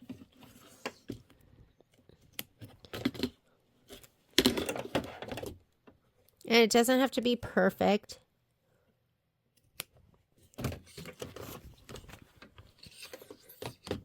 Oop.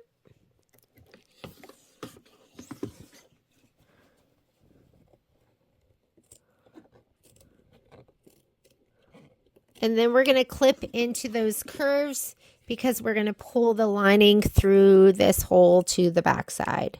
And that's going to give us a finished edge around the egg. And this is my 3rd one, and I'm getting messier and messier. It's okay. It's going to be beautiful. Just stabbed myself just then. Okay, get rid of the egg. Throw it away. You went through all the layers. You should see right through it. And now I want you to go ahead and clip into the corners, the rounder corners or the tighter corners. Come on, get up. Poppy's here. I just switched out my bench. I actually had like storage ottomans, and I switched out my little stool with one of the storage ottomans, and there's plenty of room for her to sit with me now. And Momo likes to just lay on the ground and be wonderful. And Poppy wants to climb into my lap and get lots of hugs and kisses. How can you not love them both?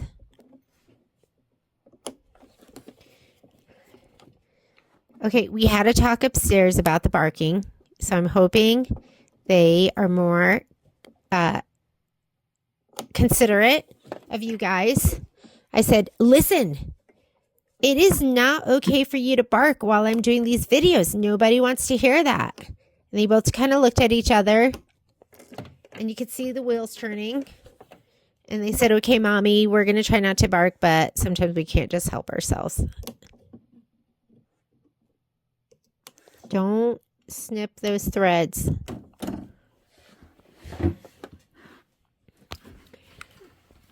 Hang on.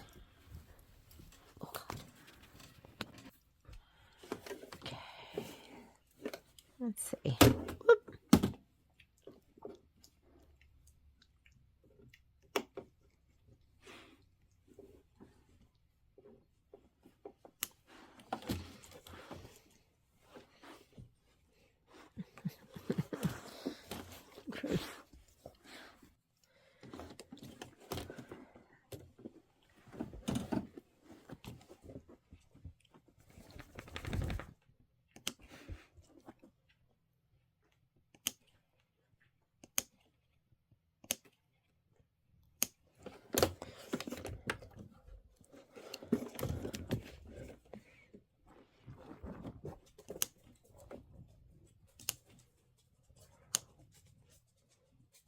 There is a lot of pausing and starting right now as I was battling Poppy on the my new ottoman. Woo! I just got back from being outside and playing frisbee. And I'm a really bad frisbee thrower, but the dogs don't care. They love playing frisbee with me anyways. Okay, so this is more of a straightaway, so yes, you need to snip in, but it doesn't need to be quite as close as it did around the top and the bottom. Okay, we are set. Let's go on over to the machine. You need your inner fabric. This is the egg fabric that goes on the inside, and we are going to be pressing. Turn on your iron. Irons, please. We are going to take this and we're going to turn it to the back side. And you know what? At this point, I'm going to cut this bunny off because he's just causing some drag. You can't cut the chick off yet. Don't cut him off yet. We're going to take the hoop, turn it to the back side. We're going to put this underneath so there's a little bit of support. We're going to reach through here and we're going to grab our lining fabric. And that's fun. Reverse applique. I'm sure I must have done reverse applique at some point, but I don't really remember it. And I like to spray it so it stays better as we press it.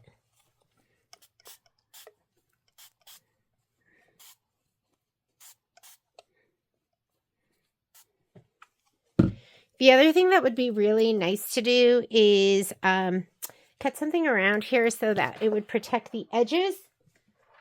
Let me grab some fabric. I have muslin all the time, everywhere. We just don't want to melt this. So maybe I could put this like this and we could get this part. It wouldn't be as bad.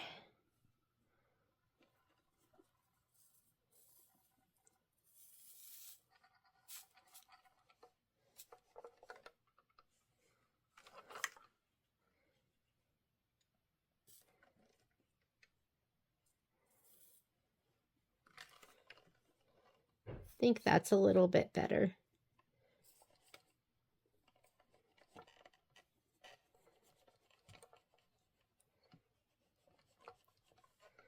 And I'm not completely resting it down. Ooh, that is hot. There we go. Okay.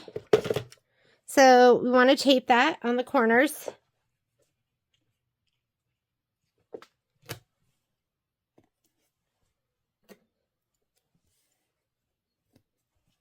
You know how you feel like you get a little bit better every single time? You're like, okay, that was a little bit better.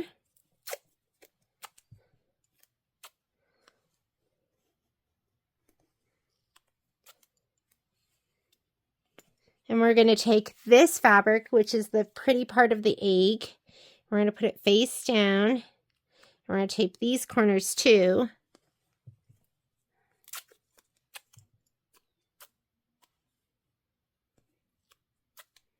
Oh my goodness. Could I have tired them out? I don't know. All right.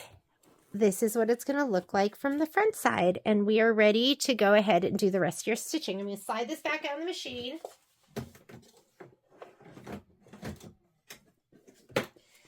Each one of these has been in white. So I'm thinking this is going to be a white stitch out for the egg.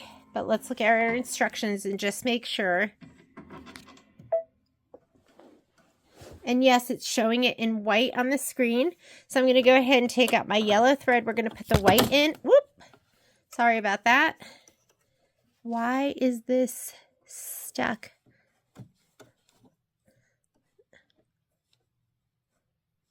It somehow got wrapped around the needle. I think it's because the fabric pushed it. There we go. Let's put our white in. Thread her up.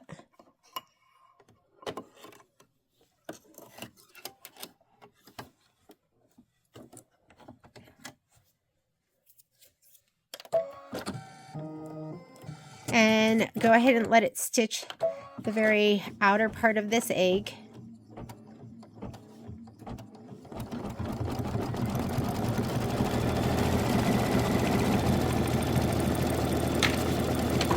And we are on this step right here.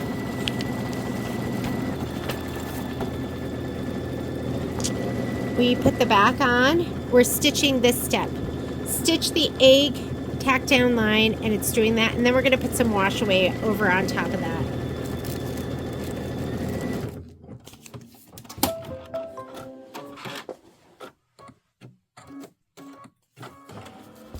All right. Here's my wash away. I don't know if we can put it right here. Where's the Easter? He's going over there on that side. So I'm just going to go ahead and put him down just like this.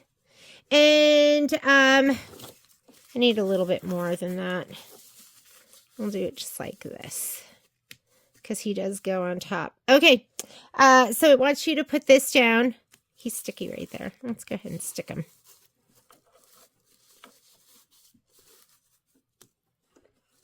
I'll hold it down right here. And it wants you to stitch out the bunny placement line. Color doesn't make a difference. I'm just going to use the white.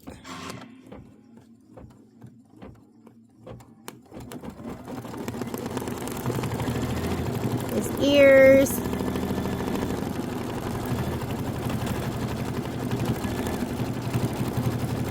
And his other ear. And honestly, I don't know where I'm at for foot height. Let me go and check.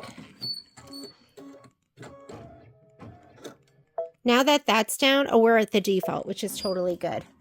Okay, so that is the placement line. Stitch the bunny placement line. Place the bunny plush fabric right side up. So let's grab our plush fabric. It's in the little bag. I'm going to put it right side up. With the nap going towards the bottom. That means it should, like, when you pet it, it should feel good going from top to bottom. Yeah, that's good. You don't want it, yeah, that's against the nap. So you want the nap to go down. And tape in place, and then place the bunny wash away topping completely covering the bunny plush fabric. So I'm just going to cover this, and this isn't going to go all the way. When we trim it, we're going to trim it, let's see, tack down and trim fabric and only the top layer of topping close to the stitch line. So we need to go ahead and put some topping down on that. Hang on. All right, so I'm going to go ahead and put this down over here. And I'm just going to let it kind of stitch it, and then it'll be in place. So it's going to go over and it's going to stitch that bunny again.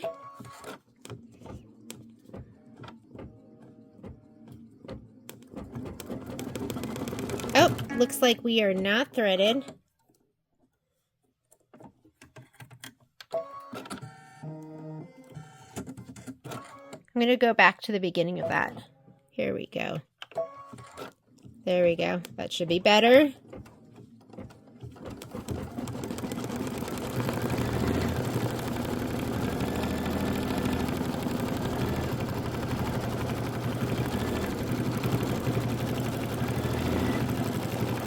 All right, you're all set.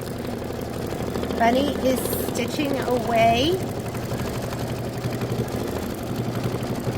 Now it wants you to, after you're done with this, you're going to remove the tape. I didn't tape it all. We're going to trim the fabric and only the top layer of topping close to the stitch line. So here we go. Again, my trimmer of choice are going to be my Snip Ease. If it doesn't go through this, then I'll get a different pair of scissors. So I have my topping, my plush, and more topping. We're not going to cut that bottom layer of topping. Okay. We need something a little bit stronger than that. So I'm going to get my small double curved.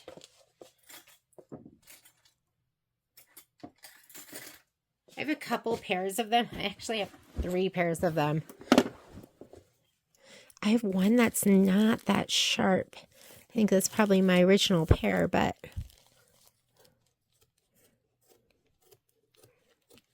curved scissors, double curved, allow you to get really close to the stitching. And if I feel like I need something a little bit stronger, then I would get my 6-inch double curved. Let's see if these are a little sharper.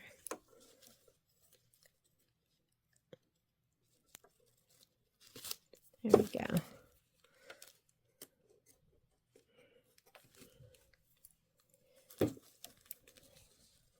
So if the dogs aren't here and you do hear heavy breathing, that is me. And I find that when I'm relaxed, I'm going to get my 6-inch. When I'm really relaxed, I breathe heavy.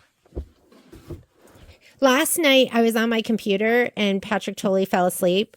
And then he woke up and he goes, "That light is awfully bright." And I was like, "Well, you were totally sleeping." And he was like, "I was." Like, he instantly fell asleep. He instantly woke up. And then he didn't even realize it.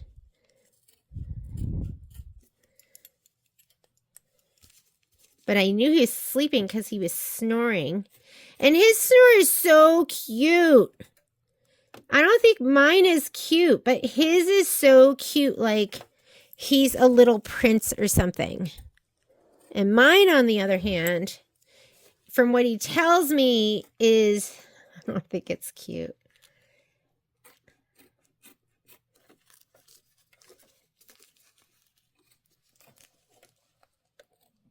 And sometimes you have to go between your scissors and just find out what's going to be best for the job. Because I have to get through these innies and outies of the ear. And this is going to make a mess because it is minky. And this stuff is just messy.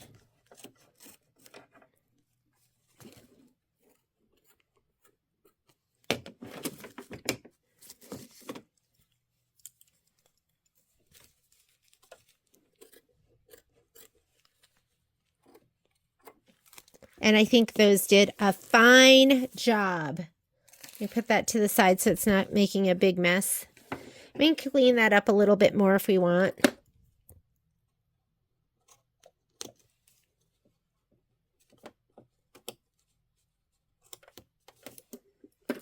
That'll do. All right. He is trimmed out. And it says, stitch the inner ear fill. And I'm going to be doing that in blush. My sweet light pink. Let me take out my white thread. All is quiet, which makes me think, oh my goodness. Are they finally laying down? I was out there throwing the Frisbee. My dogs, neither of them will give you the Frisbee back either. It's not like you throw the Frisbee and they run back and they drop it and you can throw the Frisbee. So I have to go out there with like 3 Frisbees so that there's always a Frisbee that is not being chewed. And I have to run and go get it. So I'm tired. Oh, man. Inner ear. We're going to do inner ear with this sweet pink, and then we are going to do the cheek fill for both of those, and then white for the bunny decorative outline, and I hope I trimmed close enough. Right here is questionable.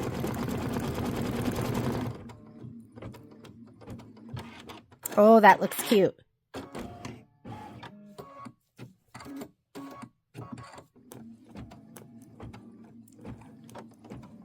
And after we do this, we are going to move on to the top 3. So let's talk about the top 3.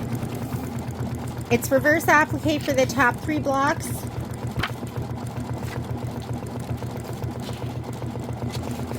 But you're going to see right here, the top row of the quilt is completed using 2 hoopings. The first hooping is part A. The second hooping is part B, and it uses the same reverse applique technique used in the bottom row. Specially digitized files are included to remove the batting from inside the reverse applique egg in part B file. Okay, go ahead and just hit start, and now it's going to do the cheeks. So part A, use the April mini quilt instructions, complete part A, and set aside. It will be added in the hoop during part B. So we're going to go ahead and stitch out all of those first. Cute.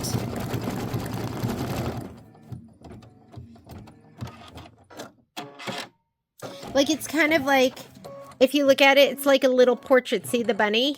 And then he's going to be tucked in. And he's adorable.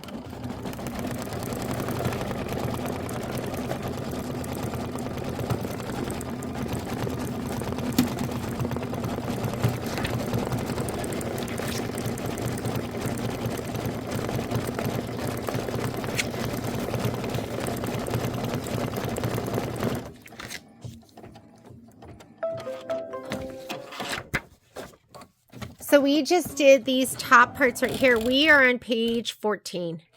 And we just did the inner ear and the cheek. Now we're going to stitch the bunny decorative outline. It's in white.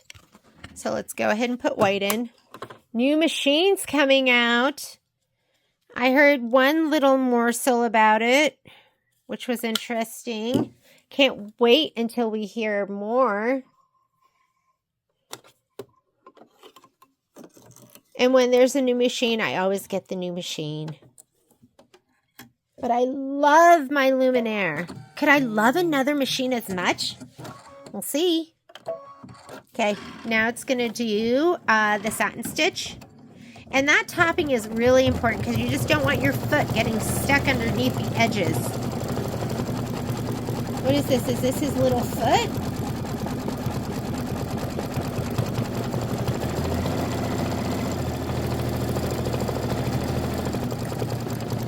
This is 3 minutes of stitching.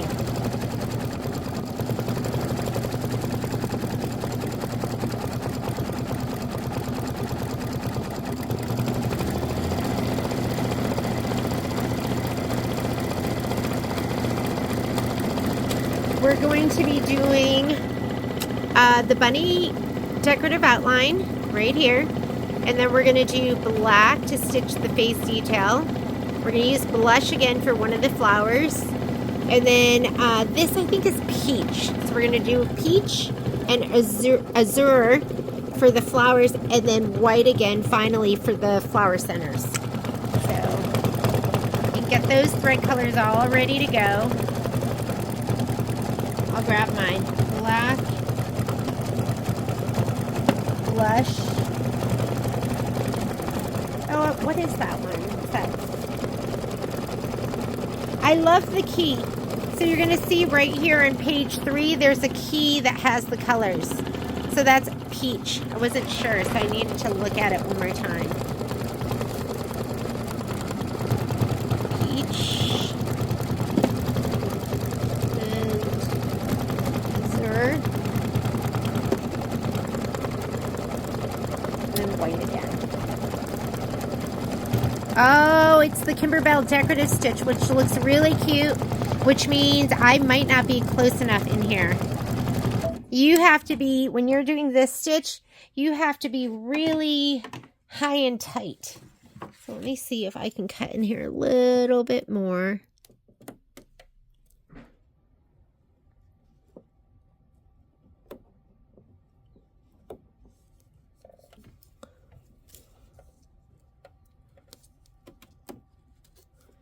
I think that'll be better. You really want to be nice and close. Otherwise, those threads stick out. Okay. The satin stitch is usually thick, so there's more forgiving if you didn't get really close.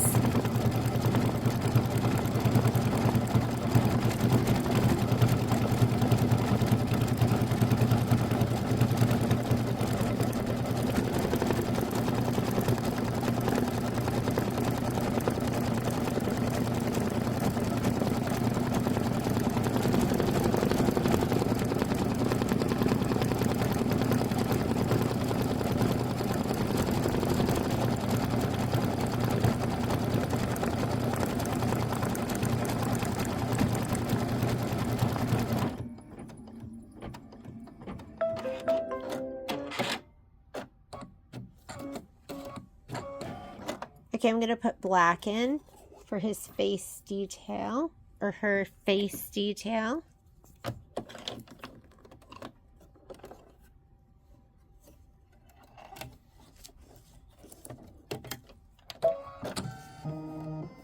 I'm determined.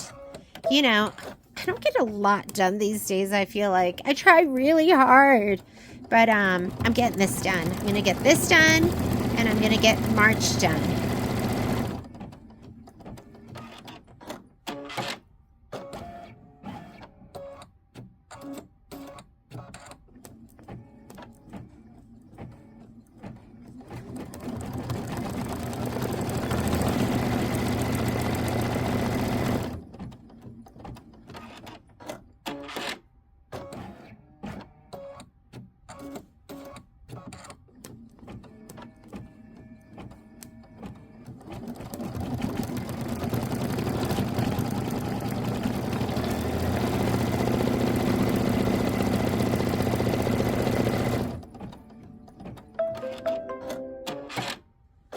Next, we're going to do one of the flowers. So I'm going to put blush back in, which is my light pink. You're welcome to use any light pink you have. Or, you know, I love it when I see somebody who totally reinvents the project. You know, it's their own twist. They make it goth, or maybe they do all purples, or maybe they do monotones and black and whites. Okay, here's my first flower.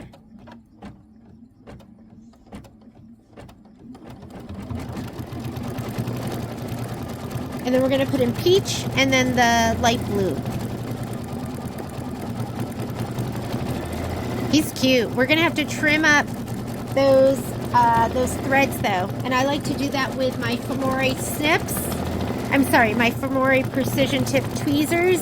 And right now I have really cute Tula pink snips with the hook. The other thing I really like are my side hoppers. Have to grab those too. I go back and forth between falling in love with my side hoppers, or I mean, who doesn't love Tula pink?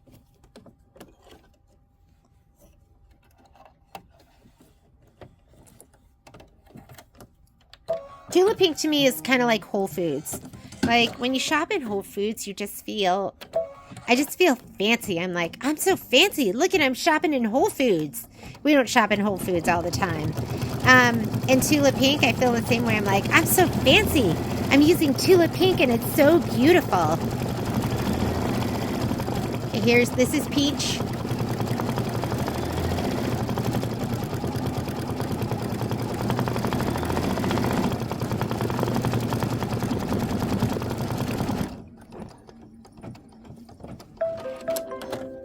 And now I'm going to put in my azure. My goodness, I know I'm saying that so... I'm butchering it, but... It should sound kind of romantic when I say it, but it doesn't.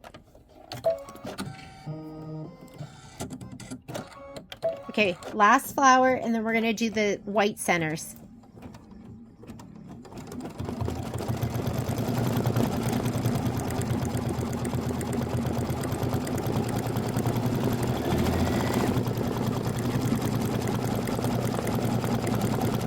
And then we're done with this one. We're going to start the other ones, and those are all stitched in 2 parts.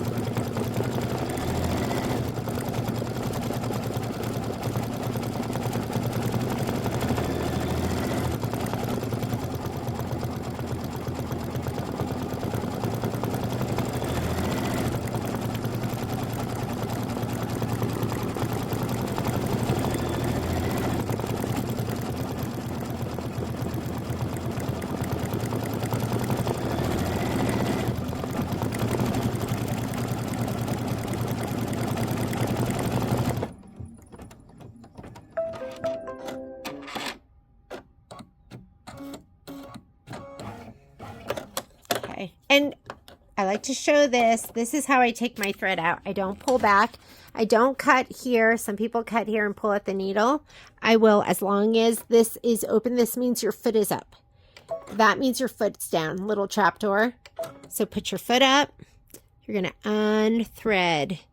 Unthread right about here. There's no tension. This is where you have a tension disc, and it comes right out nice and easily. And I'm going to put my thread back. When you go to thread from the spool stand, you want to use this. So here's my white.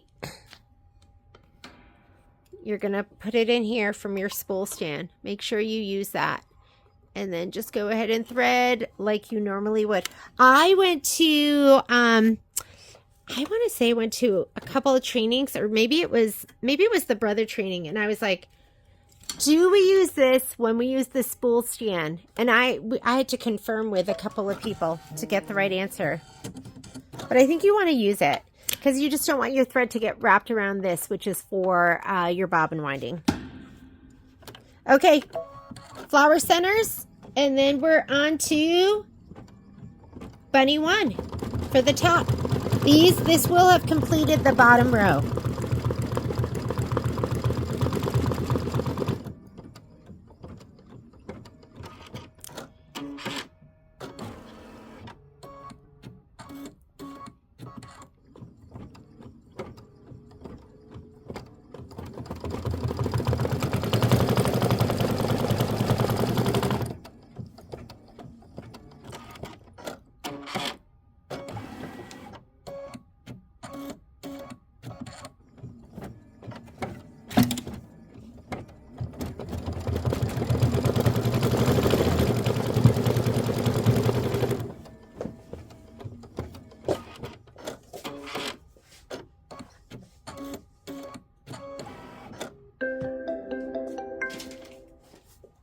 I was looking for my tweezers because they were at the store and I just brought them home.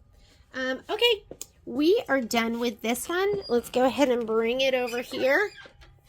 I'm not going to do all the... Oh, wait. Here, I have another pair.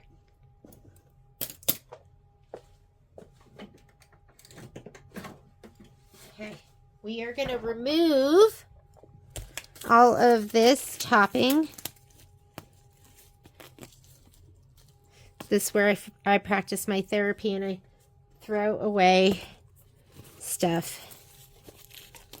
And I'm not, I'm not really in therapy, but that's like my self-imposed therapy that I can throw things away. I'm not a hoarder.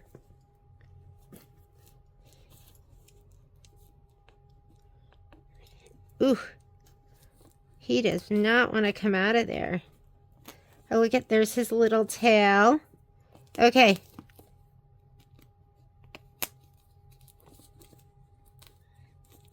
Ah, he's cute.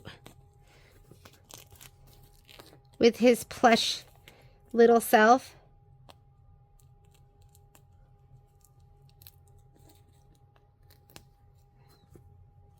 Oh, I probably should trim this before. You should trim that before you start pulling all this stuff off. And, okay, these are my OESD pair. And I'm going to use this right now. Because I don't know where my Tula pink ones are. I'm going to grab that. And I hope I'm not going to cut off too much plush. And let's cut this. We're going to trim this before we get rid of the topper. You want to see that up close? Here we go. So you have a little hook. And you cut one direction, and then I cut the other direction. And if you have a lot that's sticking up, you grab it with your tweezers to let you get really, really, really close, okay? And this is how I would trim all of these. Here's a little thing sticking up. Here's one sticking up too. I'm going to grab that with my tweezers. Should I have it? And then the tweezers are really great to let you get really close to, all of this stuff that isn't coming off really easily, right? And then you can also use, you can wet it, but you don't want that wash away to stick to your plush stuff. That's something you don't want.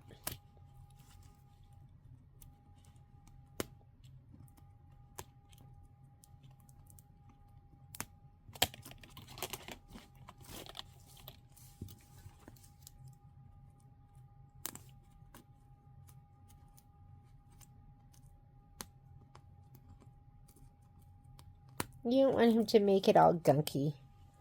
He looks really cute. I love this little bunny. He's adorable. Okay, and then this stuff, grab your tweezers and grab it and pull it off.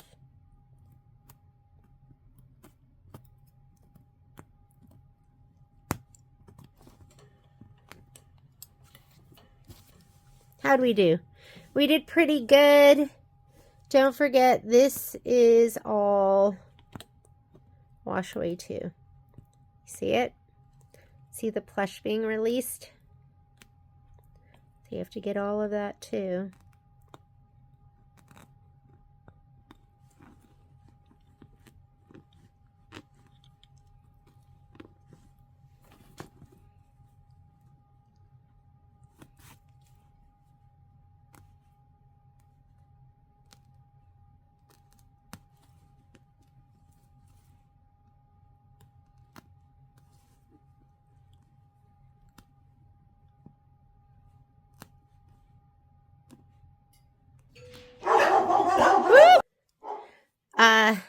I have 2 doorbells. One is the kind you ring, and the other ones are furry. And they are, I don't think you could ever sneak up on us. Alrighty. That looks pretty darn cute.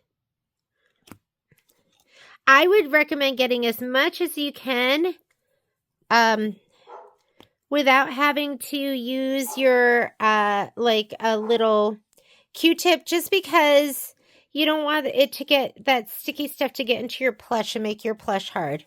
And then of course you're going to go back and you're going to get all of those threads that are sticking up with your tweezers and with your little hook and snips. So, do I have a little piece right here? I sure do. All right, and we are done with the little bunny. I think this was bunny 3 or something like that. Let's go ahead. Once you're done, and I'm going to take these off, you can go ahead and remove. I'm putting those all over. Leave one on. You always want to have one embroidery on, and then you can cut the top one off. So go ahead and get rid of this top one, and then you're going to hoop again. All right, I'm going to see you in just a little bit. We're going to get ready to do bunny 1. Bunny 1, this little guy right here. Next blocks I'm going to be doing bunny block 1, chick 1, right here, and chick 2. And these are done in 2 parts. So this is still the reverse applique. These are going to be, this is going to be the top row right here. And they're done in 2 parts. The first part is you're going to stitch the little animal that you see through the window. So I'm going to go ahead and stitch all 3 of those first, and then I'm going to do the reverse applique because you need that to put behind the little window, the little egg window. Okay. So we're going to stitch the bunny, we're going to stitch the chick, and then we're going to stitch the bird and then the chick. And then we're going to go back and we're going to do the outside part, the reverse applique part. When you flip it over to the back side, then you're going to be laying down these parts right here that we're going to have already stitched. Hopefully that makes sense. I just rather do all 3 of these instead of going back and forth, back and forth, back and forth. So I cut my muslin. I'm going to be using my regular 4x4 hoop because these are tiny. They're about 3 inches. So I don't want to waste too much fabric and too much muslin. So if I use my 4-inch hoop, I measure my muslin to 7 inches. So it's 7 inches this way, and I kept it width of fabric, which for me is 90 inches, and now I'm going to pop it in the hoop. You want to have this nice and snug. And here is my up arrow. That up arrow tells you that's the top. Oh, and that is nice and snug. I don't know if we're going to have to tighten it up at all or if we can tighten it up. I always like to pull in gently, but if you look at mine, it's really, really flat, so we don't have to do anything else. Let's go ahead and take it over to the machine. This is the fabric that I'm going to be using. Actually, this right here is the fabric that I'm going to be using right now just to stitch out this back part. In colors we're going to be using white. Looks like we're going to be using white, blush, black, medium brown, and this is part B actually. So this is what we're going to be using for the very first part. There's not that much. So this right here, let's take this over to the machine and let's get stitching. Now, when you pick out your designs, I'm going to go to my pocket. I'm in my lower USB. Ooh, USB is not loaded. Hang on a second. Okay, what happened here? Let me take this out and put it back in again. Let me take this out and put this in again. Let me turn that off and back on again. And let's try it now. Okay, liked it that. Mini quilts, April. These are, since we're not going in block by block, not right now, we will later. The ones that we're going to be stitching are the ones that just pop up that have the box around them. So we're going to be doing the bunny, the chick, and the other chick. So let's go ahead and do the bunny first. I'm going to go ahead and set it. I'm going to choose my hoop size. So go up to your settings button, and I am using my 4x4 hoop right there. All my settings I like. I'm going to go ahead and say, okay, we have been moving that embroidery foot kind of up and down a little bit, and I'm going to touch embroidery. It's not a lot of room, but I am going to go to layout, move, and I'm going to move it all the way up to the top. Might as well. Let's say okay. I'm going to touch layout so I can see what I'm stitching.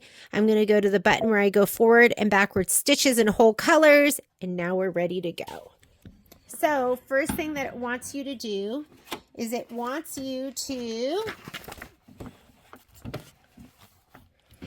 load the part A embroidery file into the machine, stitch the egg placement line. That's what these are. These are the eggs. And then we're going to place the fabric right side up. We're not putting batting in here right now. And I do want a color that I can see. So let me take this out. First color that is going to make a difference is going to be the white. Should we just leave the white in? Okay, wait. Let's just leave the white in. You can see it, right? It says color doesn't make a difference. Okay, white. And I'm going to go ahead and spray the back of my egg fabric right here. Doing my spray tint, my Ganell KK100. Not a ton of spray, just a little spritz more than anything. And we're going to lay this fabric down right around this placement line right here. There we go. We have lots of fabric. I sprayed it. I'm not taping. Step 2 is going to be the tack down line. We want to tack it down.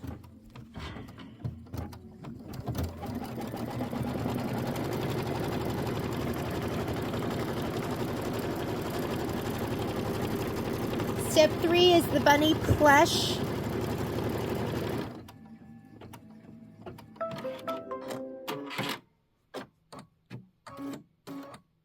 The bunny placement line, I'm just going to hit start, and you want to get your plush. Here's mine. Mine's still over here. I didn't cut it to size. I'm just using it as I go, and it wants you to put topper over it. So I kind of cut a bigger piece of topper so I could use it for this as well. Cute little bunny. Here's my topper right here.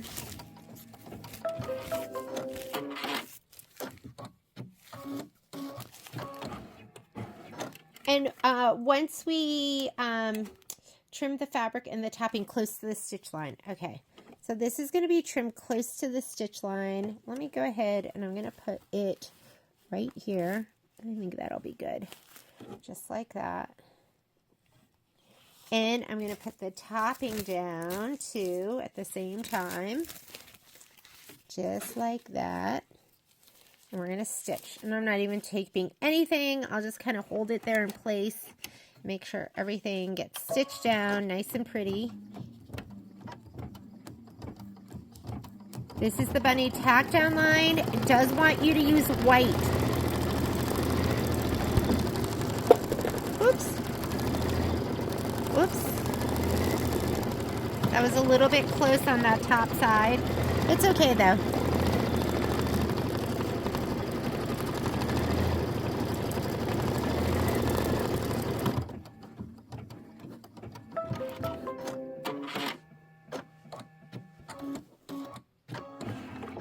And that was this step right here, step number 4, stitch the bunny tack down line right here. Oh my God, my cuticles.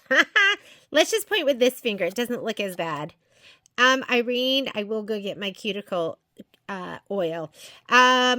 Remove the tape. I didn't do any tape. Trim the fabric and the topping close to the stitch line. Do not remove the remaining topping at this time. And I think what we found was the best scissors to use were my 6-inch double curve because I needed something a little bit more powerful. I'm going to slide this off so I can go ahead and trim this.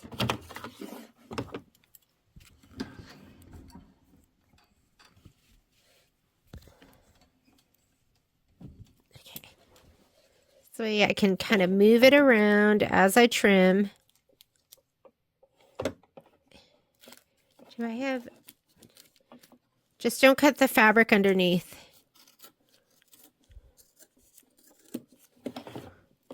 And you want to get this nice and close. The last one had, I call it the Kimberbell stitch. And that stitch, you need to be nice and close for that, or else the fabric or the plush would show through underneath. I'm going to be finding Minky all over my room.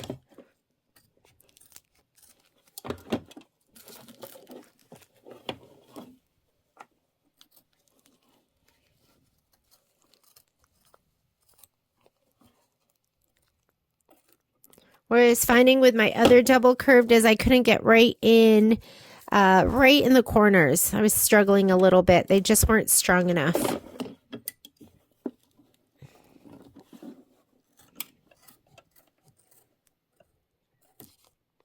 These were my go-to. This is what I used for everything for years. What I really used for years were those blue embroidery scissors that came with the machine, because I didn't even know like what kind of scissors to get, what existed, why I would want a double curved pair of scissors. So until I became edumacated, I just used those blue handled ones, and then I learned that double curved will help you get even closer in.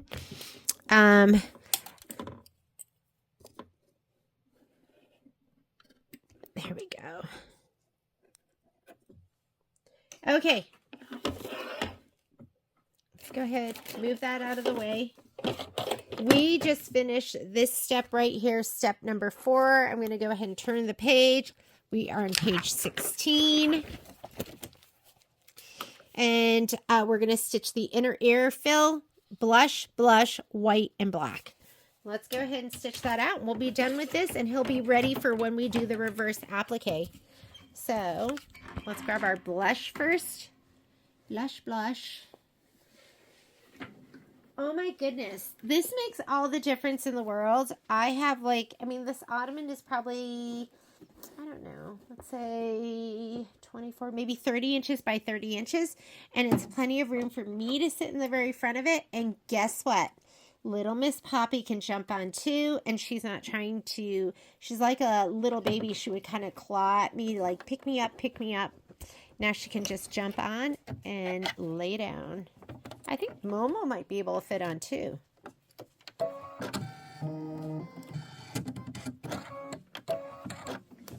Okay, if the doorbell rings again, it's the gutter guys.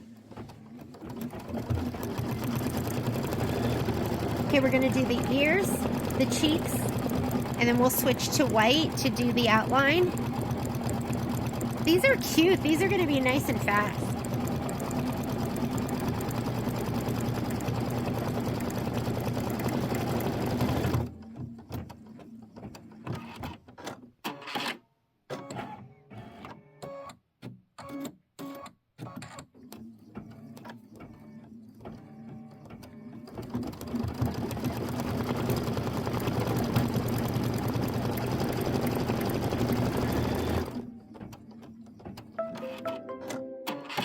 Just go ahead and hit start again to do the cheeks.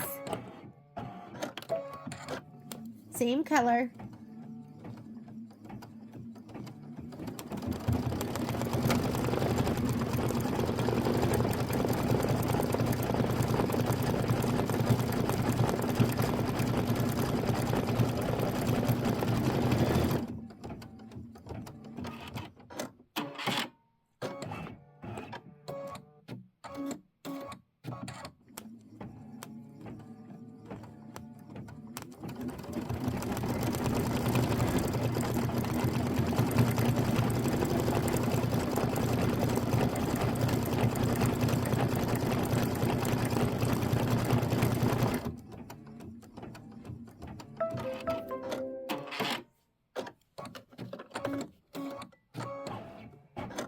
Okay, I'm going to stitch out the white. White is going to be the decorative stitch that goes all around this plush little bunny.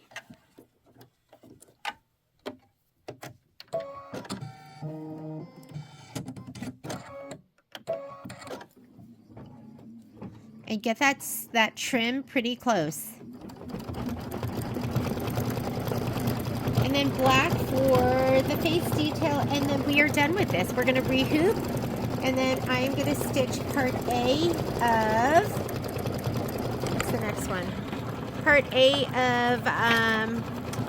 of Chick 1, this one right here. So we're going to stitch all the part A's.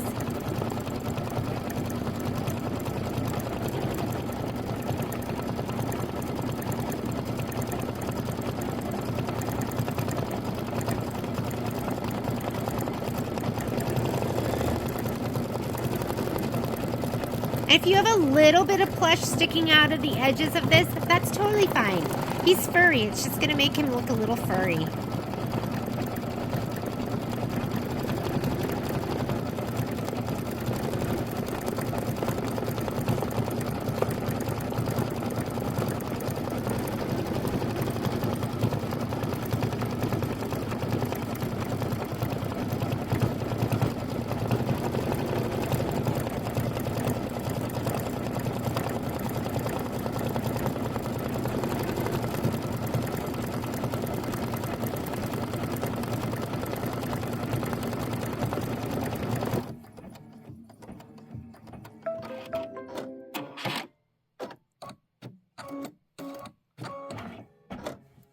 Go ahead and put in your black thread.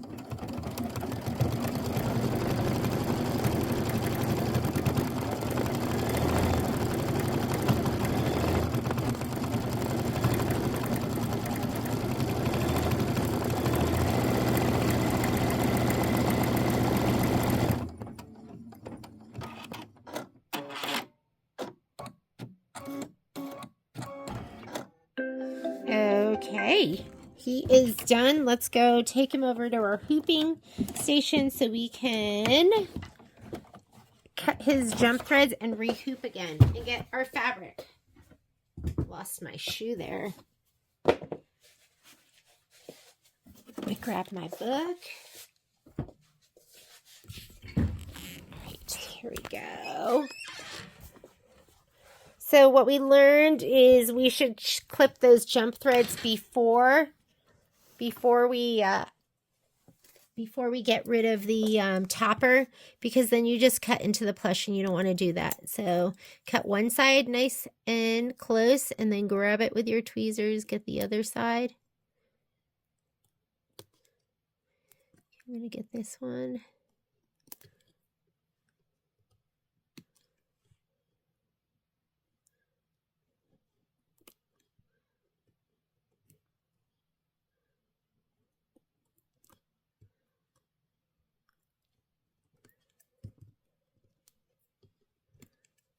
Let's see. And you know, I can pick at this when I'm watching TV. So, but I do want to get all those jump threads. Let's go ahead and rehoop. So I'm going to unhoop. Pop this out. Let's take these clips out and roll this just a little bit. There we go. I'm going to clip it again. And let's move this up.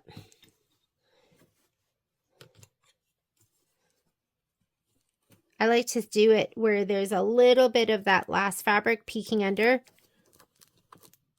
That's how I know I'm getting really nice and close. I got to loosen this just a tiny bit because that fabric's under there, making it a little bit thicker. That was 2 turns, and that was perfect. I'm going to just gently pull my fabric to make sure it's nice and flat. We are hooped and ready to go. Next thing we're going to do is we're going to do part A of the chick, which is the egg. I'm going to slide this onto the machine.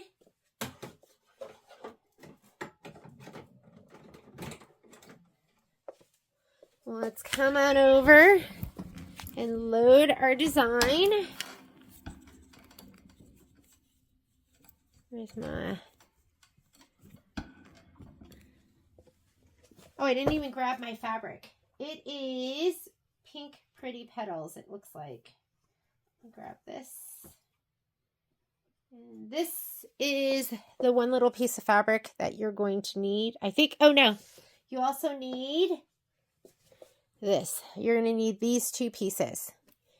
All right, let's get started. Let's load our design first. The design is going to be this. Chick 1 part A.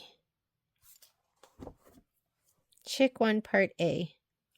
Chick 1. I can't wait for my fingernails to be normal again. I just didn't know when I went through the chemo, it made them like kind of black and blue in the middle of my nail bed, and it made my nail beds really sensitive. So they're kind of growing out, but they're still kind of sensitive. It's those things that, you know, nobody really tells you. Nobody told me. Okay, we're doing that one. Should I go back? This one right here. Do you see it has a little block around it?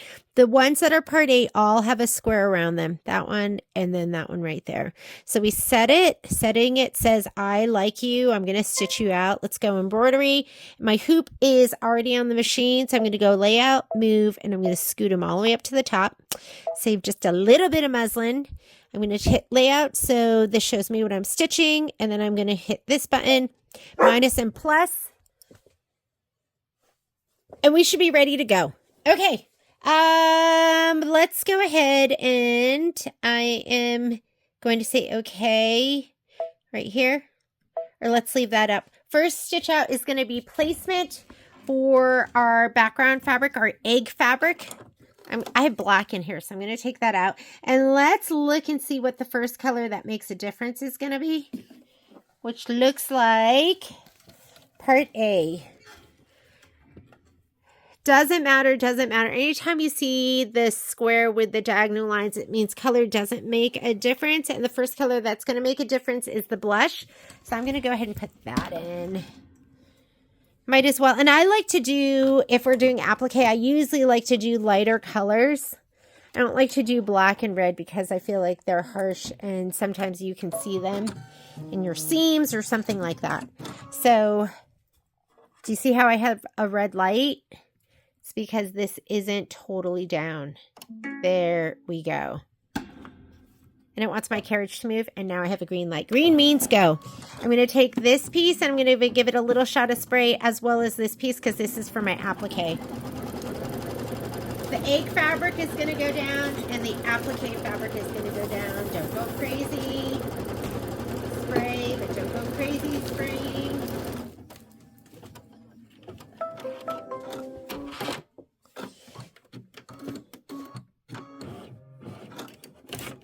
We're going to put this down first. And then this is your tack down.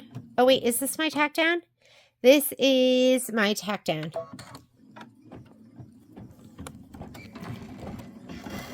I'm so used to doing it with batting.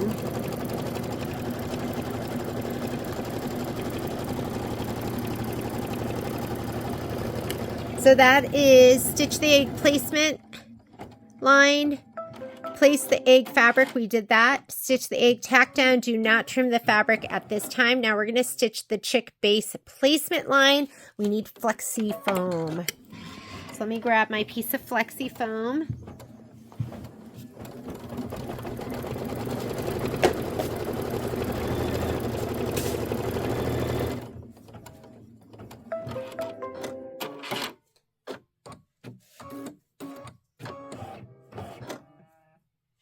What do I have here that's going to work?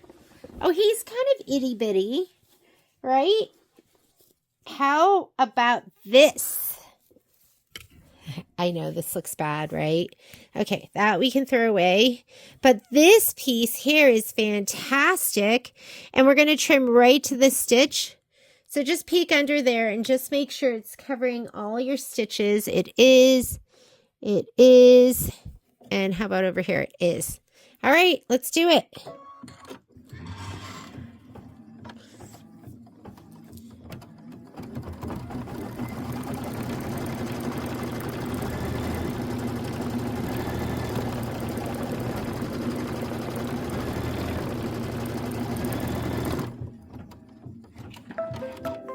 And we can get rid of this too, right?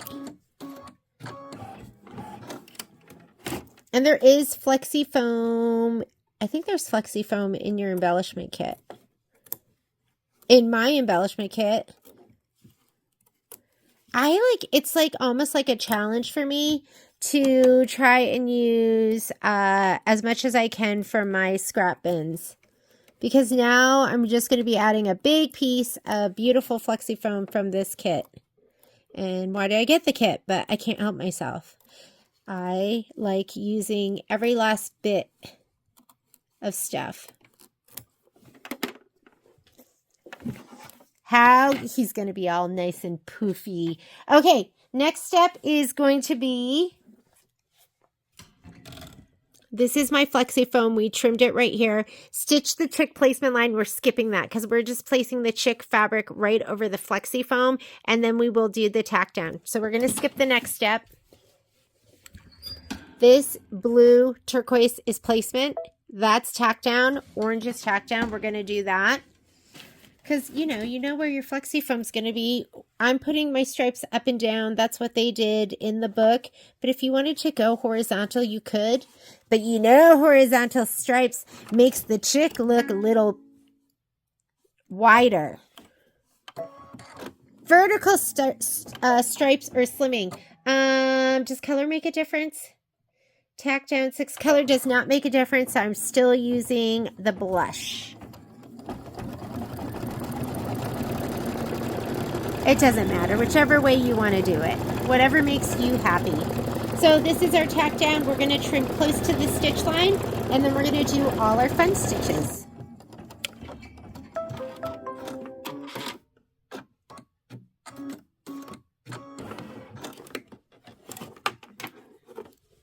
I like to do it like the instructions tell me to do it. Unless it's like something that doesn't make a difference and it's going to take more time. Do not like wasting my time.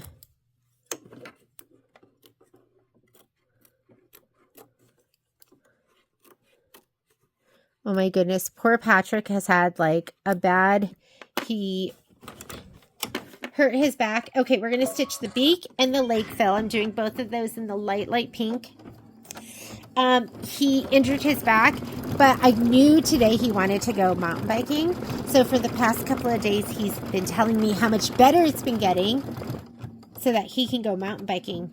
What I don't like about the beak being that light pink is it was close to my leaves over here. And so anyhow, it'll be fine. Okay, these are his legs, and then we're going to do the chick satin outline, and I'm doing that in Funshine. Here's Funshine right here.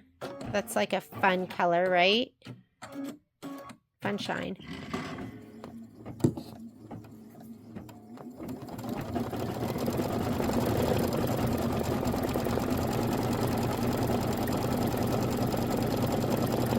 So hopefully he's not going to come back injured. I was like, I think you should maybe not go. Maybe let that back totally heal. But the man can't help himself. He's one of those people that has to have his activity. I'm like, why not just sit on the couch with me? You could sit next to me while I'm stitching, and you could hand me fabric. Doesn't that sound like fun? All right, now we're doing the chick satin outline. After we're done with this, we're going to put the blush back in, and we're going to stitch out the wing fill. And then we're going to have one more. I planned it out, and I was like, okay, maybe I could do all 3-in-1 hooping in the 9.5 by 14 inch hoop, but it was really, really tight. And then I thought maybe we could do it in the 7 by 12. But there's 3 of them, so you had 2 in one row and 1 on the other row, and that just didn't make sense either. So it made more sense just to do them in a row in the 4 by 4 hoop.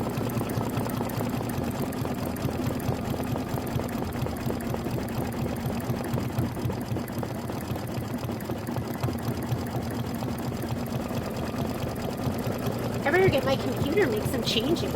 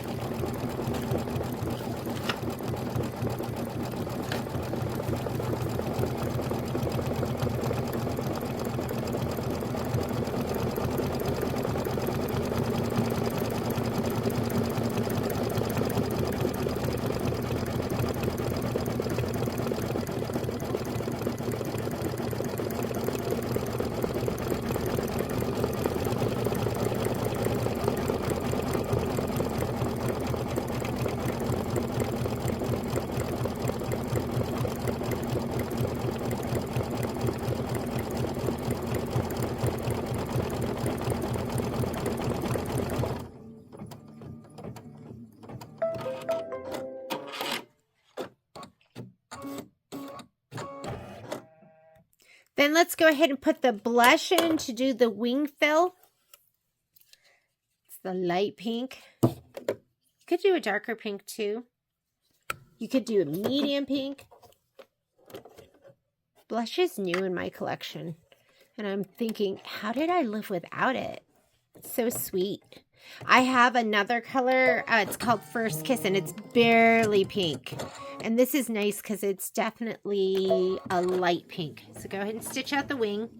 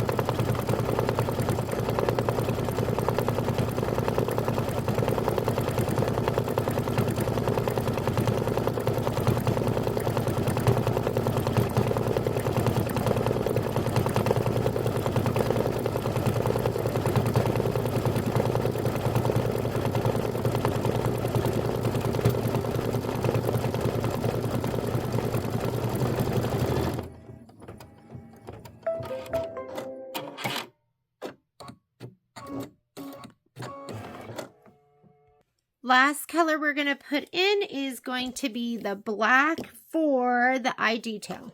So let me take out my blush. Put in my black. And then we'll be ready to do part A of the last. I think it's also the chick, but he's really cute.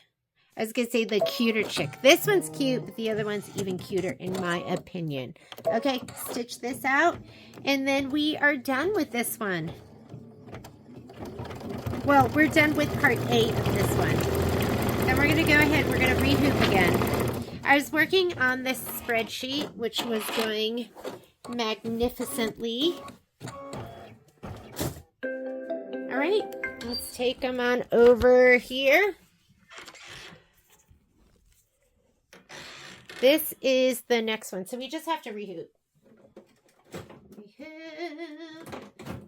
Rehoop. We could get that one little jump thread that's going to drive me absolutely crazy too. Let's get him. Did I get him? I think I got him. Looks cute. There's my little bunny. Okay, I'm going to pop this out.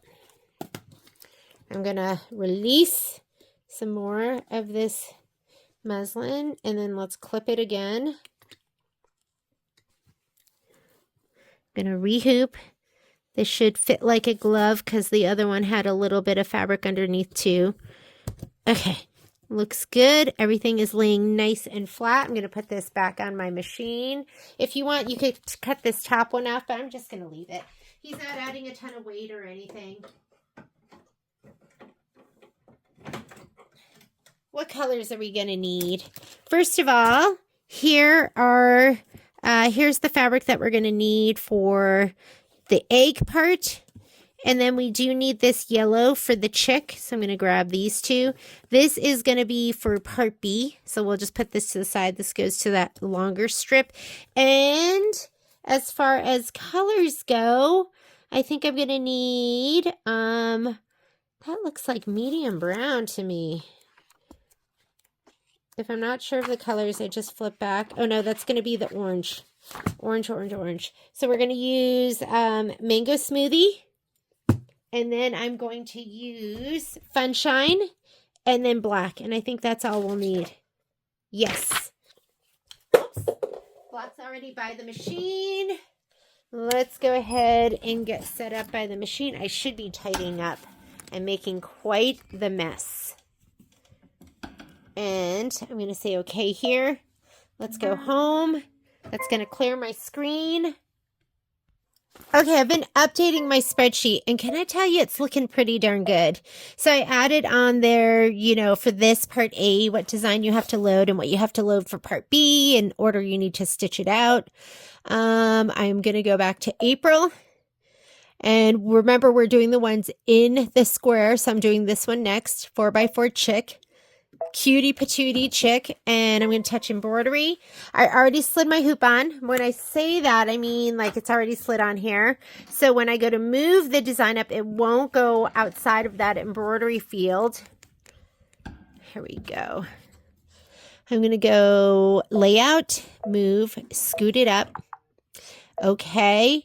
And then I want to see what I'm stitching, and I'm going to go here plus minus, and that way I can advance stuff. All right. First color that's going to make a difference is going to be this color. So I'm going to put it in right now. The beginning colors don't make a difference. Hi, beautiful girl. My little Papa Rama Ruski is sitting with me and being a good girl.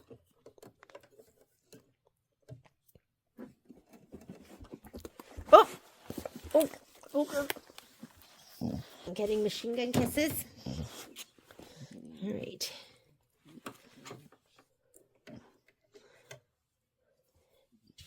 All right, let's come on over here. I'm going to thread her up. And first thing I'm going to do is placement stitch for the egg background fabric. So I do need to give those a shot of spray. And mine are right here. So this is for the chick and this is my background. I'm going to do a little experiment. I'm not even going to spray this time. The reason for that is Poppy is on my list and restricting my range of motion. We have a rule in the house, and if it's dog law, if the dog is like, for instance, if the dog is on me and Patrick's like, ask me to go get the toothbrushes, I say, I can't because of dog law. And he totally understands, and same thing with him. So right now, dog law applies because here she is, so I can't move. So we're going to try a new thing and not even spray. Okay. Next stitch is going to be placement for the chick, and it's just a placement stitch. So I'm just going to go ahead and hit start, and then we're going to lay this down.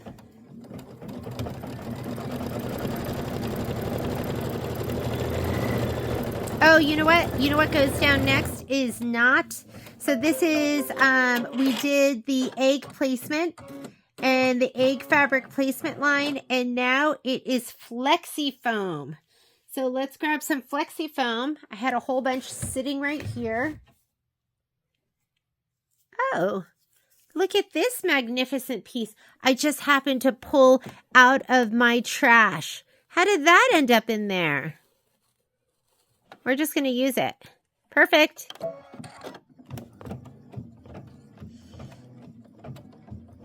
It was like it was meant to be.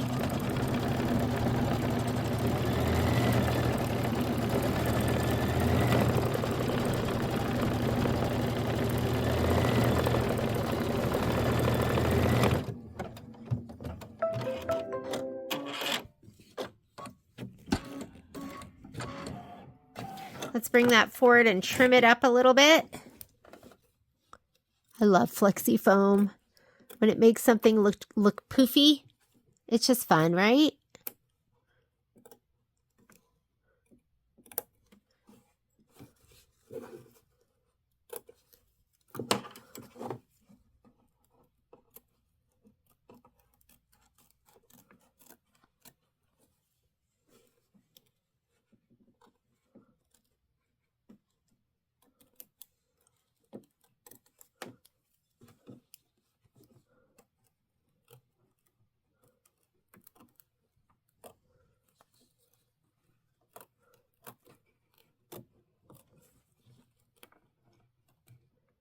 Okay, this is a dilemma because look at this piece over here.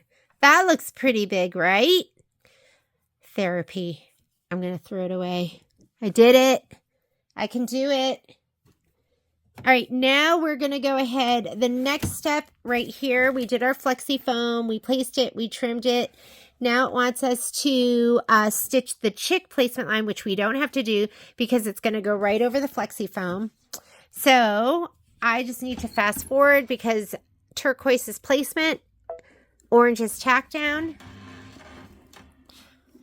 We're going to just place this, and again, dog law, I can't even move. So I'm just going to hold it down in the corners and hope that that's taut enough.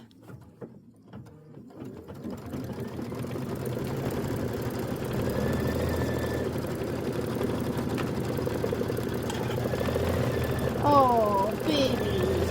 Let's get you up here. There. All right. Now we're going to trim that, and then we're going to do all our fun stitching. Hang on. Camera adjustment time. Trim time.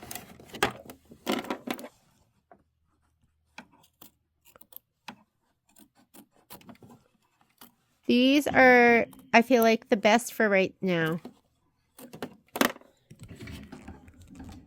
Let's get this out of my way so I can see what I'm doing.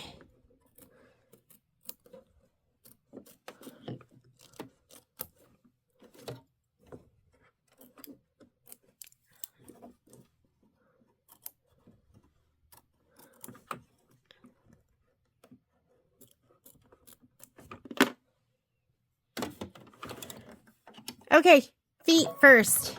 Mango smoothie, if you haven't put it in, put in your mango smoothie or put in whatever orange you're going to be using. You're going to do this for the next 2 steps. It's for his little legs, and it's going to be also for his beak fill.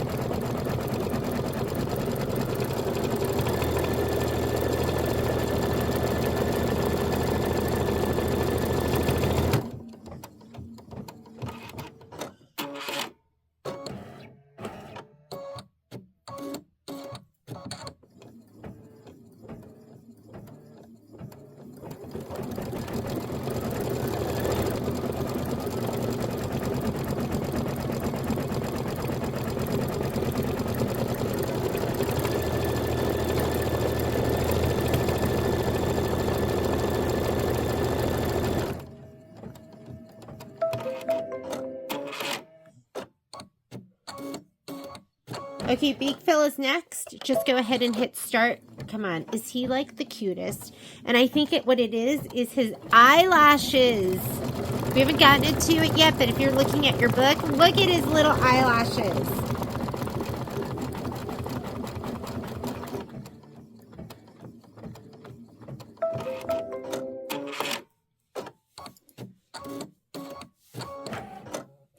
All right, I'm going to take out my mango smoothie. If you don't have mango smoothie in your collection, you need to add it.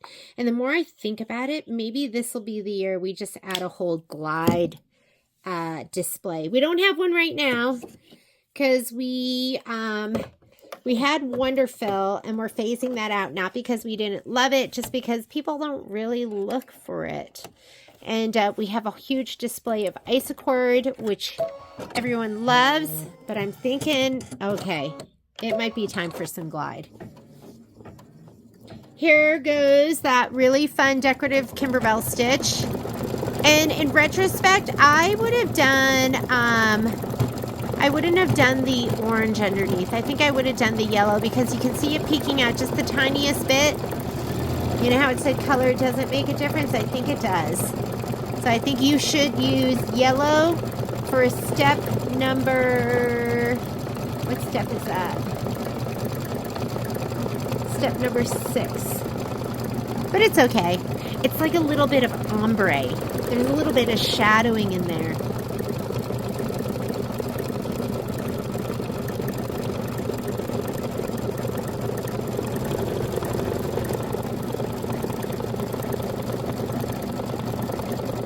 Okay, and then we're going to put our black in. And I think we're going to be done with our eggs. These are the eggs. These are what go behind the front part.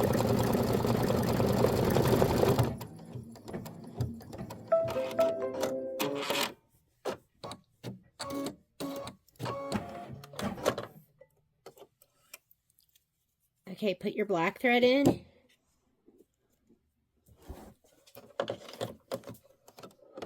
I wish my Momo would come up here, but you know what happens? She chases him off. And she's little, but she's fierce. So sometimes I think he thinks about it and then he doesn't do it because he's like, well, if I hop up there, Hoppy's just going to chase me away. Okay, this is the eye fill. And then we are done with part A of all the top eggs.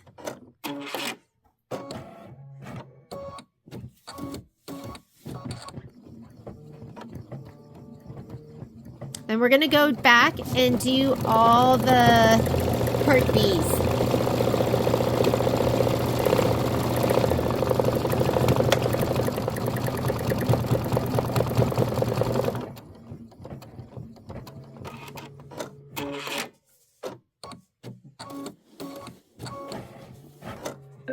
There we go.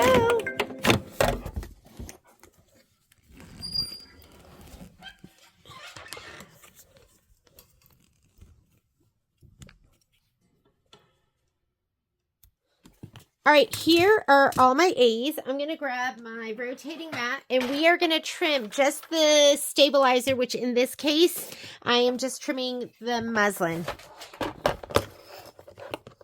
So let's pop these out. I'm going to use a small quilting ruler.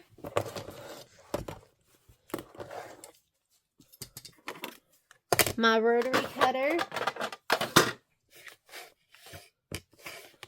And we'll put this to the side for when we want to use it again. I'll just cut all of these.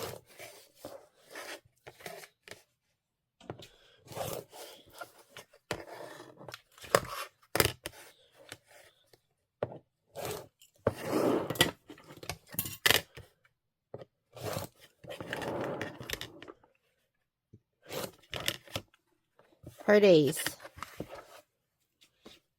I'm also going to give them a little bit of a press so that they lay nice and flat. Sometimes I forget I can rotate my mat.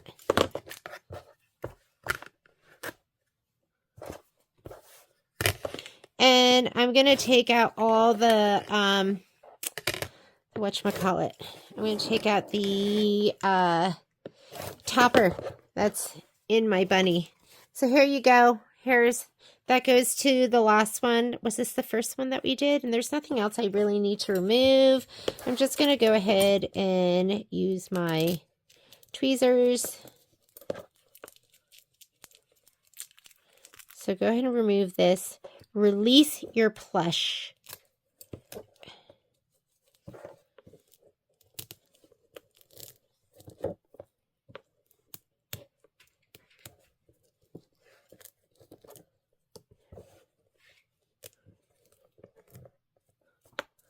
Oh, he's cute.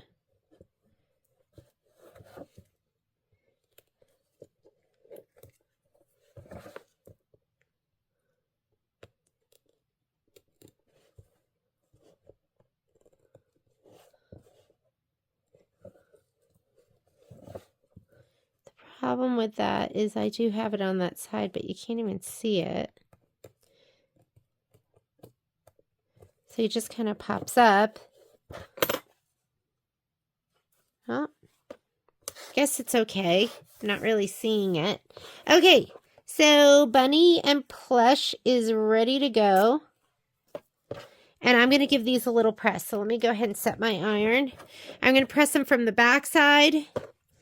Let me go ahead and tidy up a little bit while my iron is heating up.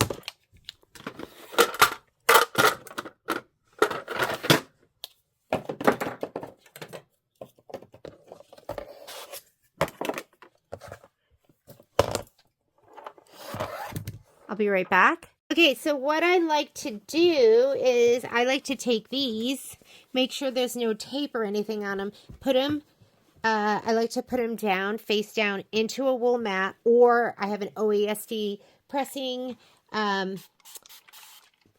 little press cloth that I use that's a little bit plush, and you can press into that. My iron's almost done heating up. Da da da da da da da. Oh, there we go. And you just want it to sit nice and flat. That's really what you're trying to accomplish. You just don't want it to be like these are right now, like little bowls. And I'll give them a little flufferoo. Okay.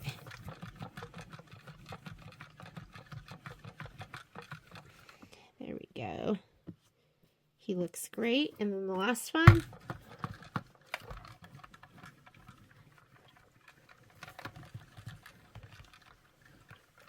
Okay. Those to me are ready. Let's go ahead and get our hoop ready. You can use your regular 5x7. I've been using this one right here. And now we're going to do step B. So that's the part where you have the background fabric. We do the quilting and cut out the little egg. So I'm going to lay this one down right now. Let me get my magnets. I put them up here. I was trying to stay organized, which is tough for me. That's a challenge. I try and do my best.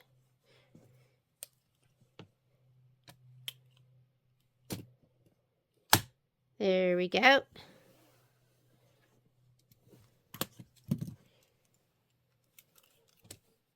Uh-oh. Dog cross streets barking. That is a call to battle for my dogs. I feel like it's like is it 101 Dalmatians? Like, you know how they send a message? Hang on. All right, last one. Nice and taut. I think that looks good, right? Should I get it over a little bit? No, that looks great. Okay, let's put it on the machine. We are ready to do part B. We're going to do part B of,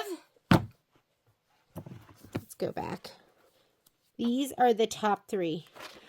Here's the first one. Look how cute he is.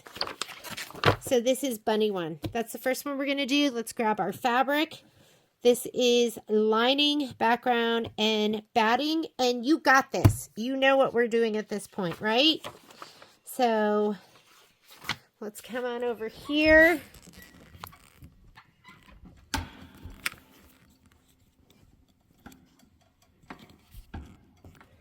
So this is part B of Bunny 1. So now we're going to do all the part Bs. I'm going to say, okay, let's go ahead and clear our screen. What do we have here on, well, the spreadsheet's going to change because I made it more robust. So I'm going to go embroidery, but we do have on here for Bunny 1, we have our quilting design, which is loops 3, 4x4 horizontal. So we're going to go to my mini quilt folder. We're going to go, whoops, not there, return. Okay. Lower USB, I'm mini quilts, and I want my quilting design. We're going to do loops 3, and we're doing PES for me, and 4x4 horizontal. I'm going to go ahead and set that, and now we're going to add our embroidery design. So the embroidery design for this one is going to be, and it's in here, and I just added it to the spreadsheet too. But you're looking for 5x7 BBB Bunny Part B. Okay, Bunny 1. So we're going to add, whoops, let's go lower USB. Let's go to the appropriate folder. April. Now we're going back to block by block. This was Part A. We're going back here. And I am looking for B2BB Bunny. And it should be that one. I wonder if these, oh, you know what? They're different because look, this one just has the egg, no embellishments. This one has the egg, 3 flowers, and this one just has an egg. So I think it's going to go in order. So it's going to be, and this is starts with a B. I know you can't see the whole title, but this is going to be it. So I'm going to go ahead and set it. And we're going to go embroidery. I need to choose my hoop size because right now I have the 4x4 and I just know I have that because that's what I had selected before. Let's go back in here and we're going to go back to 5x7 and everything else looks good. I'm going to go ahead and say, okay, you have to go through these steps. Remember, we're doing the reverse applique. So we're going to go to machine step 6 first. And let me check that and just make sure, because this is, now we're adding the fabric in.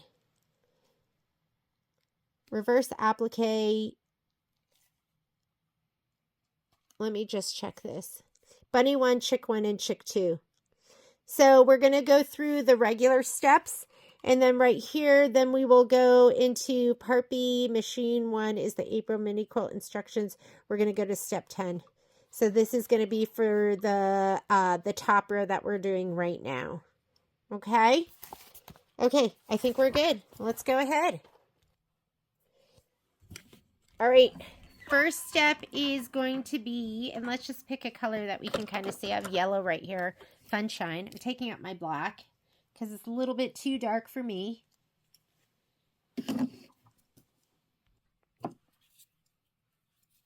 And remember, we have to go to step 6 first. So we go 6, 7, 8, 9. Then we go to step 5, which is the quilting. And then we'll put the back stuff on. Then we go to the egg part. All right, here we go. Right now, we are going to go to, we want to go to step 6. This right here is step 5.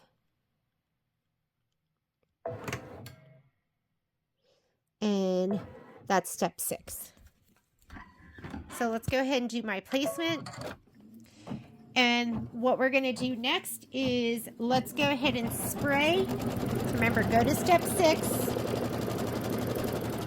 We're going to spray our batting and our background fabric. I'm just going to do it with my spray tent. You guys have all seen that. Spray the wrong side of your batting and the wrong side of your background fabric.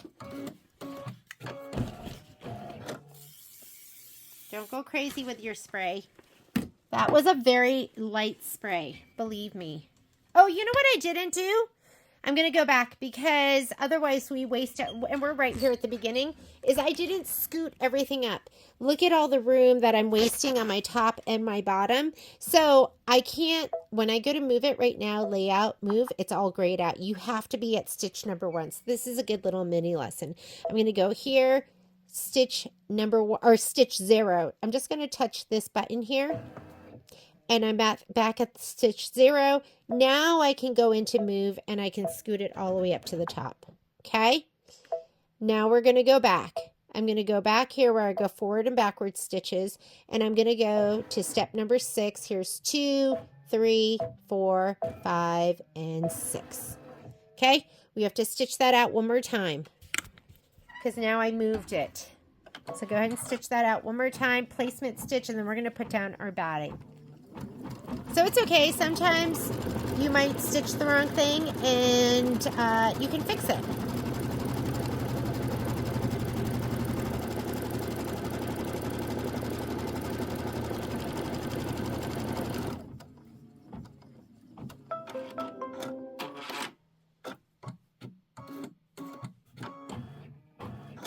I'm going to move this down so I can lay down my batting. And remember, I cut my batting 2 size, so I don't need that square outline stitch and then to trim.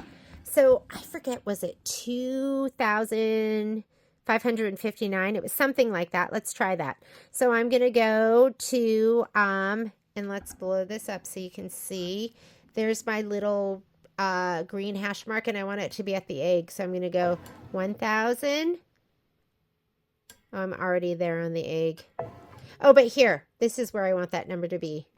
2,559. Nope, I'm on the outside. I can see it right here. Let's plus. Now let's see. I want to get it to the egg, beginning of the egg.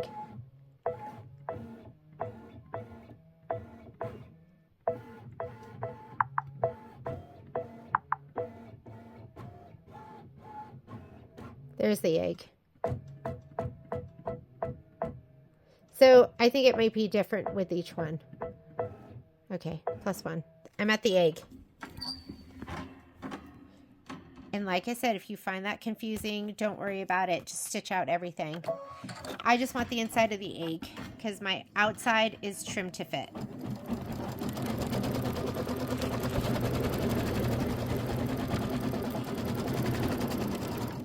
I'm going to grab my snips. We're going to trim out the center of the egg. Don't cut through your muslin or your stabilizer.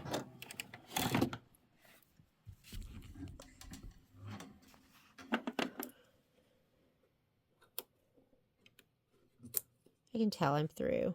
Feels good. Feels right.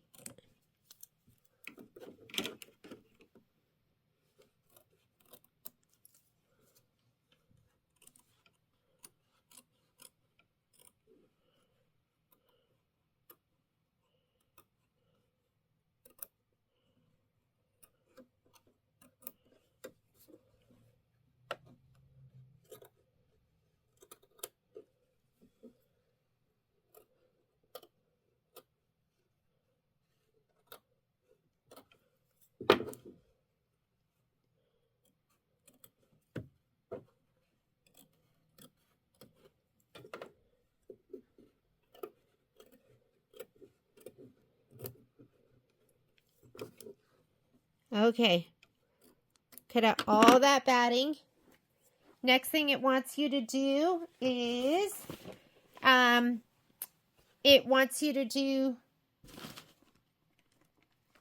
what step am I on?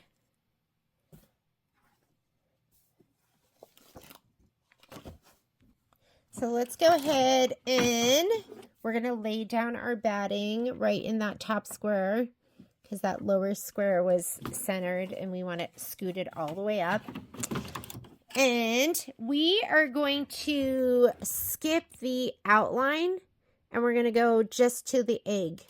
So I think it was, let's see. And what I'm doing is I'm looking at that little green hash mark. And I think it was 22. We're on the egg. So we got to go back a little bit. There. And it could be different. And I just jumped to the egg. So we're set. We are right here on step number 7 still, which is where we're supposed to be. And let's go ahead. Hi. Okay, hang on. Let's go ahead and stitch out that egg. Okay, come on. And we're going to cut out the inside.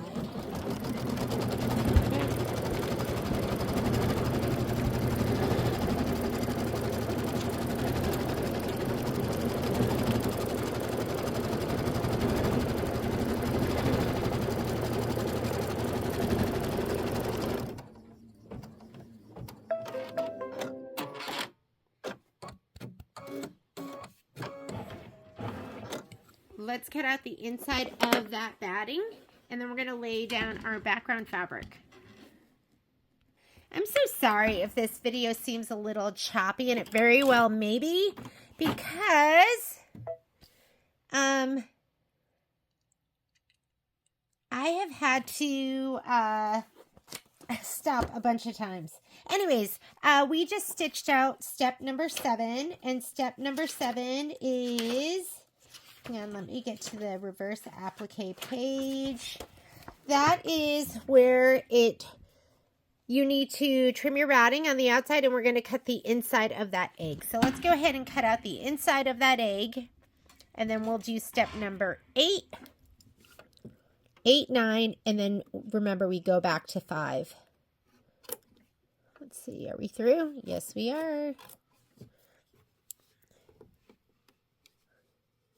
And you don't want to pull up too much on the stabilizer or the muslin in the back, because your stitching will be off later on, because you're going to be moving your design around, right? So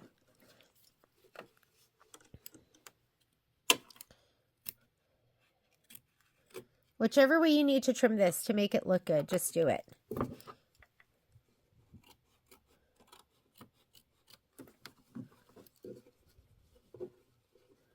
And remember, I have some stitching from behind this from where I forgot to move my design up, and we showed you how to remedy that.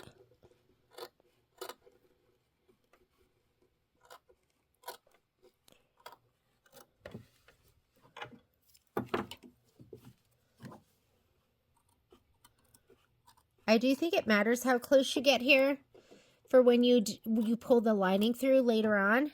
So make sure you get nice and close. Okay, next step. Step number 8, stitch the background placement line. We don't need that because we know it's going to go right over this piece. So I'm going to fast forward to step number 9. We're step 8. That's your tack down. And it's in orange, so we know it's right. Grab your fabric. Have I sprayed this yet? I think I did, because it's a little bit tacky. You're going to put it on here, and you're going to want about an inch around. You can feel with your fingers. And I'm going to go ahead and press this down, slide it on, and you want a contrasting color. You don't want the same color. And let's go ahead and stitch this down. So I have the yellow. And this is step 9. Then we're going to go to step number 5. Step number 5 is the quilting stitch. I'm going to be putting in Mango Smoothie for that because it looks so pretty.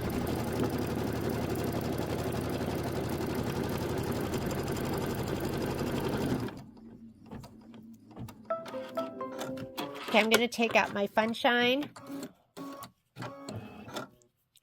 Let's put in Mango Smoothie.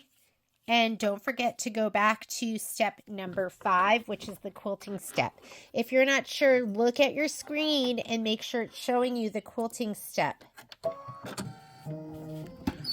Right now it's showing me the egg and it says number 10. That's not what I want. This is going to go back. I'm going to go back to step number 5. There's the quilting and it says number 5. Okay. Go ahead and hit start. Let it do its quilting. And then we're going to go back to step number 10.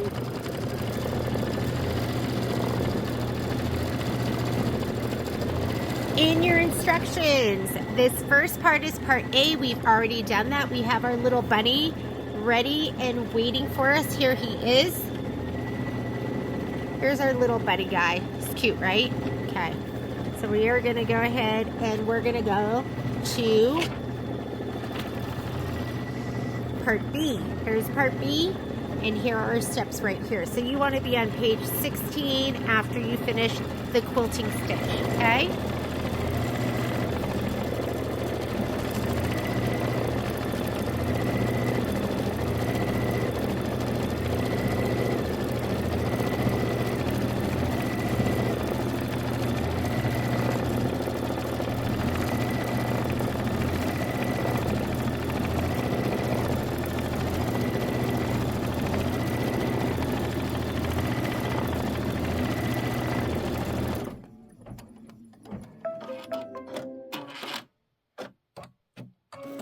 Don't forget to change it on your screen. We're at 6. That's where we started. We want to go to 10. And there's the egg. That is your little eggy egg placement line. And then we're going to put this fabric down right side down because this is our lining fabric.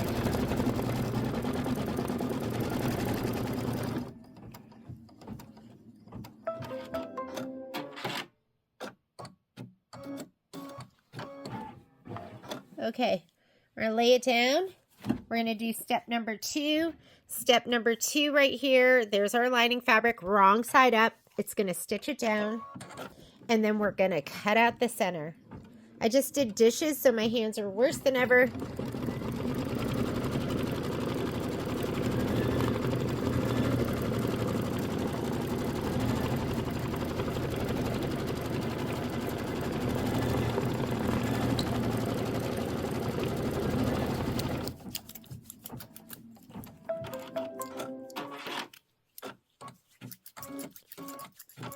Let me grab my perfect scissors and we're going to cut out that center with a 1/4 inch seam allowance and then we're going to notch into it. Is it all coming back to you now? I feel like I need to put on that Celine Dion song, the one from that movie with Michelle Pfeiffer and Robert Redford, where he is the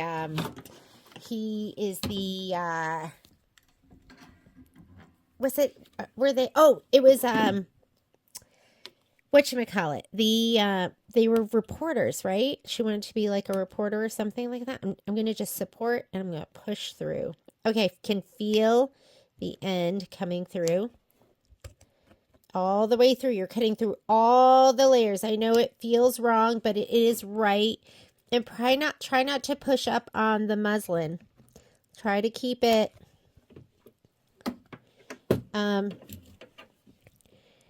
so it's nice and taut, because what happens is when you go to do your stitching, you can move your whole design, right? And we don't want to do that. About a fourth of an inch. You're going to cut through all the layers. You're making a little window for a little bunny. I'm going to move him right now because I can see him ending up on the floor and me not being able to find him. Here we go.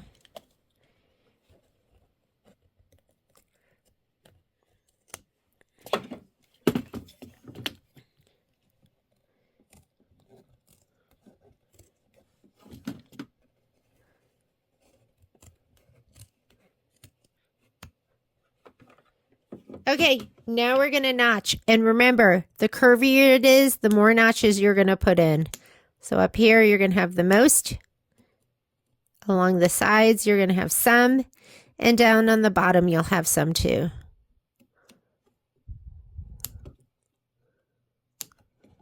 Do not cut the seam.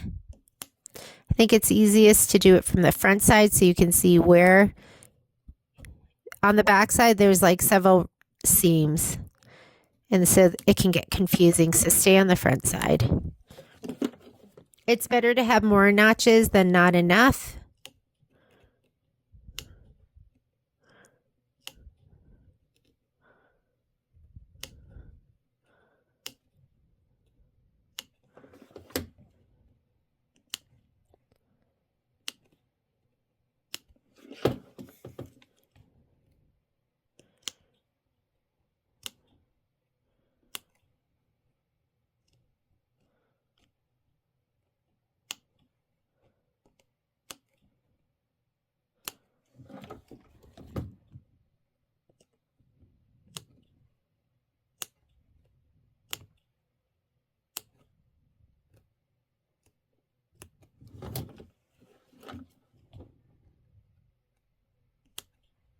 My goodness, I can't get that song out of my head.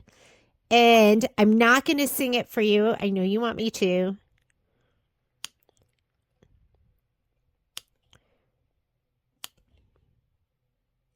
But it's Celine Dion, and I think it's called All Coming Back to Me, or I could totally be wrong. I'm always wrong.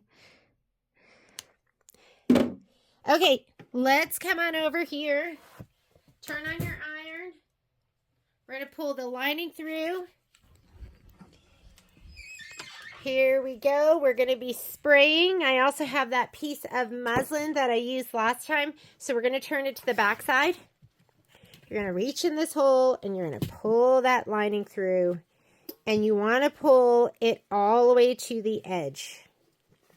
Last time I ironed from the bottom, first of all, I don't have a mat that goes underneath. So I'm using this puffy piece of flannel that I folded a couple of times. And then I put this piece of, muslin over here because I'm going to be ironing and I didn't want this to melt. So, and that seemed to help and make it easier. So we're going to pull our lining through.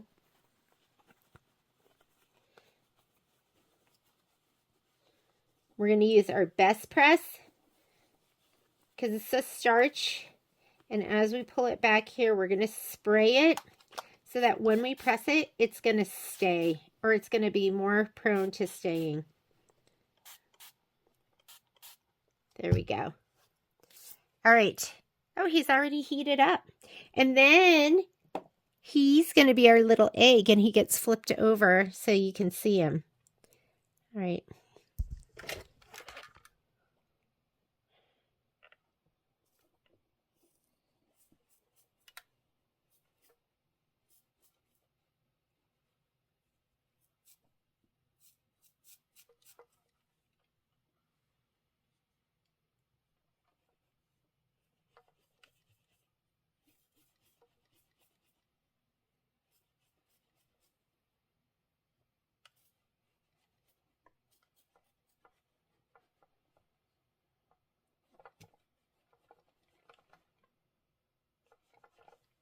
And there we go. You know what? Let's make sure that's totally dry. All right. Fabric stretched a little bit. That's no problem at all. We're going to go ahead and tape those corners so they don't get turned under. I'm using my transport tape.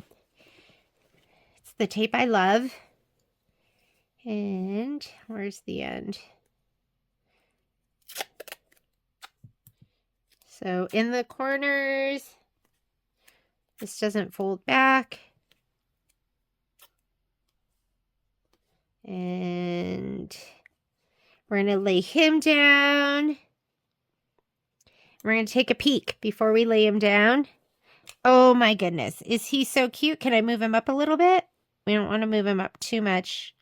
Just like that. I'm going to move him over the tiniest bit.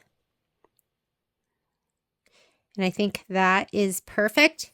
I'm going to flip him back over. I'm going to tape him in place. He probably moved. I'm going to tape him in 2 places and make sure he looks good. And then I'll flip him back again. What do you think? Oh, no. I want to move him over a little bit.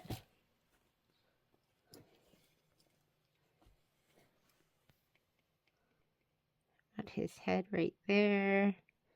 I like him just like that. Okay, that makes me happy. It's a little crooked in the back, but I like it from the front.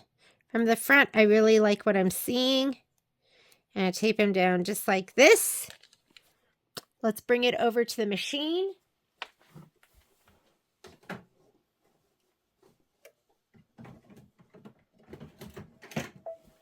What's fun about doing it this way is that you don't have to do any stitching. All the stitching is kind of done.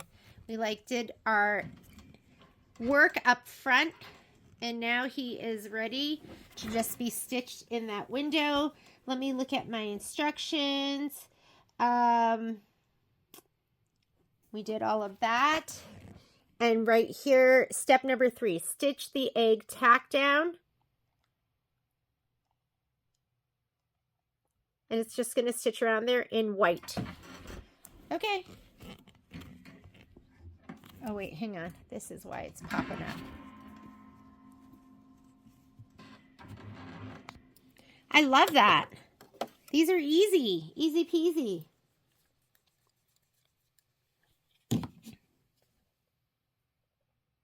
And there is no excess chopping.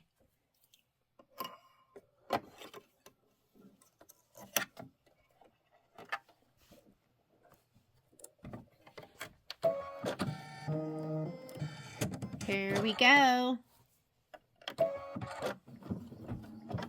And just watch. You just don't want your foot getting caught on anything.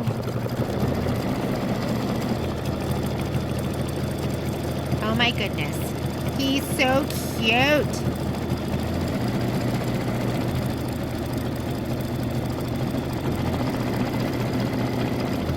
Oh, that's close on that edge, huh? That's okay. It might not be perfect, and that's what makes it yours.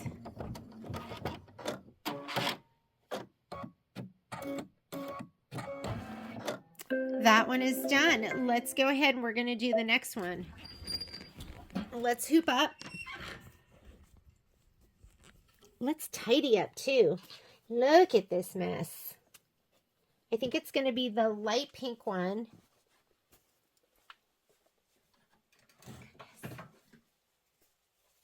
This is just so sweet. It's just so sweet in that little window. All right, so I'm going to take off my magnets.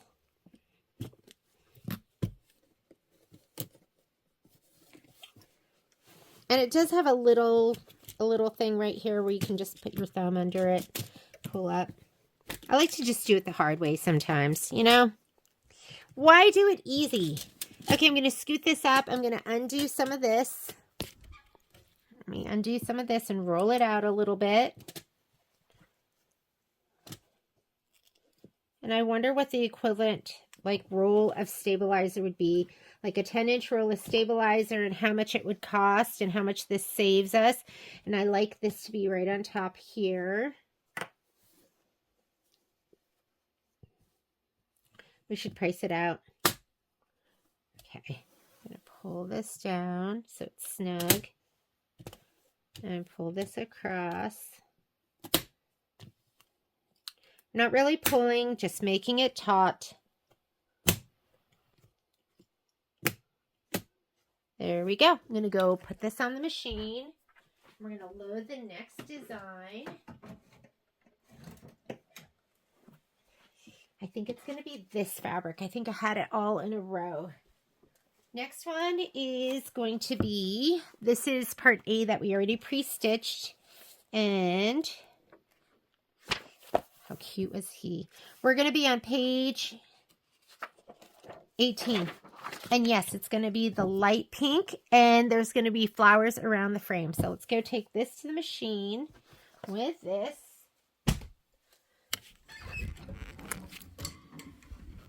All right, here we go. Let's load our design.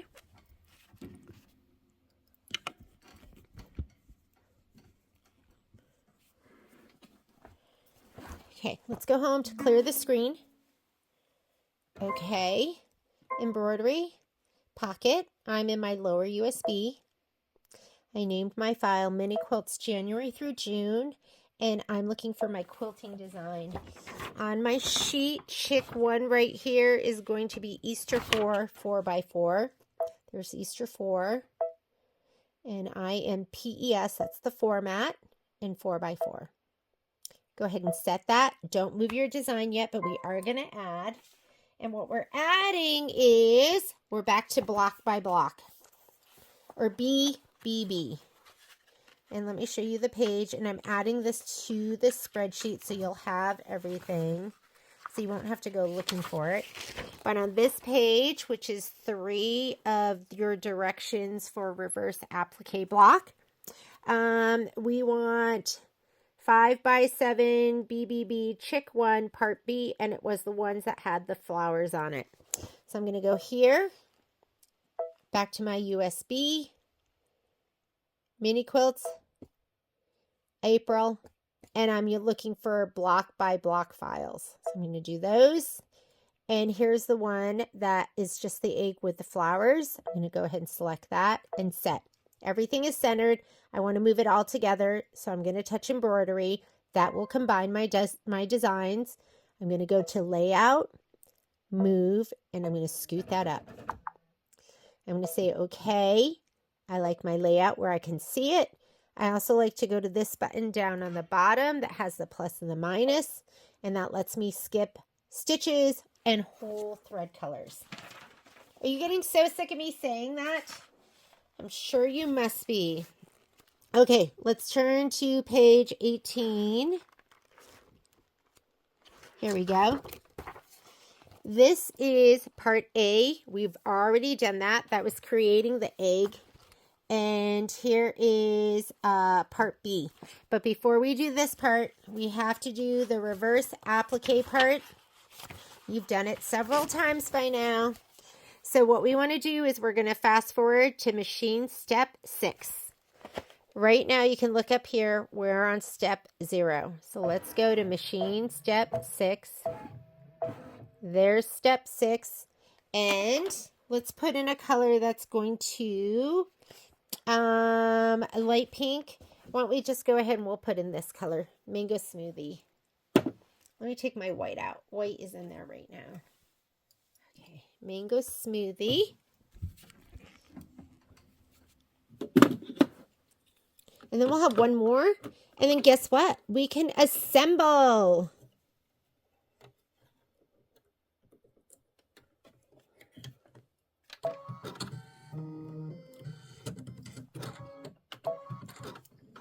Here we go. This is placement stitch for my batting.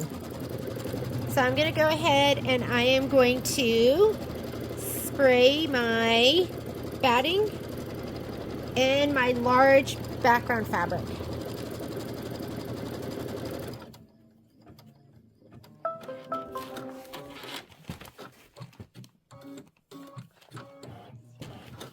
Let me grab my spray.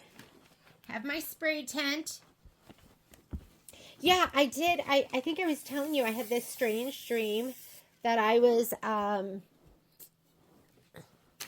just spraying like crazy in my sewing room, and there was just aerosol going everywhere. I have no idea. It was the strangest dream, right? Okay, we're going to lay that down. The next step is if you were to have a large piece of batting, mine fits right now. So I am fitting within that square. I'm going to skip that outline stitch and I'm going to go right to the egg. So what you want to see or look at is that little green cross. He's right there on the square still,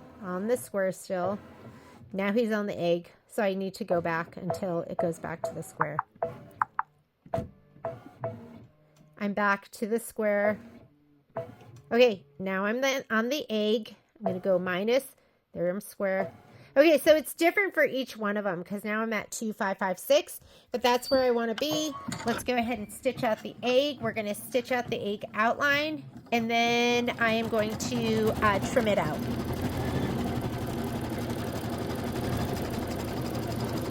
Where are my snips? Here they are.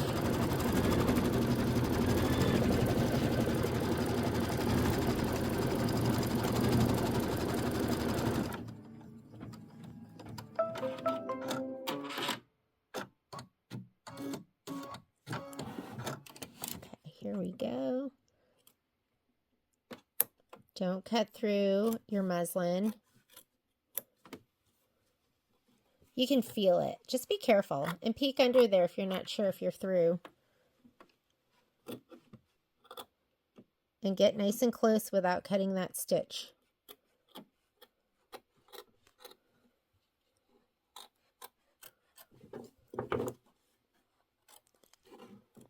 Just relax. Get into your happy place.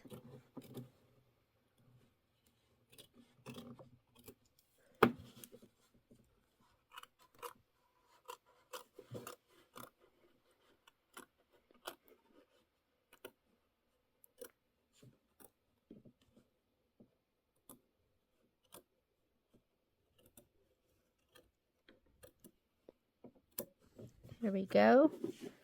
Cut that out. Next step. Step 8 is placement stitch for your background fabric. We don't need that because we know exactly where our background fabric is going to go. It's going to go right over this piece of batting.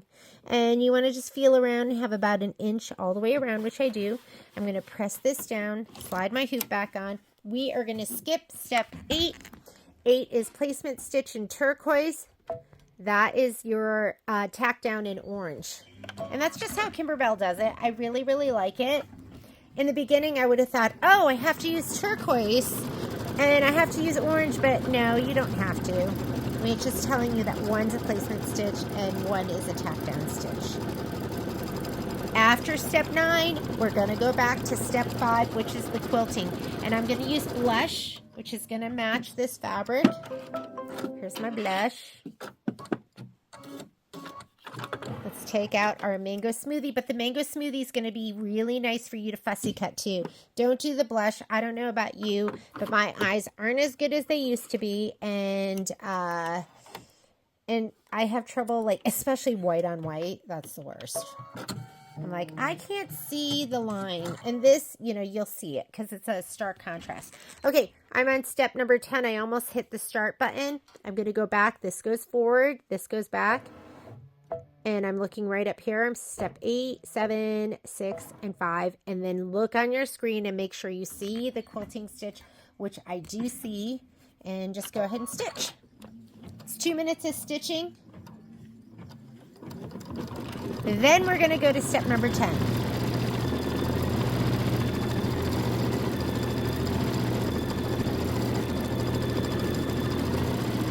And after we do this one, we have one more, and then it's time to prep.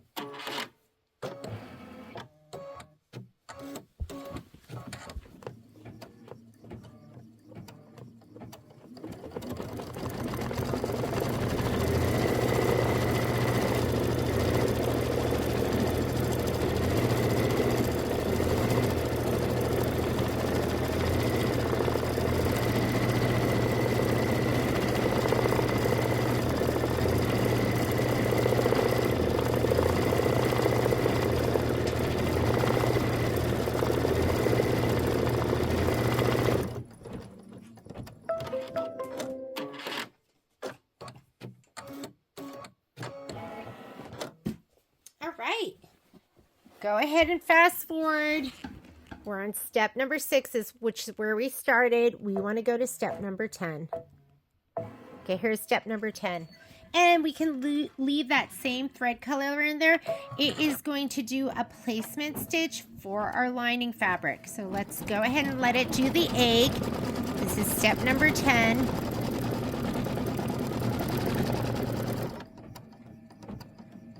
You don't want to spray this because you're putting it right side down. It doesn't really matter with this because there is no wrong or right, but I'm going to lay this down right in the square. I'm going to let it stitch, and I'm going to kind of support out here so that it doesn't get buckled. Light fingers, light hands. What you want to not do is push down so hard that you're impeding the movement of your hoop.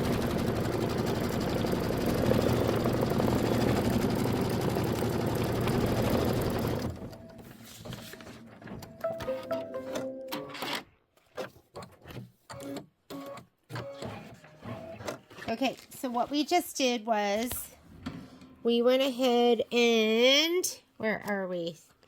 B.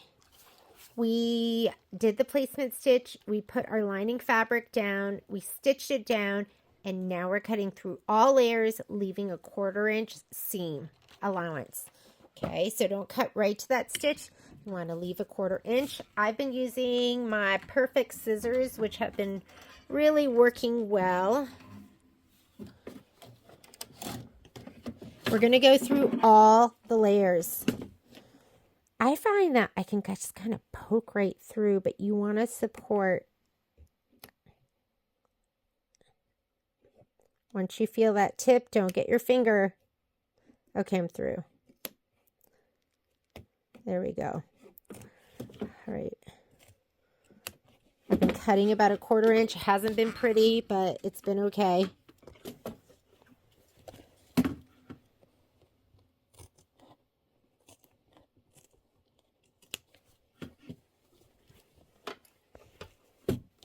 Don't push up on that, on your stabilizer or your muslin too much, because then when you go to stitch out, stitch the lining down, it will move. It will have moved your fabric a little bit. So just be gentle.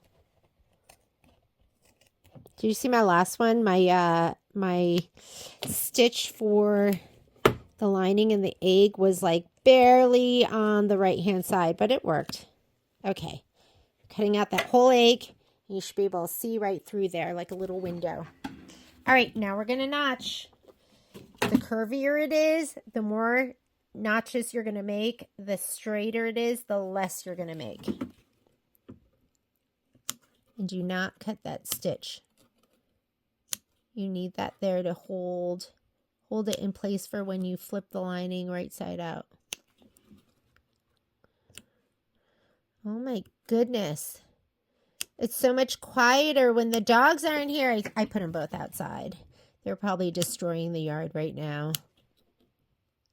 But I'm having a little peace, right? Did I go through all my layers there? It didn't feel like it.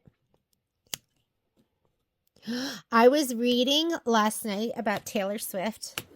I'm not so much as a Swiftie, although I do love her, but my daughter is. But I was reading about how her ex-boyfriend, Joe, whatever, I can't remember his last name, but he's one of the English guys, how he's making millions because he co-wrote some songs with her during the pandemic. And so his name is on as like a co-writer. Wouldn't that be nice? Write a couple of songs with Tay-Tay and then you're done.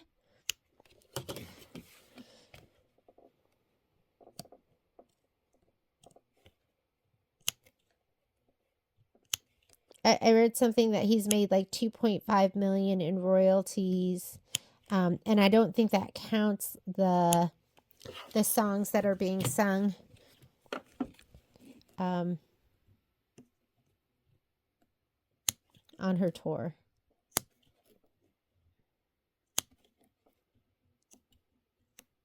I wonder how she feels about that. You know, I don't think they ended on the best of terms. But what do I know?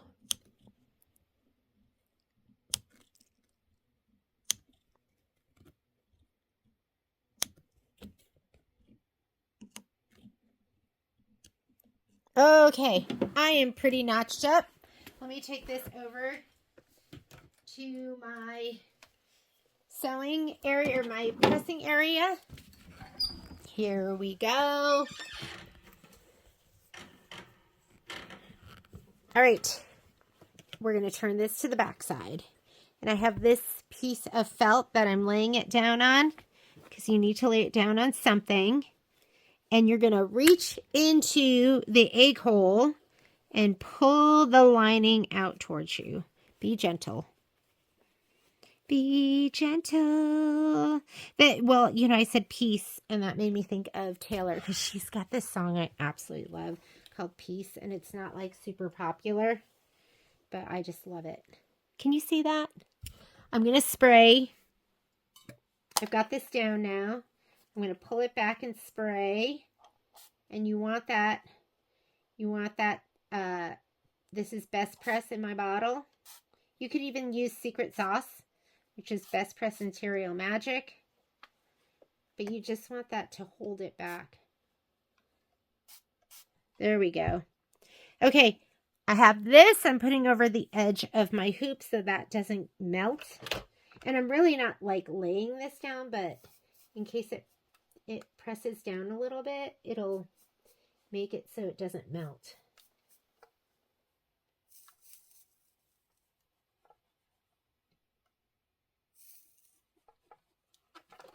Okay, let's pull this back.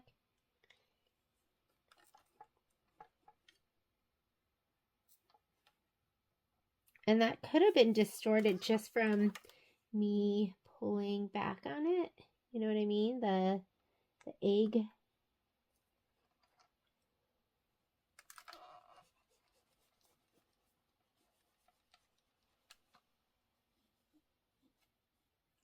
Hot.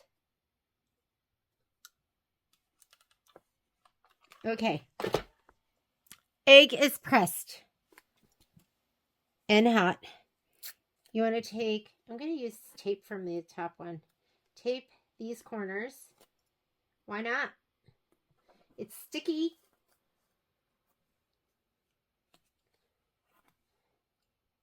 Now we're going to put our little chick in the window.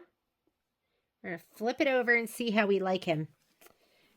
We got to lower it a little bit because I can see the stitches from his feet, just like that.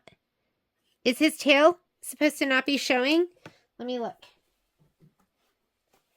What am I seeing through the window? Oh, yeah, look, his tail's all the way over. His legs are all the way down. You do not have to put it in like that. I'm going to just put it like that. Okay, what do you think? That looks pretty good to me. And I am just going to hold it there and flip. Let's get tape from the last embroidery. And I think I did a good job not moving it. You do what makes you happy and what looks good to your eye, which is what I just did. Let's flip it over again. And I like it like that. They have it with less tail, or his tail feathers, and I think less of his feet are showing, but I'm going to leave mine just like that. I'm going to take it to my machine and slide it on. And we are just doing the white stitch that tacks. Oh, no, actually, this is going to have flowers. This one has flowers. Let's come on back over here.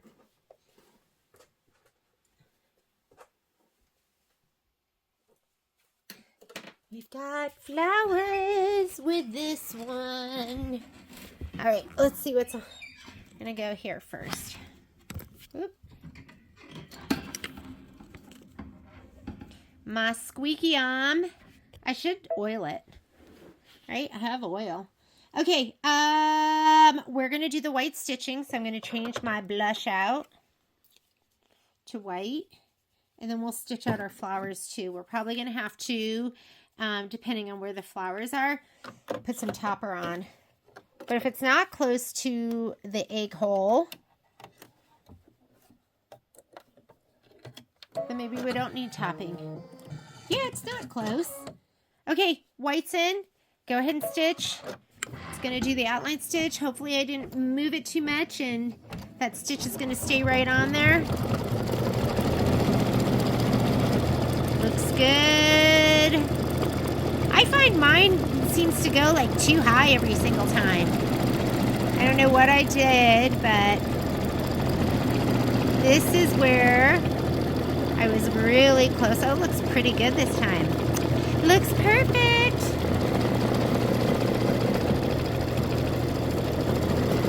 And now it's going to do some flowers.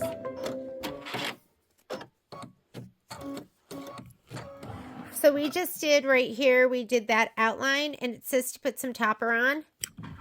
Can I skip that? Because look, it's not that close. I think we're going to skip it. First, we're going to do the yellow flower. Sunshine. Yellow flower. Oh my goodness, you're beautiful. I think this has been kind of fun. I mean, it definitely has taken longer than some of the other ones, but it's fun. It's kind of fun, different.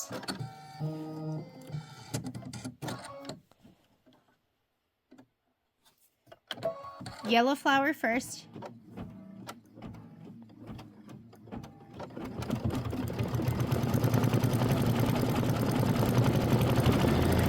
After the yellow flower, we're going to do a peach one. Let me grab my peach thread. And then azure.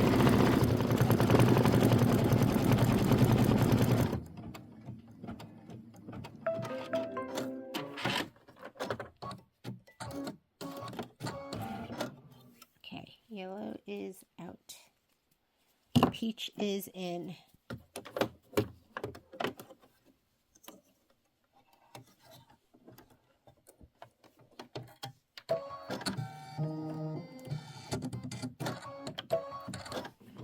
He looks really cute. I'm a little bummed that my beak is right on that white flower, but it's okay.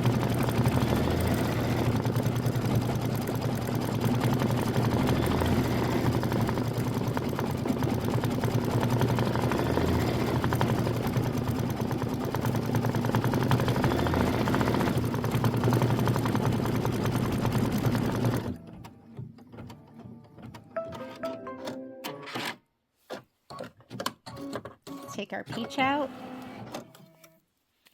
We're going to put in azure.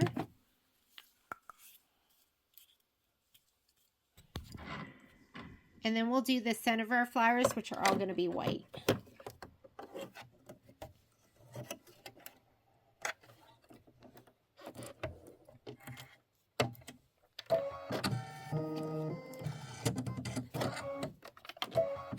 And look, you really didn't need any topper.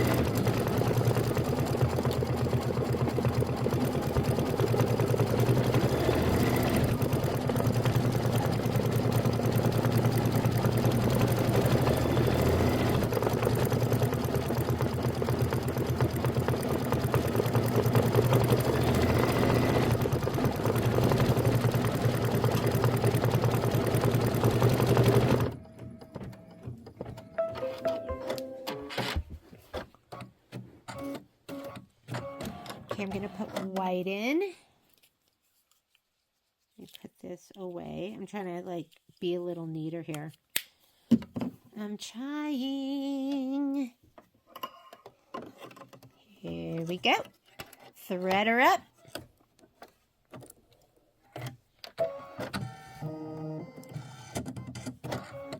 sure that thread's totally pulled through. And this is the last of the stitching for this. Then we're going to go ahead and we are going to do the part B for the very last one with the cutest little chickadee of all, because it has those long, long eyelashes. Long eyelashes.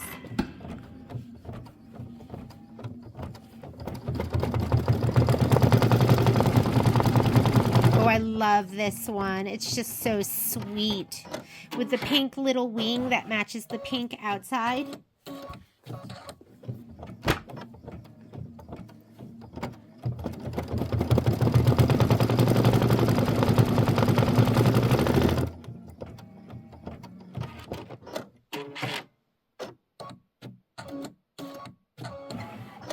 And there we go. Let's take this off. And let's go rehoop and do the last one. And then I think we have to do some dimensional flowers, and we're going to stitch it all together. I am getting something done today. So let me go ahead and take off my magnets.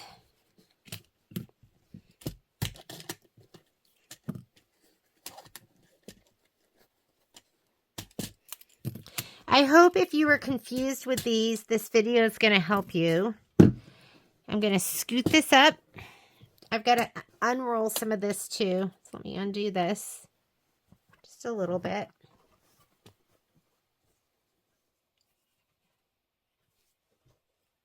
I'm just clipping it down here to keep it neat and tidy. I'm going to pull this down a little bit. You could have it even come down because it starts stitching about 1 inch below. If you really want to take advantage of the muslin that you're using. I'm going to smooth this with my hand. There we go. Let me scoot this up a little bit. Smooth it. Drop this down. I'm going to smooth it this way. Smooth it this way.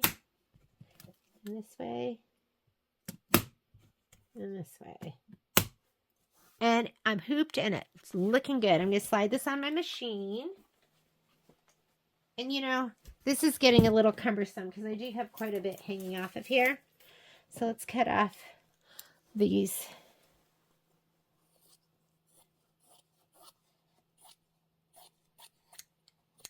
Okay, this goes over here. I'm going to go slide this on my machine. And we have one more. Well, we have the dimensional flowers too, but other than that, we're good. So here's my little chickadee, my 4x4, and then this is the fabric that we need. So I'm going to grab all of this. And let's come on over here.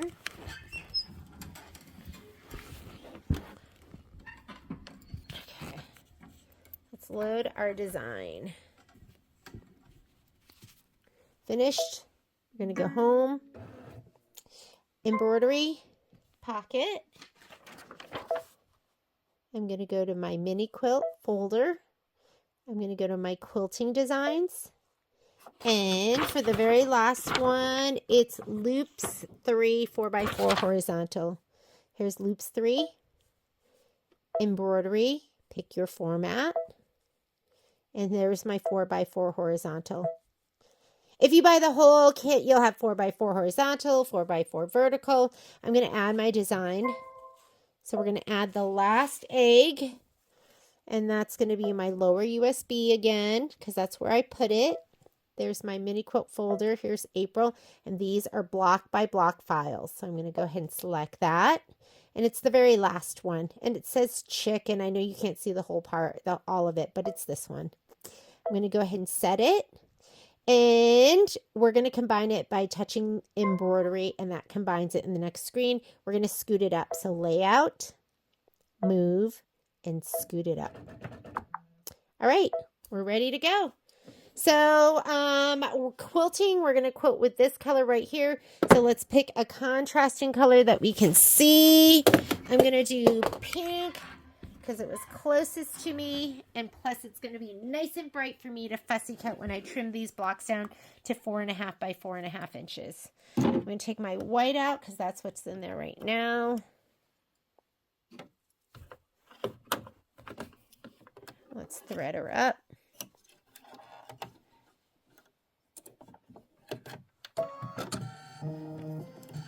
Okay, we're doing block by block, so we have to go ahead and remember, we're following the instructions because we're doing reverse applique, so we're following the instructions in your reverse applique instructions, page 2, and we're starting with machine step 6.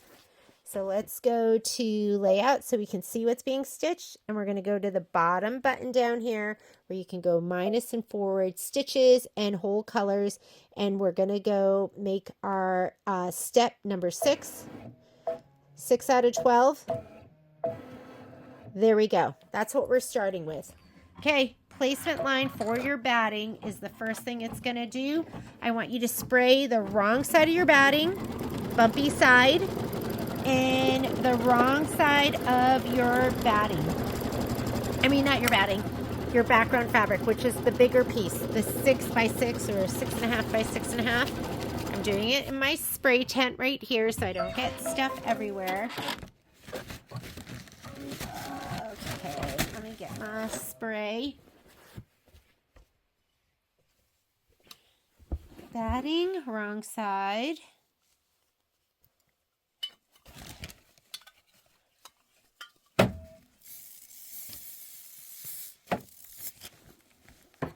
I don't know if you could hear that, but I was barely spraying anything. You know what a heavy spray can look like. Oh, what happened here? Looks like something happened. Well, that's okay. We have 2 corners. That's enough. And a top. So I'm just going to lay it down. And I'm okay with that. Okay, step 7 is going to stitch the outline stitch and the egg. And if you're starting off with batting that's bigger, then you're going to trim around the outside. I'm starting with a piece of batting that fits. So I'm going to fast forward. I'm going to blow it up so you can see it again. You can see what we're looking at is that green crosshair that's moving around. And I want it to be on the egg.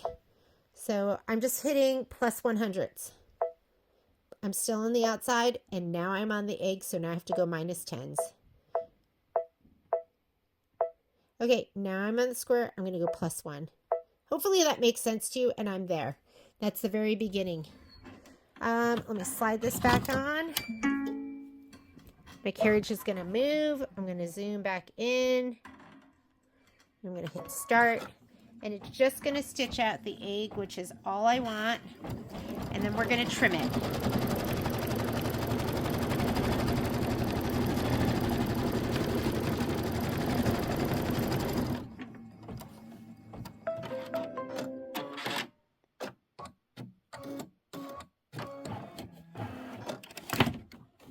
Okay, and if you're not sure what we're doing right now, what I just did was stitch 7, and it shows you a picture right here.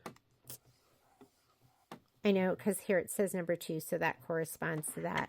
So I skipped the outside stitch, and I fast forward just to the egg, and now I'm going to trim the inside of the egg. Okay.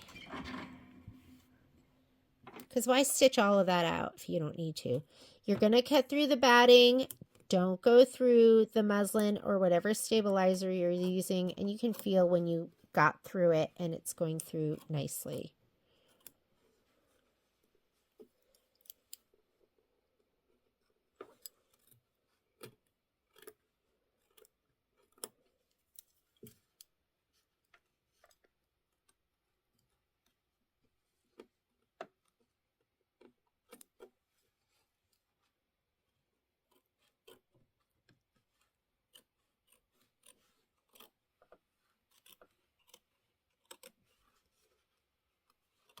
Try and get nice and close to that stitch so when you turn your lining, it is nice and tight.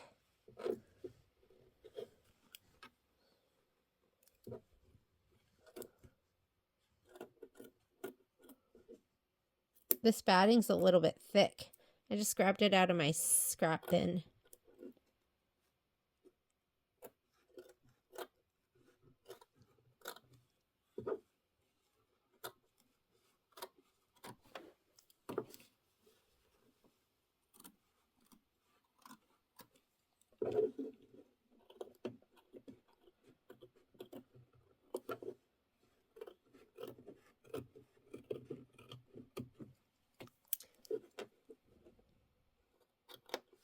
Okay, that's good enough.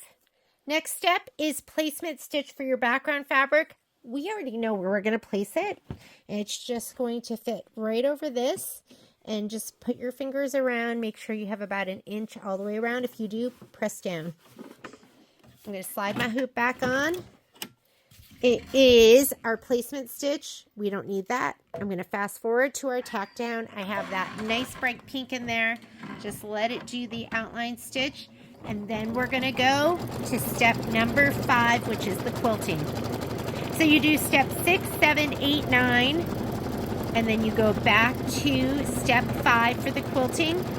And then you go to step 10 to do the regular embroidery. I know it's confusing.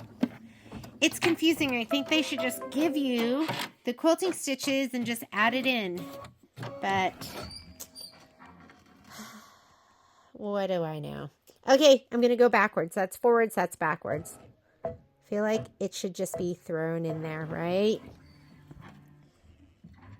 Don't complain, Jeannie. You can't focus on how you want it to be. My son's always like, that's not how it should be. You know how young people are. And I got to tell him, but that's how it is. It's kind of how it is here.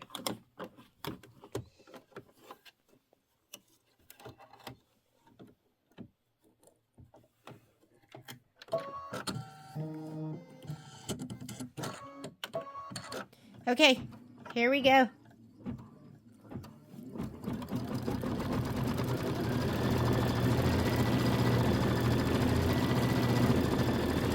Loop-de-loops. And then we're going to go to step 10. You're going to need your lining piece of fabric right here. And you're going to need your little pre-stitched out chickadee.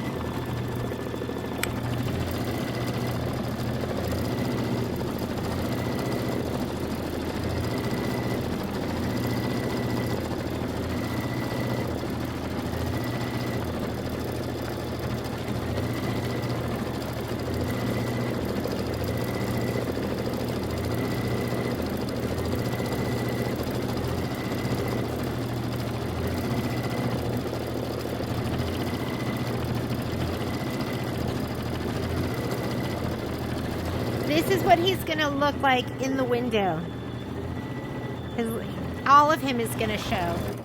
So after you do that, we are going to go to page 22 is the page that we're going to be on.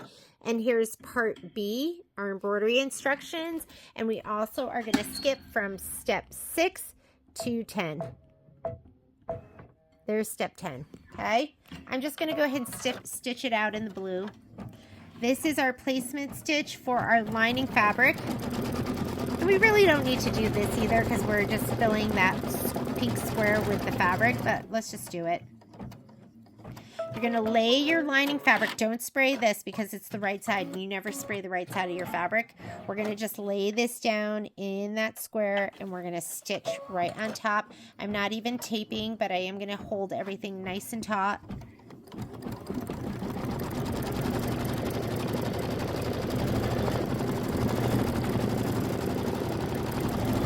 Okay, what it just did is it is doing this step right here. We did a placement, put our lining fabric, it's stitching it down, and now we're going to cut out the inside with 1/4 inch from that outline stitch.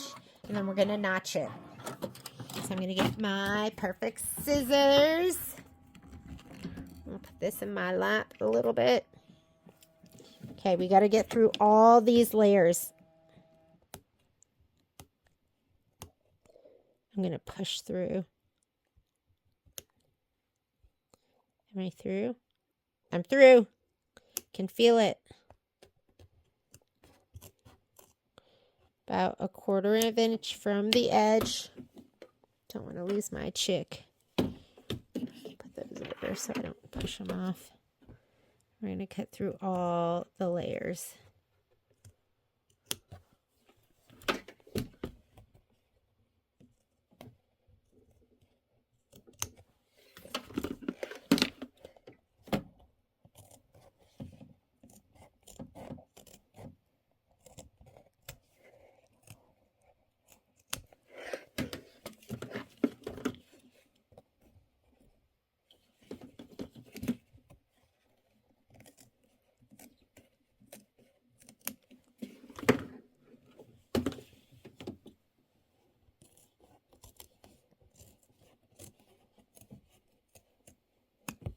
All right, there we go.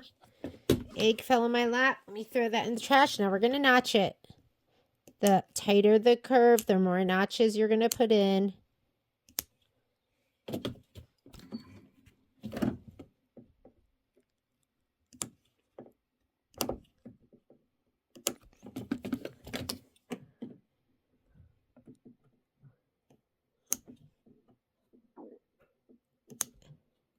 Oh, I had no idea what time it was. I had to go feed my fur babies. I just finished this up really quickly.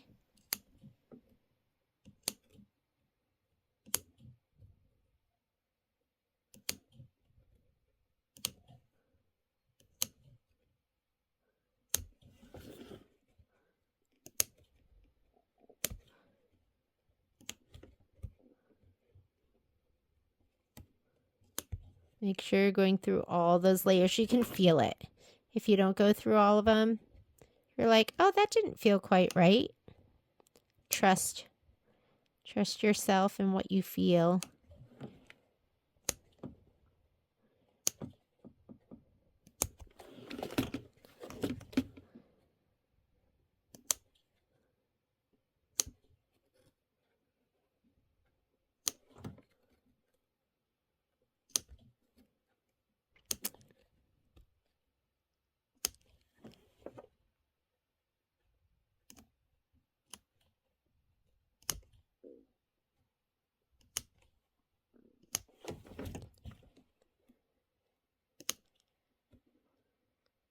Okay, we're through.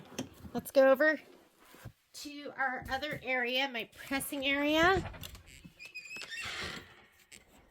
And I'm going to turn on my iron and lay down. I got a system now. I can lay down my flannel, turn to the back side, and we're going to reach through and grab our lining. Be careful that you're not pushing and pulling that muslin out of place. Just pull it all through. Then I have my extra piece of, where is he? Where's my extra piece of, here he is. I have my extra piece of muslin folded up that I've been putting on the edge here so I don't melt my hoop, my very expensive hoop.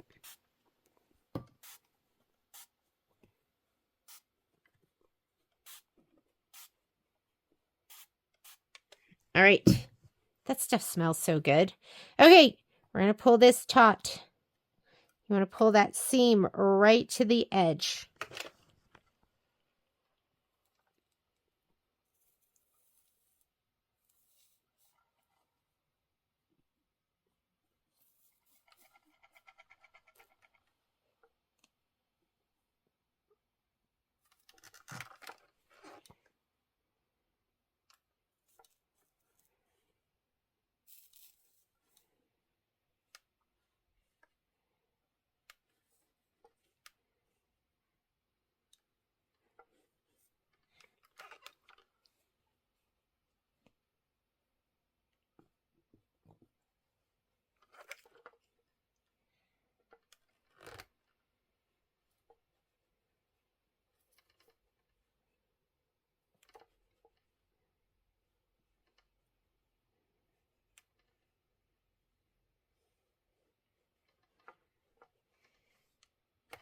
Okay, I think I got it. Got it the best it's gonna be. Where's my little chick? Here's my little chick right here. I'm gonna put him in the window. Let's turn it over. You want the whole thing to show, but you don't want that bottom seam line. See that orange seam line? So let's bring him down. And I don't think he could look any cuter. Okay, I'm gonna flip him over. I'm gonna tape. We'll just grab the tape from this. Tape here. Tape here. Transport is super sticky, so you can use it over and over.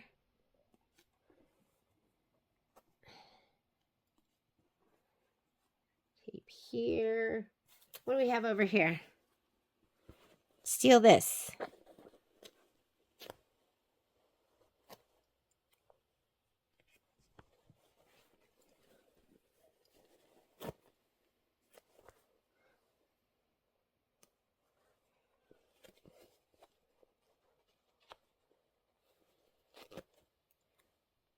Okay, let's take a peek. Oh my goodness, he's so cute and perfect. I'm going to go slide this on my machine. We're going to change our thread out to white.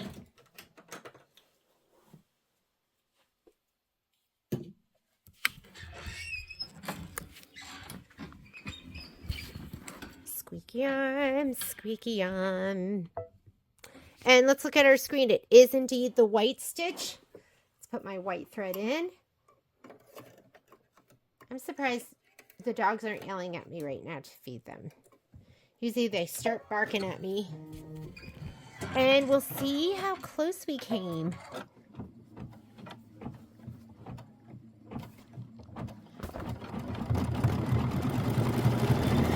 Last thing we're going to do is we are going to stitch those dimensional flowers, and then I'm going to prep March and April.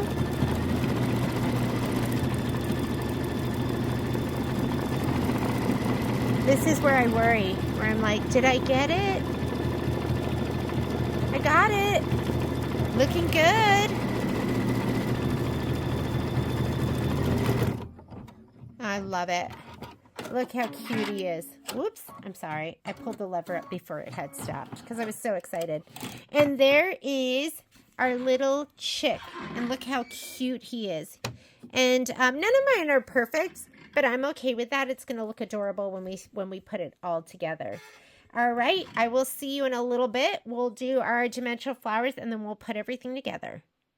All right, the last thing we need to embroider are going to be the dimensional embellishments, which are the dimensional flowers.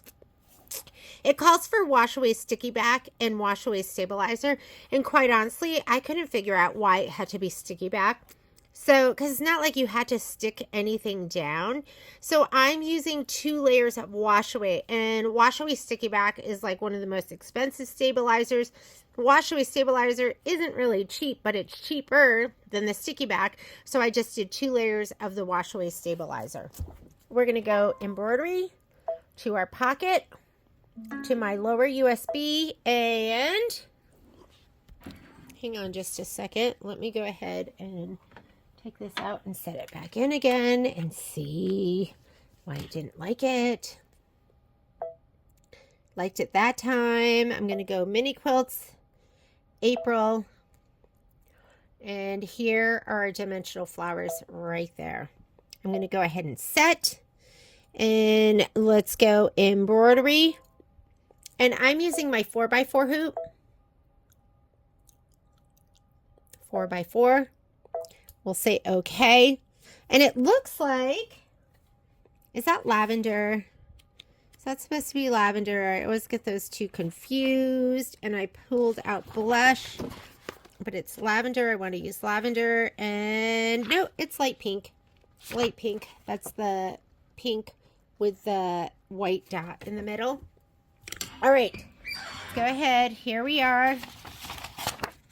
And first thing it wants you to do is it wants you to stitch out, and that's peach right there. So I'm going to put peach in. Let's go ahead and put in peach. I had white from before.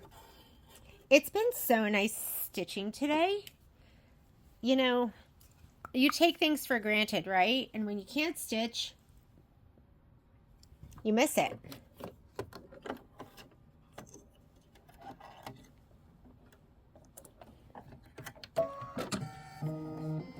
I had this wrinkly old piece of Dissolve Away, and I was like, oh, this is perfect. I'll just use this. So this is going to be 5 minutes of stitching. Just let it go. The other thing I like to stitch on is I like to stitch on 1 layer of Dissolve Away and a layer of Badge Master. That always keeps everything right in line.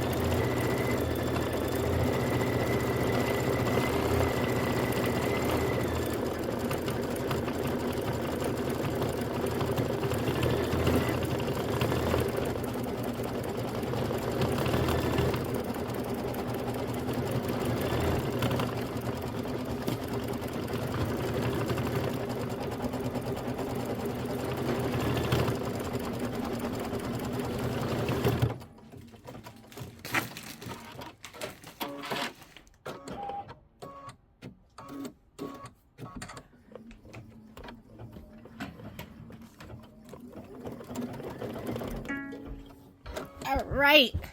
It sounded like the thread didn't catch. I'm going to go ahead and cut my thread, and then we're going to peek underneath.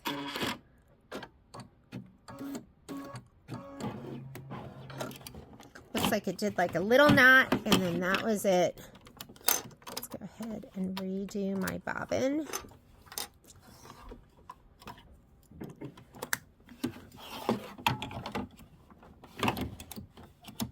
I'm going to go back 10 stitches, and let's start.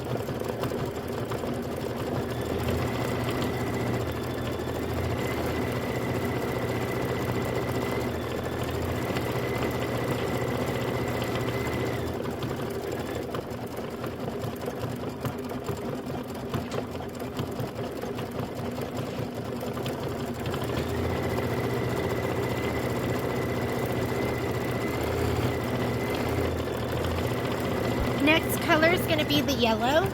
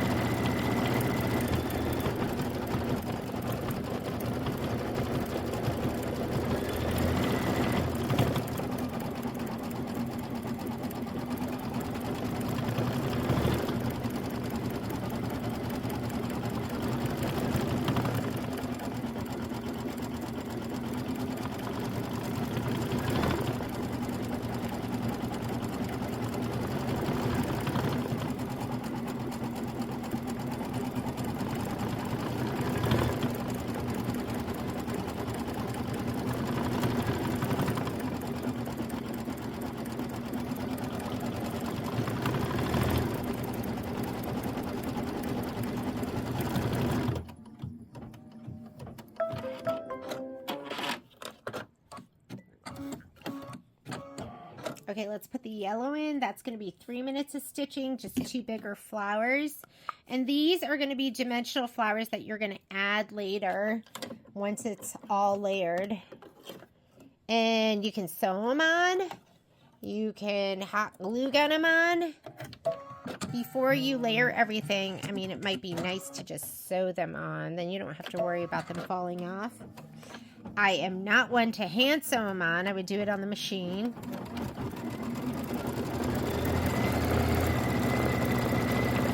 And then we're going to put in our pink for the last 3 flowers.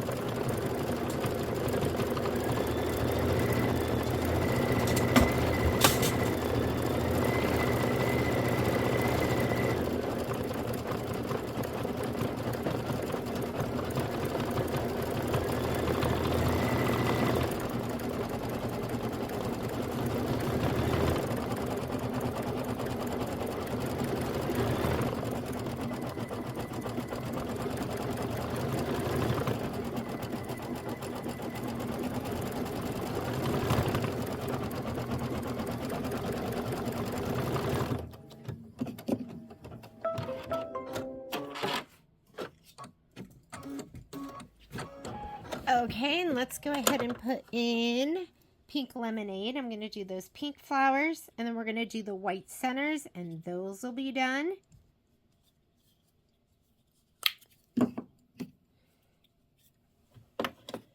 It called for blush, but I wanted them to be just a little bit brighter.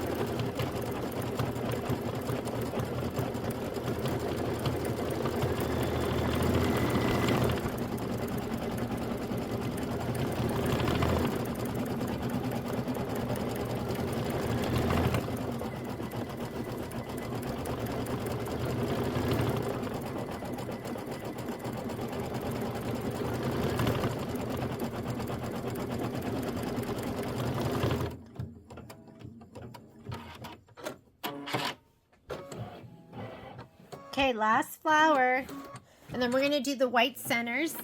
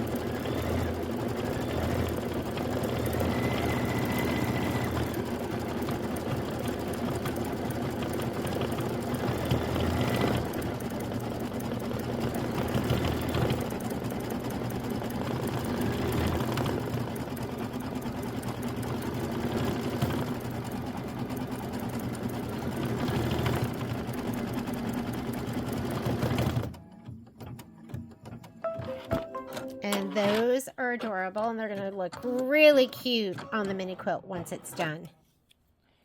All right, I'm going to put away my pink lemonade. Let's go ahead and hoop up with white for the centers.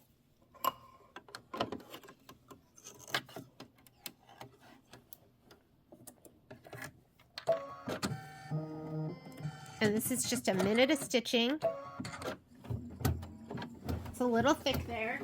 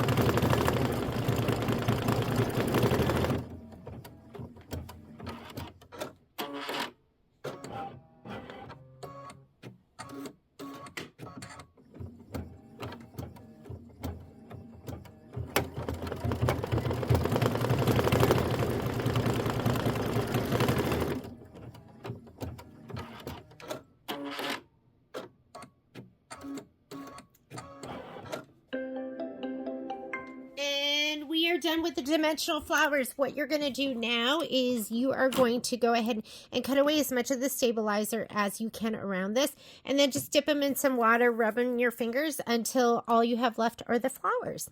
And that's it for the stitching. Next thing we're going to do is we are going to do all the finish work. We'll cut the blocks, we'll sew them together, and we'll add the little dimensional flowers. Thanks so much for joining me.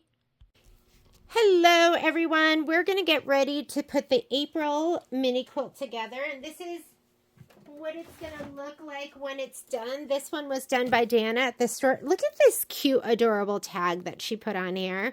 It's stuff like that just takes it to another level, doesn't it? So what we're going to do is, oh, and you know what I didn't do?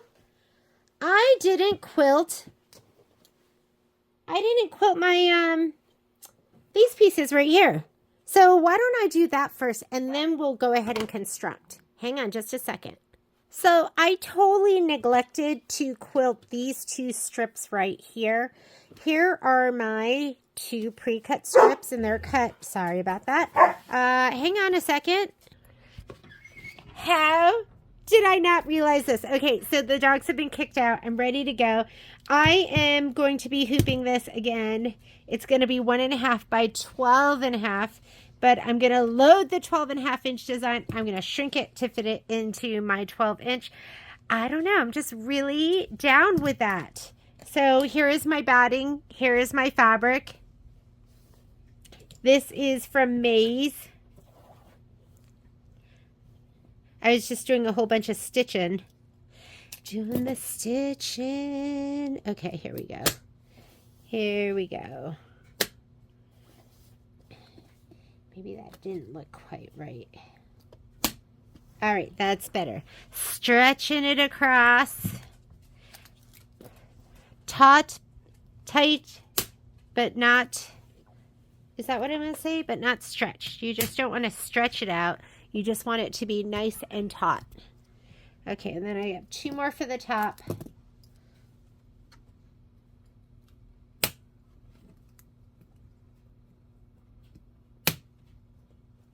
And 2 more for the bottom. Here we go. We are hooped, and I'm going to go ahead and load the design. Let me slide this onto my machine.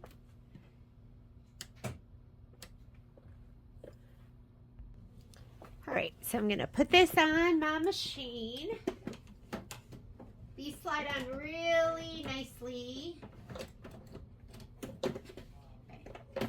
And I have to add this to my spreadsheet. I didn't even put this on my spreadsheet, but we're going to do border zigzag 1.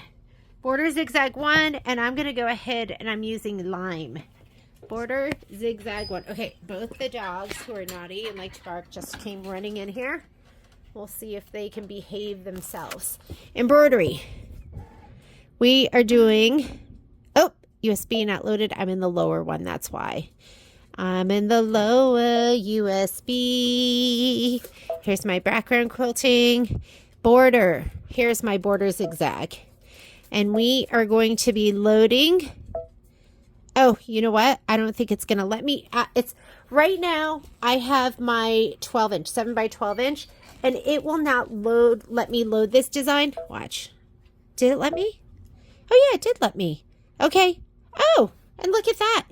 The design is 11.67, so it is within that 12 inches anyways. So we don't even have to shrink it down, but we are doing 2 of them. So I'm going to go ahead and take this design and scoot it over. Edit. Let's go edit, move. We're going to scoot it all the way to the edge. I think I already picked my 7 by 12 inch hoop. I did. So we're going to scoot it all the way over, but not outside my hoop. And instead of adding, I'm going to make a copy because it's so much easier. It was just that, hit that button, we made a copy. Now I'm going to go move, center, so it's centered to the hoop, and I'm going to scoot it over, and that way we have all of this muslin over here that we're going to be able to use later on. And that's my hooping from May. So let's go ahead. We're going to say okay, and I wonder how close those are. I think we'll be good. I don't think there'll be too much overlap. So why don't we go ahead and do embroidery? And if you want, we can color group because it's going to be the same thing both times. So right now it's breaking all those steps into 2 different series because one strip and the other strip. To color group, as long as your designs aren't overlapping, you can color group and it doesn't ruin the integrity of the design. You're just going to touch layout, and that's where you color group 2 colors to 1 color. And then now you can see it put all the turquoise together and all the quilting's happening at the very end. All right, let's do it. So I have, let's see, what color should I put in so we can see it? I'm going to put in, let's put in peach. Put this color in. Let me get my white out because my white was in here from before. And then we will be ready to trim everything. But we're not ready right now because I didn't finish stitching everything. I'm going to have to add that. I just reloaded the spreadsheet because I thought I was done, but I'm not. Okay, this is going to go ahead and this will stitch out the placement for both batting pieces. My batting is cut to size 1 inch by 12 inch. So I'm not going to have to trim it. And the other thing we can do, well, let's go ahead and we'll just lay this down. Because we could have just left. I'm trying to think if we should do the placement stitch for the background fabric. It's been so long since I've done borders. Sometimes I'll just spray, I'll take the batting and I will just spray and then lay it down the center of the batting. But we're not going to do it there.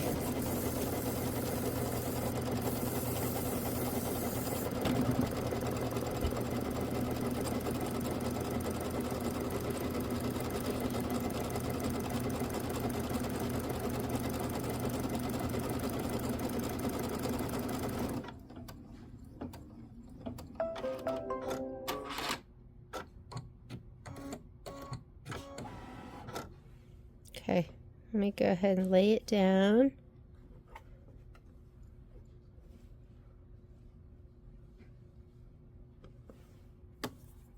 We're going to be trimming these down, so whoop.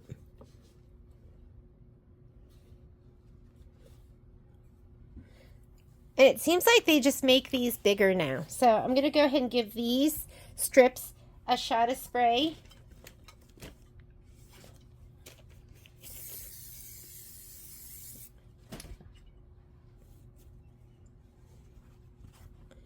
We're going to center it. I'm going to lift it up like this, and that way I can see it from the other side and lay it down. And just make sure I'm pretty much centered. I have an equal amount of fabric on either side. Let me get this out of the way so I can see it a little bit better.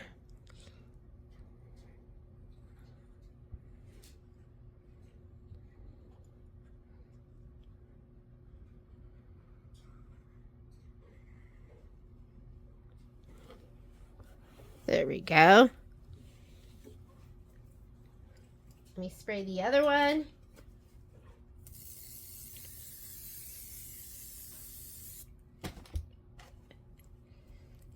Let's get this one down too.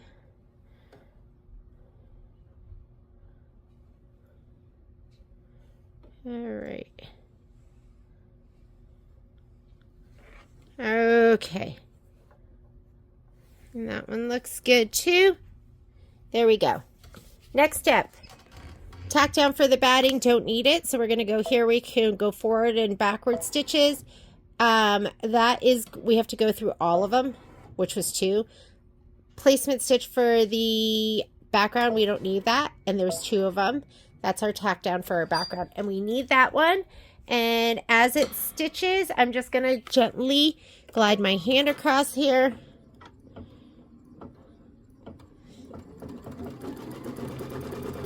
Tack down for the background. What is hitting? Hang on. Something hit. Get that out of the way. I had my my tray, my thread tray was in the way.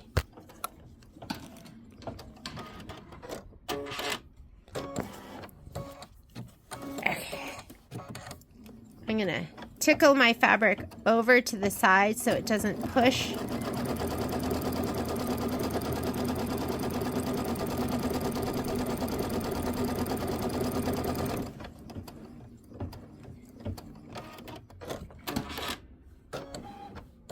Here we go. I'll tickle it down and then I'll tickle it to the right. And then we'll change our thread out so we can do our quilting.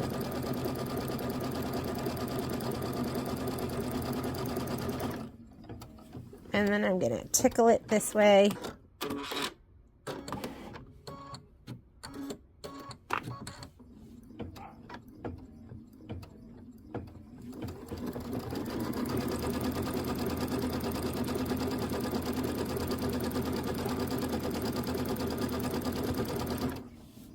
And now let me put my lime thread in, and it's going to do the quilting.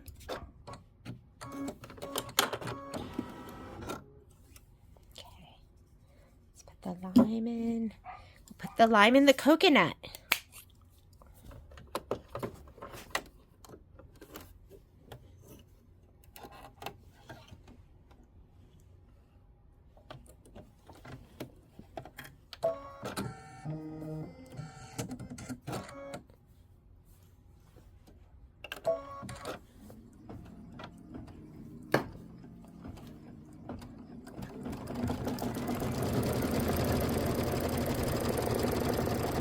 And this is going to be 2 minutes of stitching. Actually, it's 4 minutes of stitching.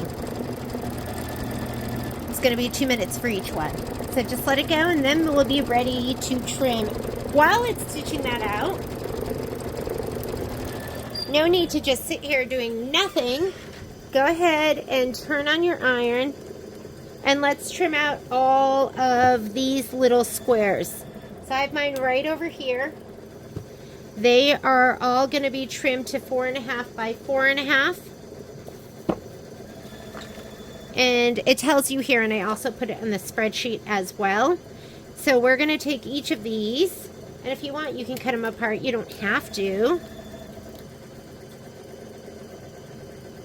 Might be easier.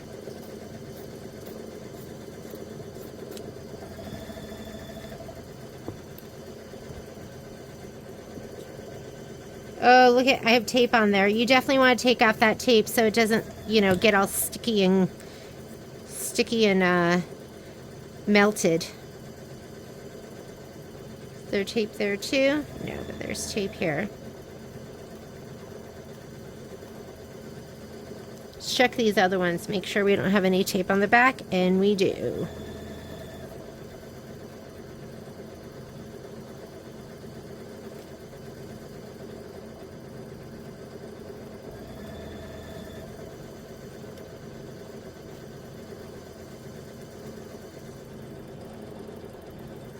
Tape, detaped. No more tape on that.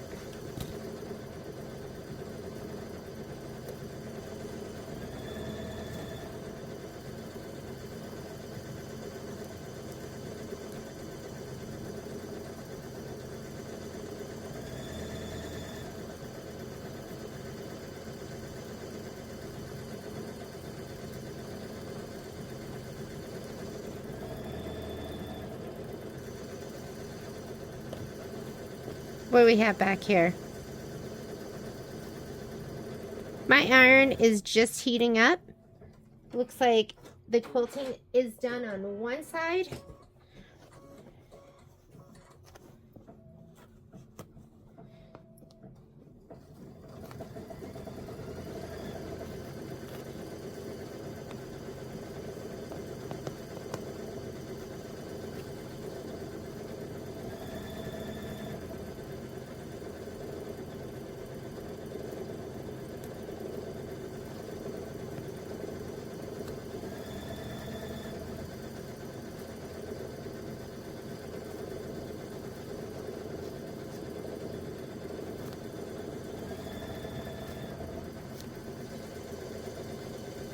There was a time I would have just kept all of this and just kept reusing it and reusing it, but I'm going to throw it away.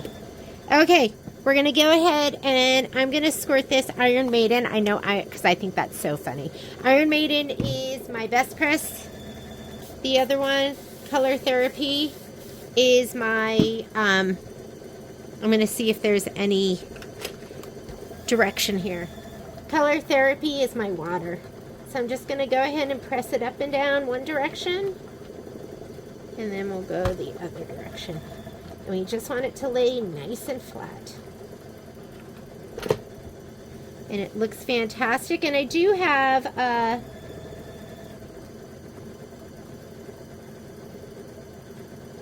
some threads I need to clip.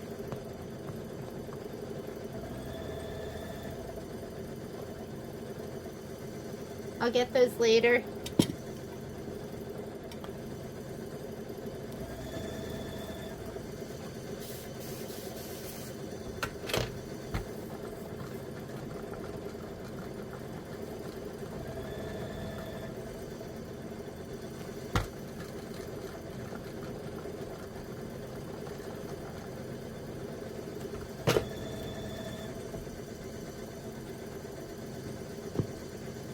I'm going to press this one first and then I'll cut them.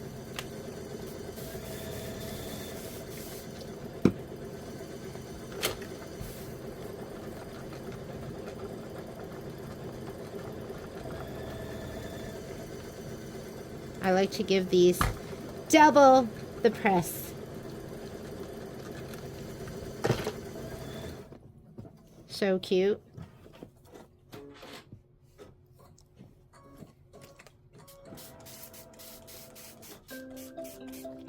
Sounds like those are done. Those will be ready for me to trim, and then we can sew them on to either side of the good egg.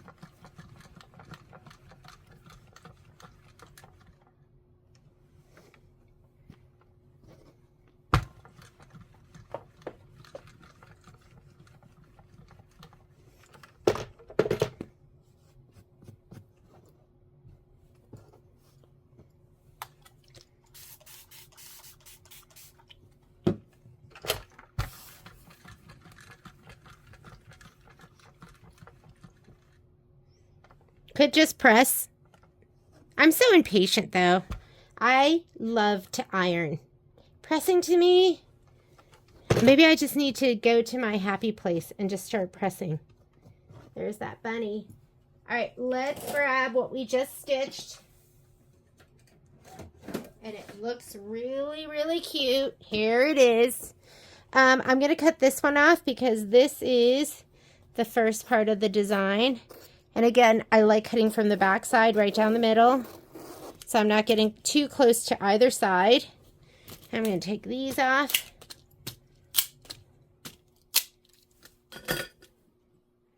I have a cup up there, like this beautiful mug that I got in Argentina. And then we'll cut this one off. This I can see between the two, so I'm just going to go ahead and cut. And this butterfly, that is ready for, it's ready for maize. And then I'm just going to go ahead and cut these. And we'll go ahead and press these.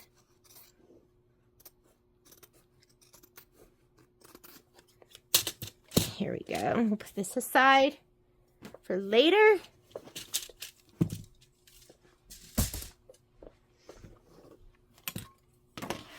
Go ahead and press both of these from the back, and then we'll press them from the front.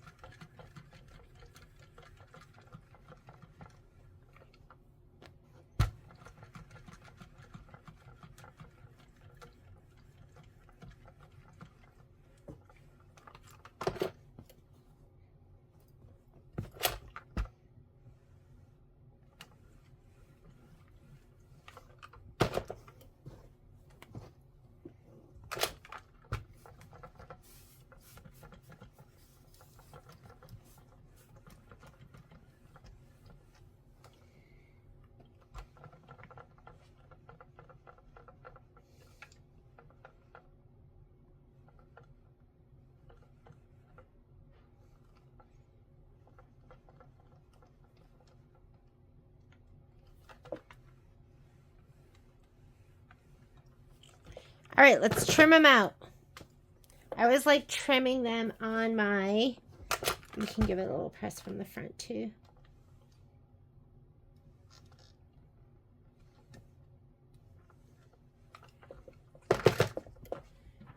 Here's my rotating mat. And these need to be trimmed down to 1.5 by 12.5. We can go ahead and do my 12.5. And then 1.5 is going to be, let me see if that is 1/4 inch, 1/4 inch. That is 1.5.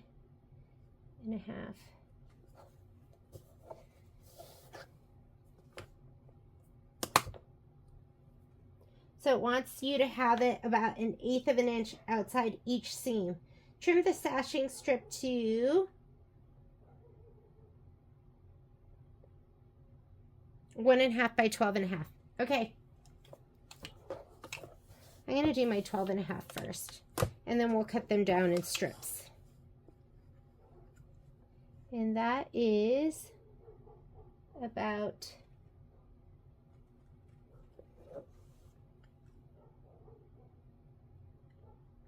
that 1/2 inch on either side. There's 1/2 inch, and there's 1/2 inch, and it is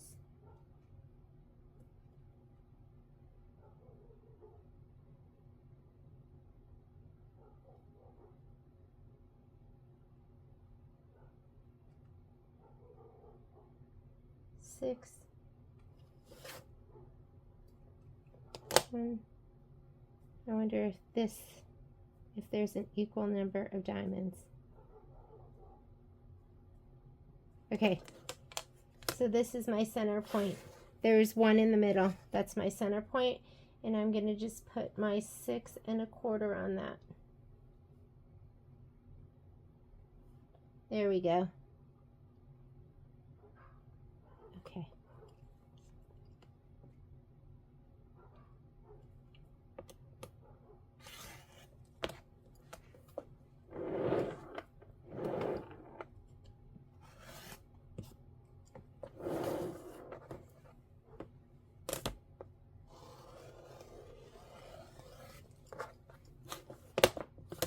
Now I'm going to go 1/8 of an inch on each side.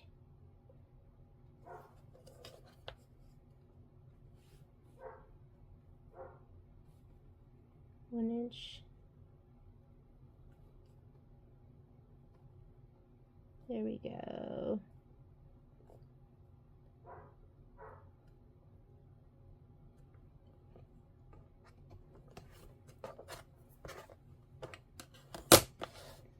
So this inside is going to be 1 1/4. So you got to go 1/8 of an inch on either side.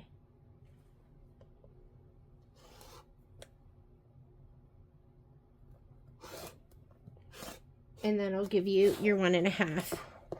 Do you see that? 1/8 of an inch on either side. I had to just figure that out. 1 inch, and now you can cut to your 1.5.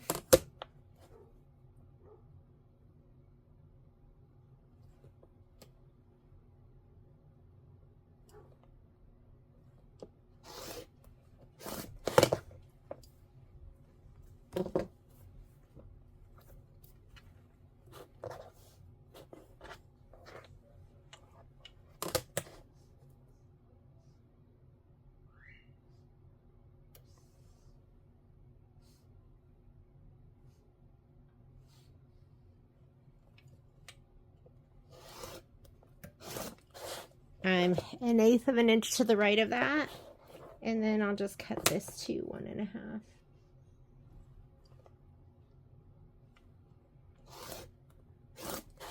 All right, I had to figure that out a little bit. Okay, so there's one diamond right in the middle, and so I did 6 1/4 one direction and 6 1/4 the other, and then I did 1/8 of an inch to the right and to the left of each of those. And when we sew it down, that'll get sewn into your 1/4 inch, so you don't have to pull that stitch out. Let's go ahead and do this one next. This one you need to trim down to, that one is the Good egg. 2.5 by 12.5. That's your final cut size. And you do have the little hash mark right here and here. And that's going to be where you're going to put your 6.25.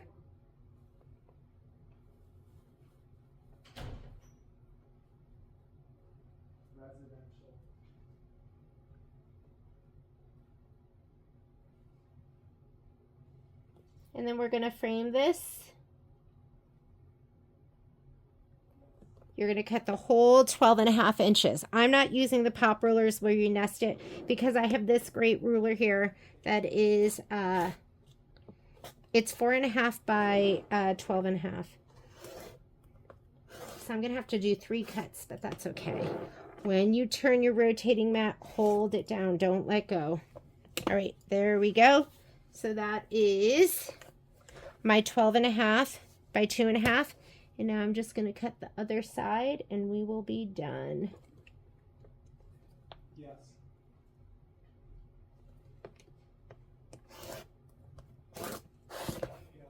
Okay, we do want to pull out that little seam right there because I made this a little bit smaller to fit it into my hoop.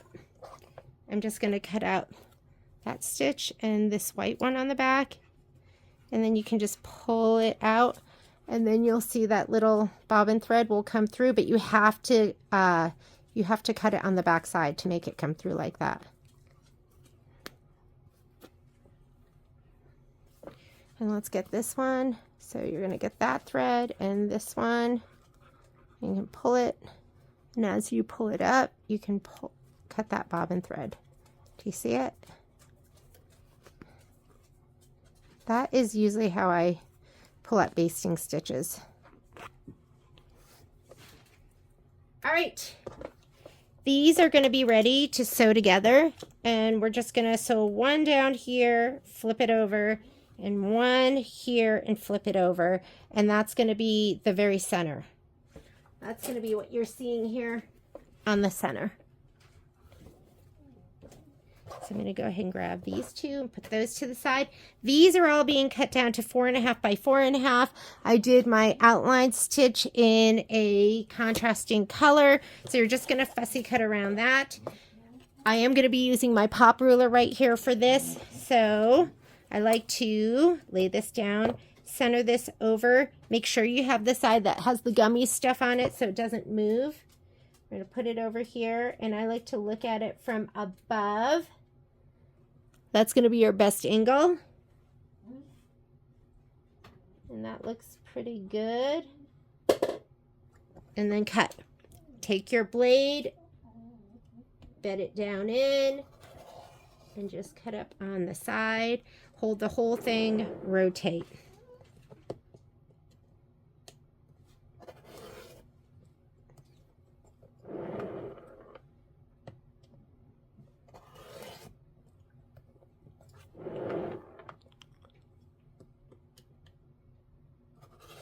This is pretty thick.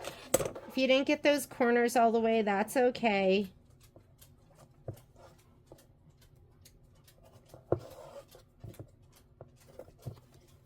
And here's bunny number 1. And just repeat with each one. Lay this on top, look straight down. Check it from all the different sides. You can also use just a regular ruler. Oop, that felt really thick and I don't think I would. So these have some layers. So you might have to really push.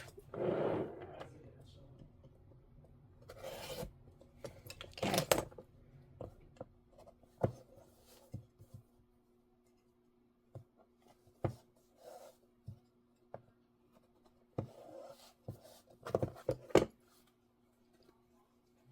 That one's done.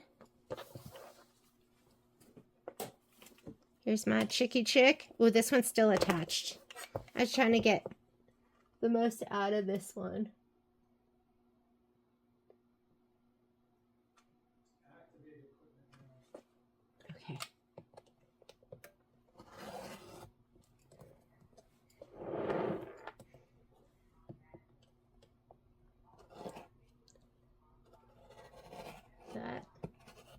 can feel I'm not going through all of that. I think self-healing mats are amazing, right? That I'm like cutting through this, but like, I mean, how did they create these? That I can cut into this over and over again?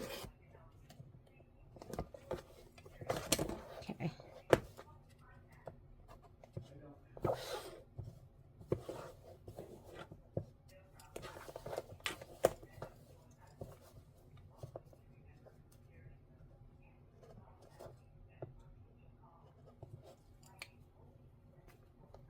Chick, done.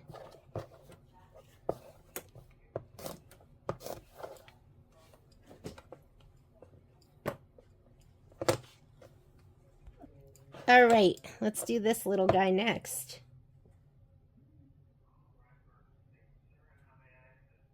So I've tried both on the app and on the. I just tried to do it through the Activate Now link that the system gave me, but it's basically telling me that isn't available at this address. So I just need to activate. I've got the hooked up, and I just need to get it activated.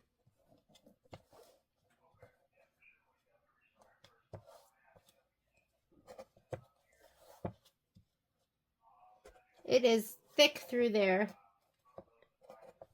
It's going to be thick when you're sewing it all together.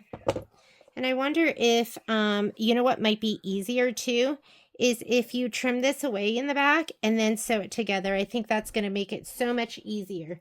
So if you want to, on these, just within that 1/4 inch, and then when we go to sew it together, I think it's going to be so much easier. So these are the ones that are the, these are the eggs. The ones that are the applique eggs.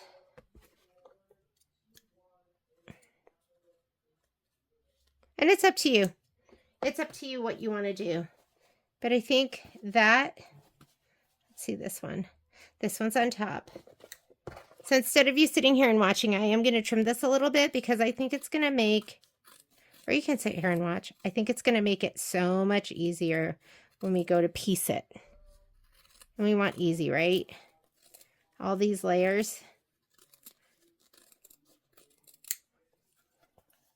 I wonder if it said to do that when you're piecing it. Follow the instructions, press the seams. I don't think it does. Does it say that anywhere? Trimming. No, it doesn't, but this, I think, will save you a little bit of grief.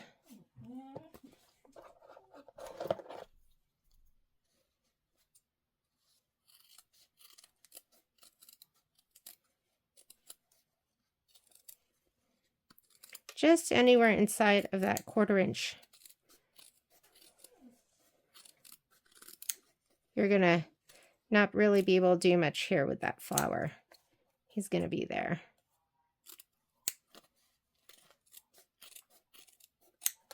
Okay, like that.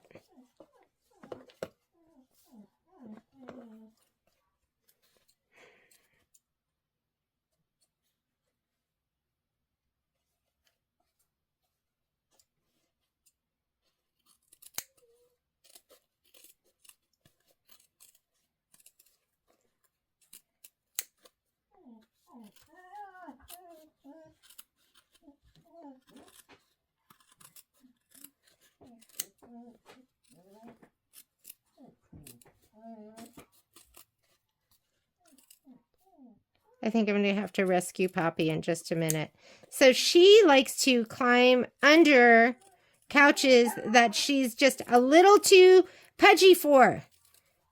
And then she cries and we have to grab her by her paws and we have to pull her out. So I think that's what's going on right now.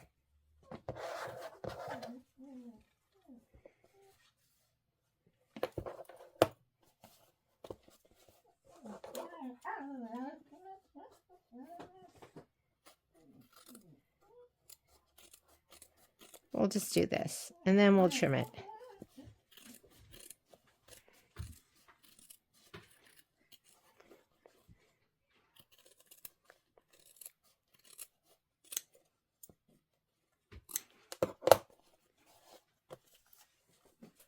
Oh, little Miss Princess got out all on her own. I guess she got tired of somebody coming to rescue her.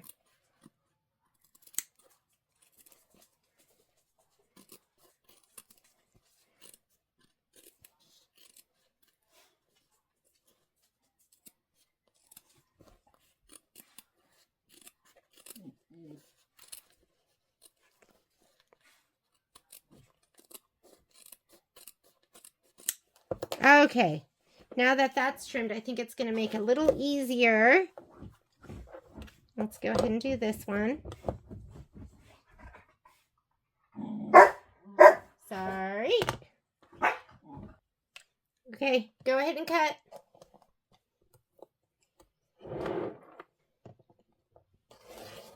Oh, so much easier.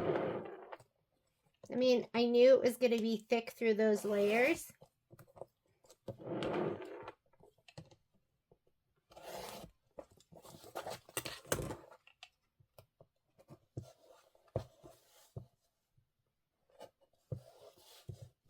Okay, bunny, done. Last one is the chick.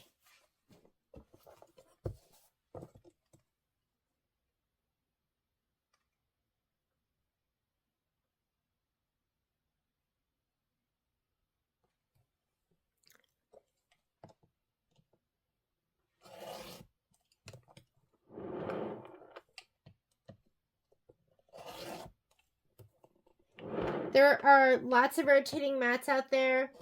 I think the Martelli is the best because it has like these ball bearings on there, and so you don't get flat spots when you're swinging it around. I have the Olfas too, and I really like those. I really like that. My big one is what, 17 by 17.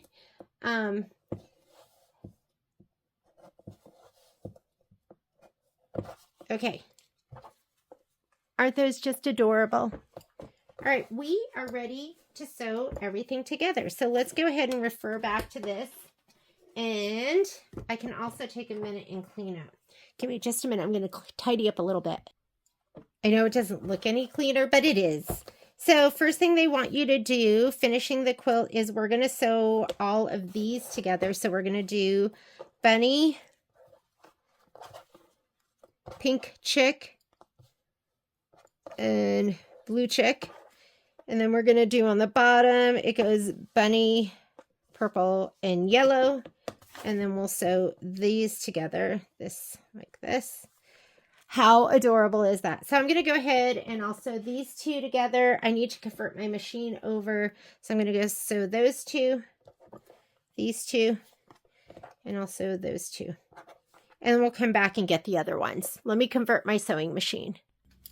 So I'm just going to go ahead and say okay to finish the embroidery. I'm going to go home and I'm going to go into sewing. And I think most of you have seen this accessory. This is the advanced screwdriver. It's CNADS. It's on our website. And it is one of my favorite tools ever. I love it because there is a screwdriver in there and you slide it over the screw and then it won't go anywhere because it just stays on. So you don't have to worry about your screwdriver coming on and off. Go ahead and turn it a couple of turns, loosen it, and then you can take your foot off. That should never be loose enough for you to undo by hand. You should not just be hand tightening it. This is my dual feed foot control and I absolutely love it. And I sew with it probably 90% of the time, if not more. The only time I don't use it is if there is a sole that you have to plug it in the back. If there is a foot that doesn't work with it, like, I don't know, like a specialty foot, and I'm going to use this on here to tighten it up. Okay, there. Okay, just a little bit. You're just going to turn it a little bit. But this is my 1/4 inch sole. I'm going to go ahead and just put in, what color thread should I use? I'm just going to put white in. let me take off my shoes because I like to sew barefoot. And I'm just leaving my pre-wound bobbin in there. It's just polyester thread. I'm going to take this out. And you know you have this bottom that pops off. So you can keep your thread nice and tidy. Just slide it in there and cinch it down. And then your thread is going to stay there. I know some people don't even realize they have thread like that. And I'm just going to put white in the top. A lot of times when I'm piecing stuff like this together, I'll just use my regular white embroidery thread, or I'll use Deco Bob. So let me grab these two first and make sure this looks right. Let me grab my instruction book.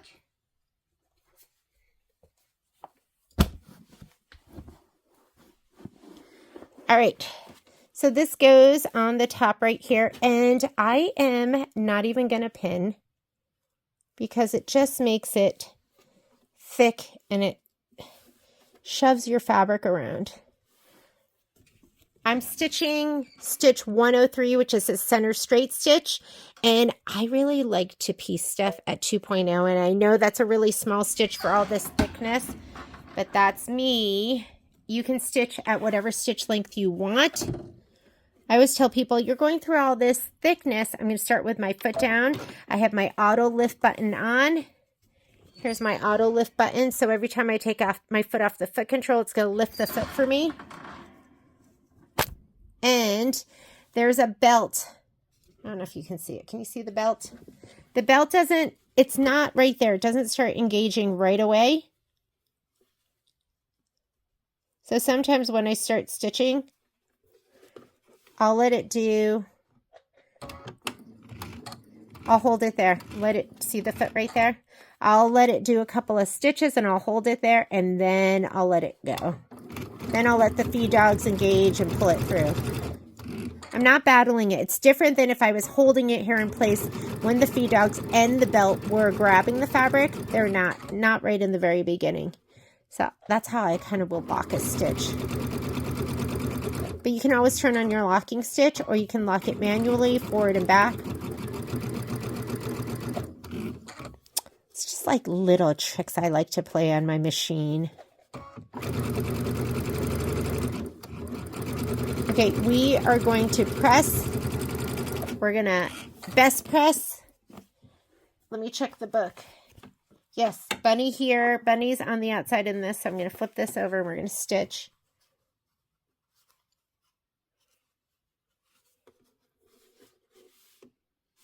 Okay, my foot's down, my needle's down, my foot came up. I can just slide this under because I have that auto pivot button on. I'm stitching at that 2.0, so the stitch is nice and tight, which means if I cut in between, it's not going to ravel. And I usually show just a couple stitches off. Blue is all the way to the left, purple's in the middle. Let's go ahead and sew those together.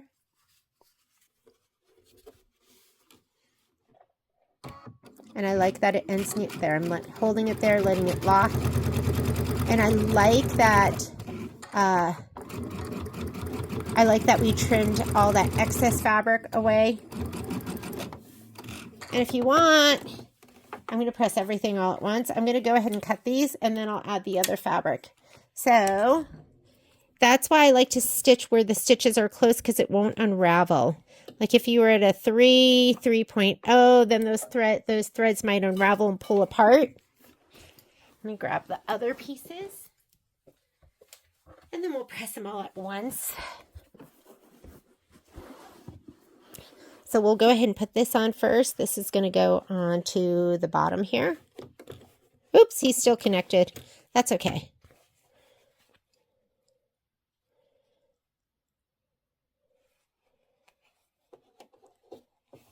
Here we go.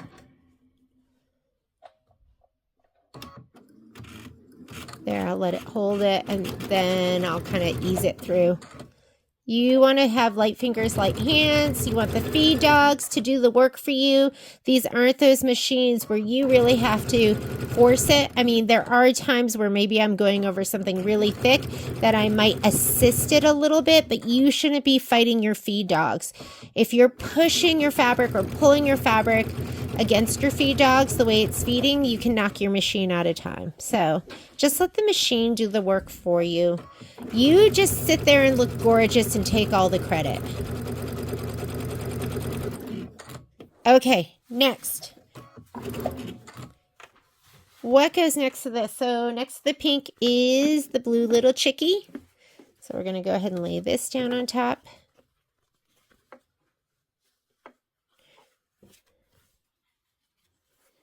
Oh, I feel like I should trim this away too. That's just another layer. Scissors, my scissors. I could just tell.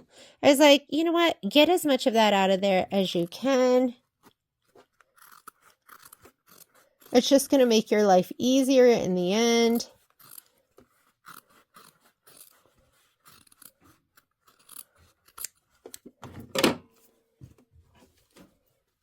Oh, was I supposed to do this one too? Yeah, I should have cut this one out too. I didn't, but so it's going to be thick on that one side, but let's take care of it on the other sides. And this is all going to get covered over.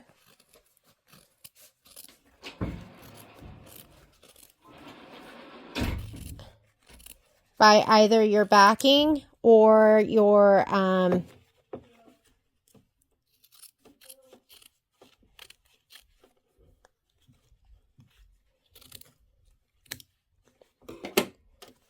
just leave it like that.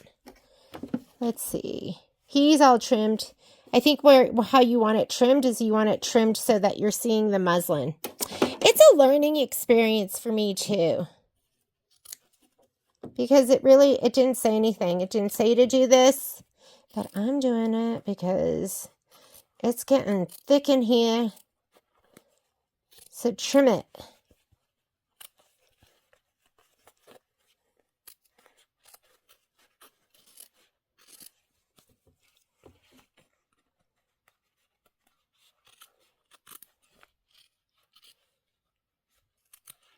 I mean, nothing you can do about that. There's a flower there. You got to leave it.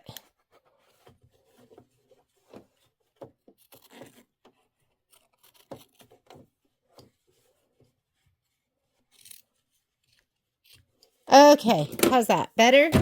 Yeah, so I see the muslin on all the sides. So here we go. Orange, pink, and then blue chickie trimmed all the way back.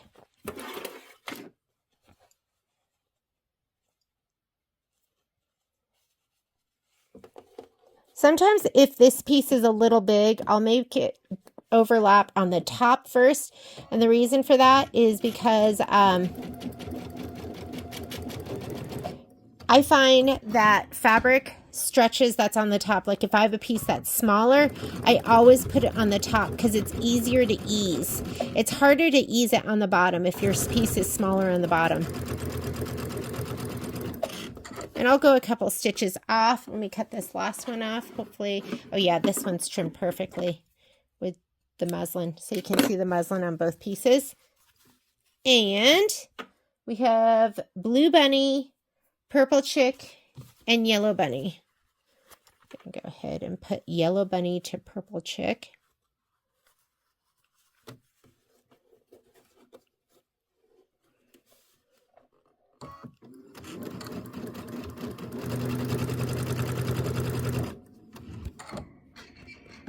Seeing that okay?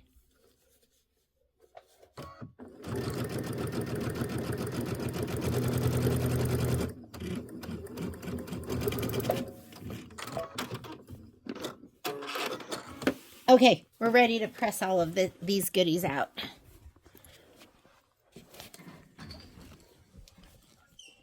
Here we go. Move that rotating mat. Unless you want to melt it. Here we go. Okay, let's cut this all apart.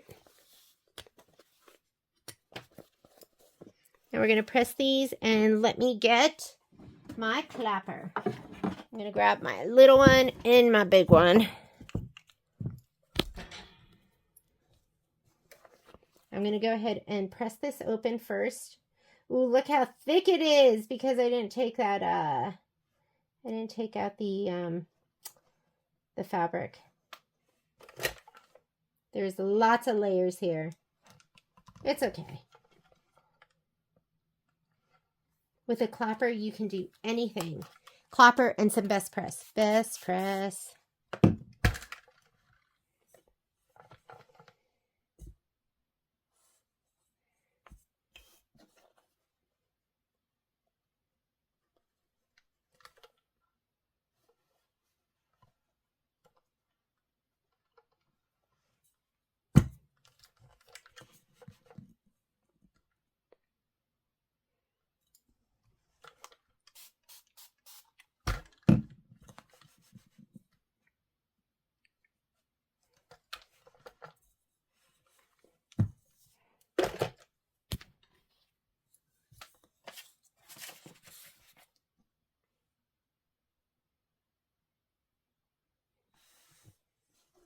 Right. That is the top row. Let's do this one. And you know what I didn't do is I didn't press it beforehand to just kind of settle that stitch. It just warms it up and just makes it a little more pliable.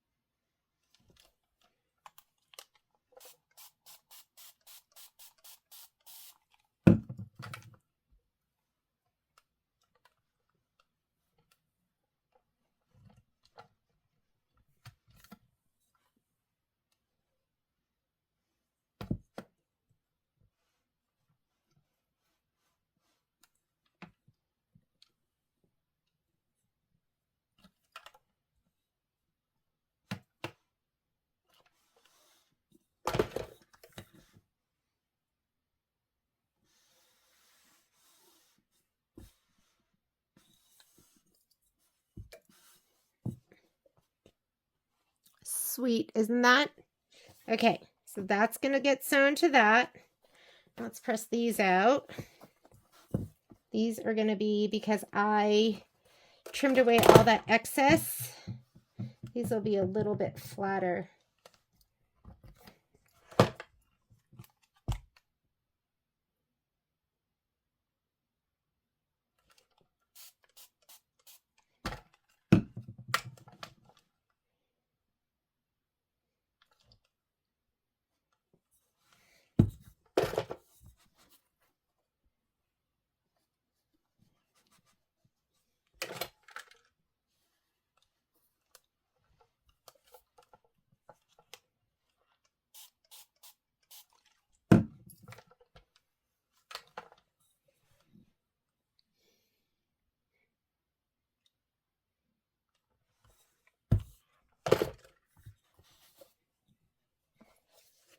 Okay, I'm going to let that sit there, and while it's sitting there, I'm going to go ahead and sew these two pieces together.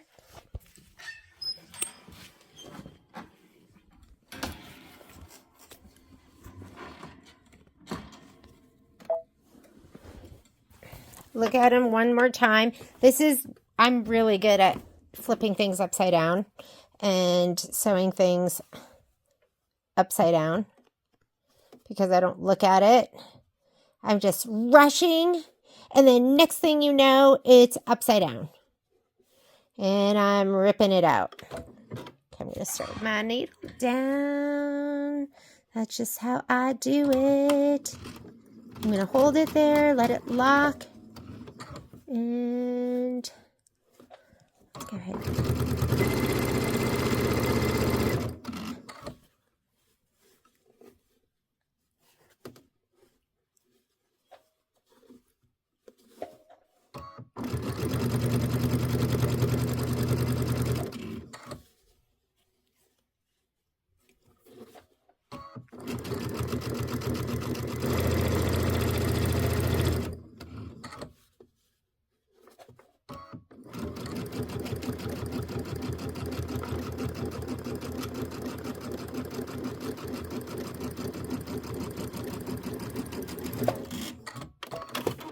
I think I have just enough thread to put the other part through.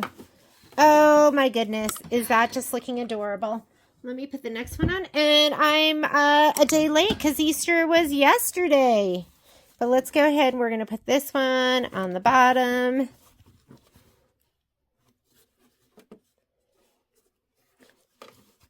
I'm going to start with my needle down. Let it do a little locking stitch. Going to make sure.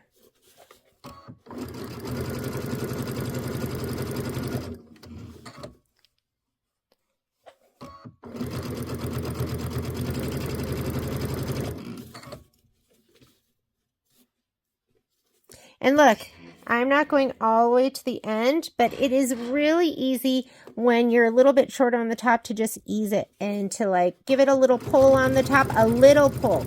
You don't want to be fighting it, and just to make it fit. It's a lot harder to pull the bottom to make the bottom fit the top. And now it's perfect.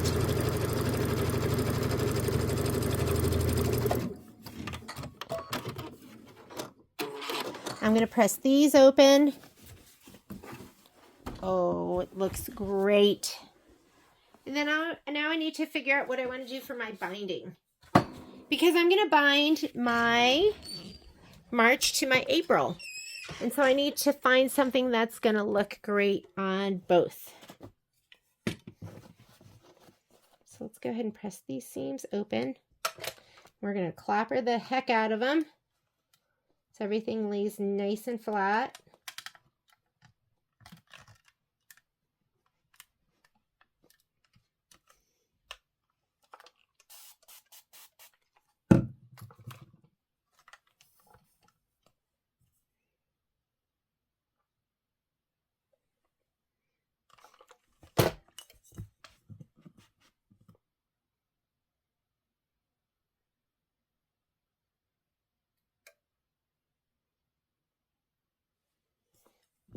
I'm going to flip it this direction. Let's do this side.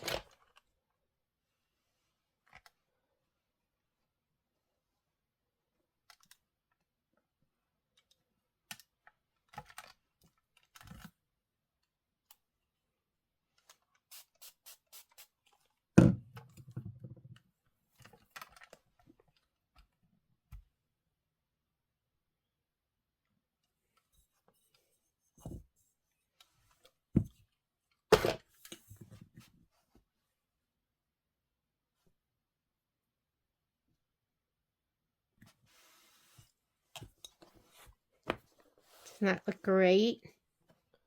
Okay, let me do this side. Let's open up that seam. Give it a little press. Be mindful of what's happening in the seam next to you.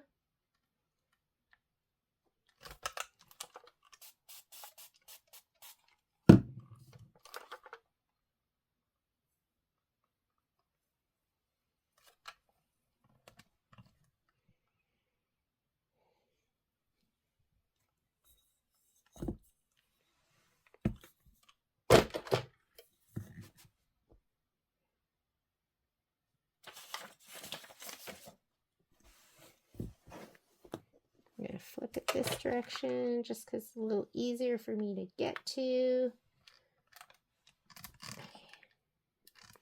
Press it open. Little best press to hold it.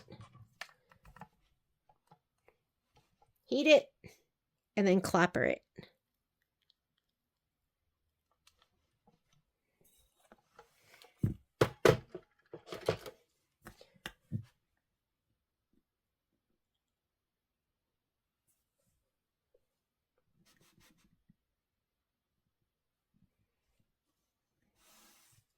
All right. And there's my April mini quilt. There's a couple things you need to do. You do want to go through here and trim all of those icky jump threads. And to do that, I would grab a pair of snips. And then these are my new Tula Pink snips with the hook. So I'm sorry, you want your tweezers. And you want to go through here, like look at that giant eyelash that my bunny has. You can grab that and then get the little hook and cut it. I have something on his nose too. And is that it? There's a thread here. So I want you to go through and get rid of all the ick.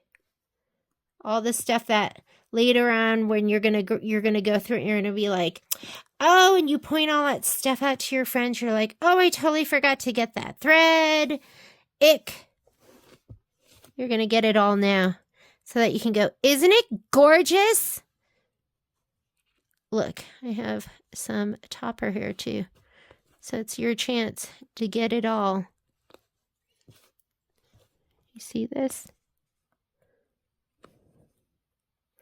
Get the ick. Oh, I have one little thread there. That's it.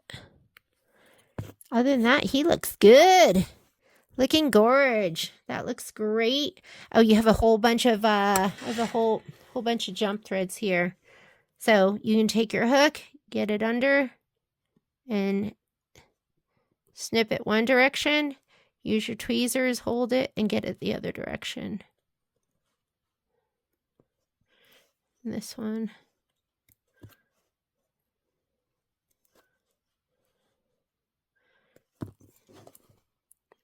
That's why the hook's so nice. I'll go through and get all these with the hook first.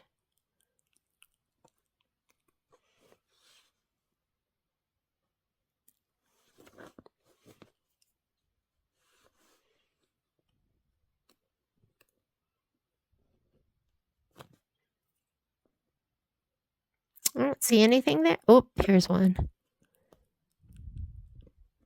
When I first, and I look at some of my projects from the beginning, and they all have jump threads. I didn't trim anything.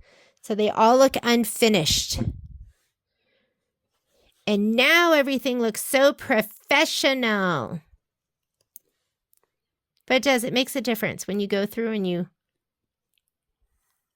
trim all this stuff off. Let me get this one.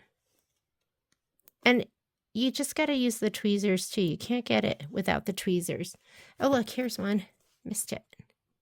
It's a big one.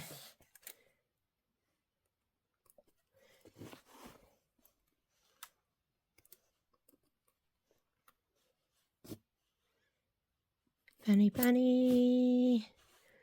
A little thread right here.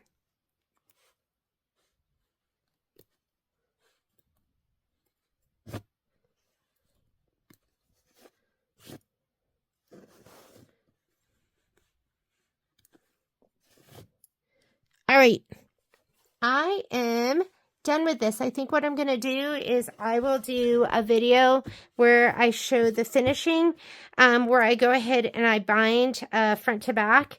Let me grab March. March is beautiful.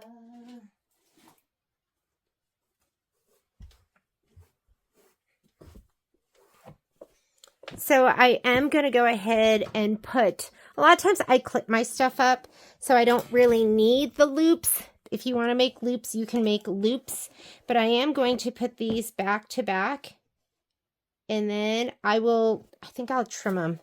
I think I'm going to square them up the tiniest bit just to make sure they're as square as they can be.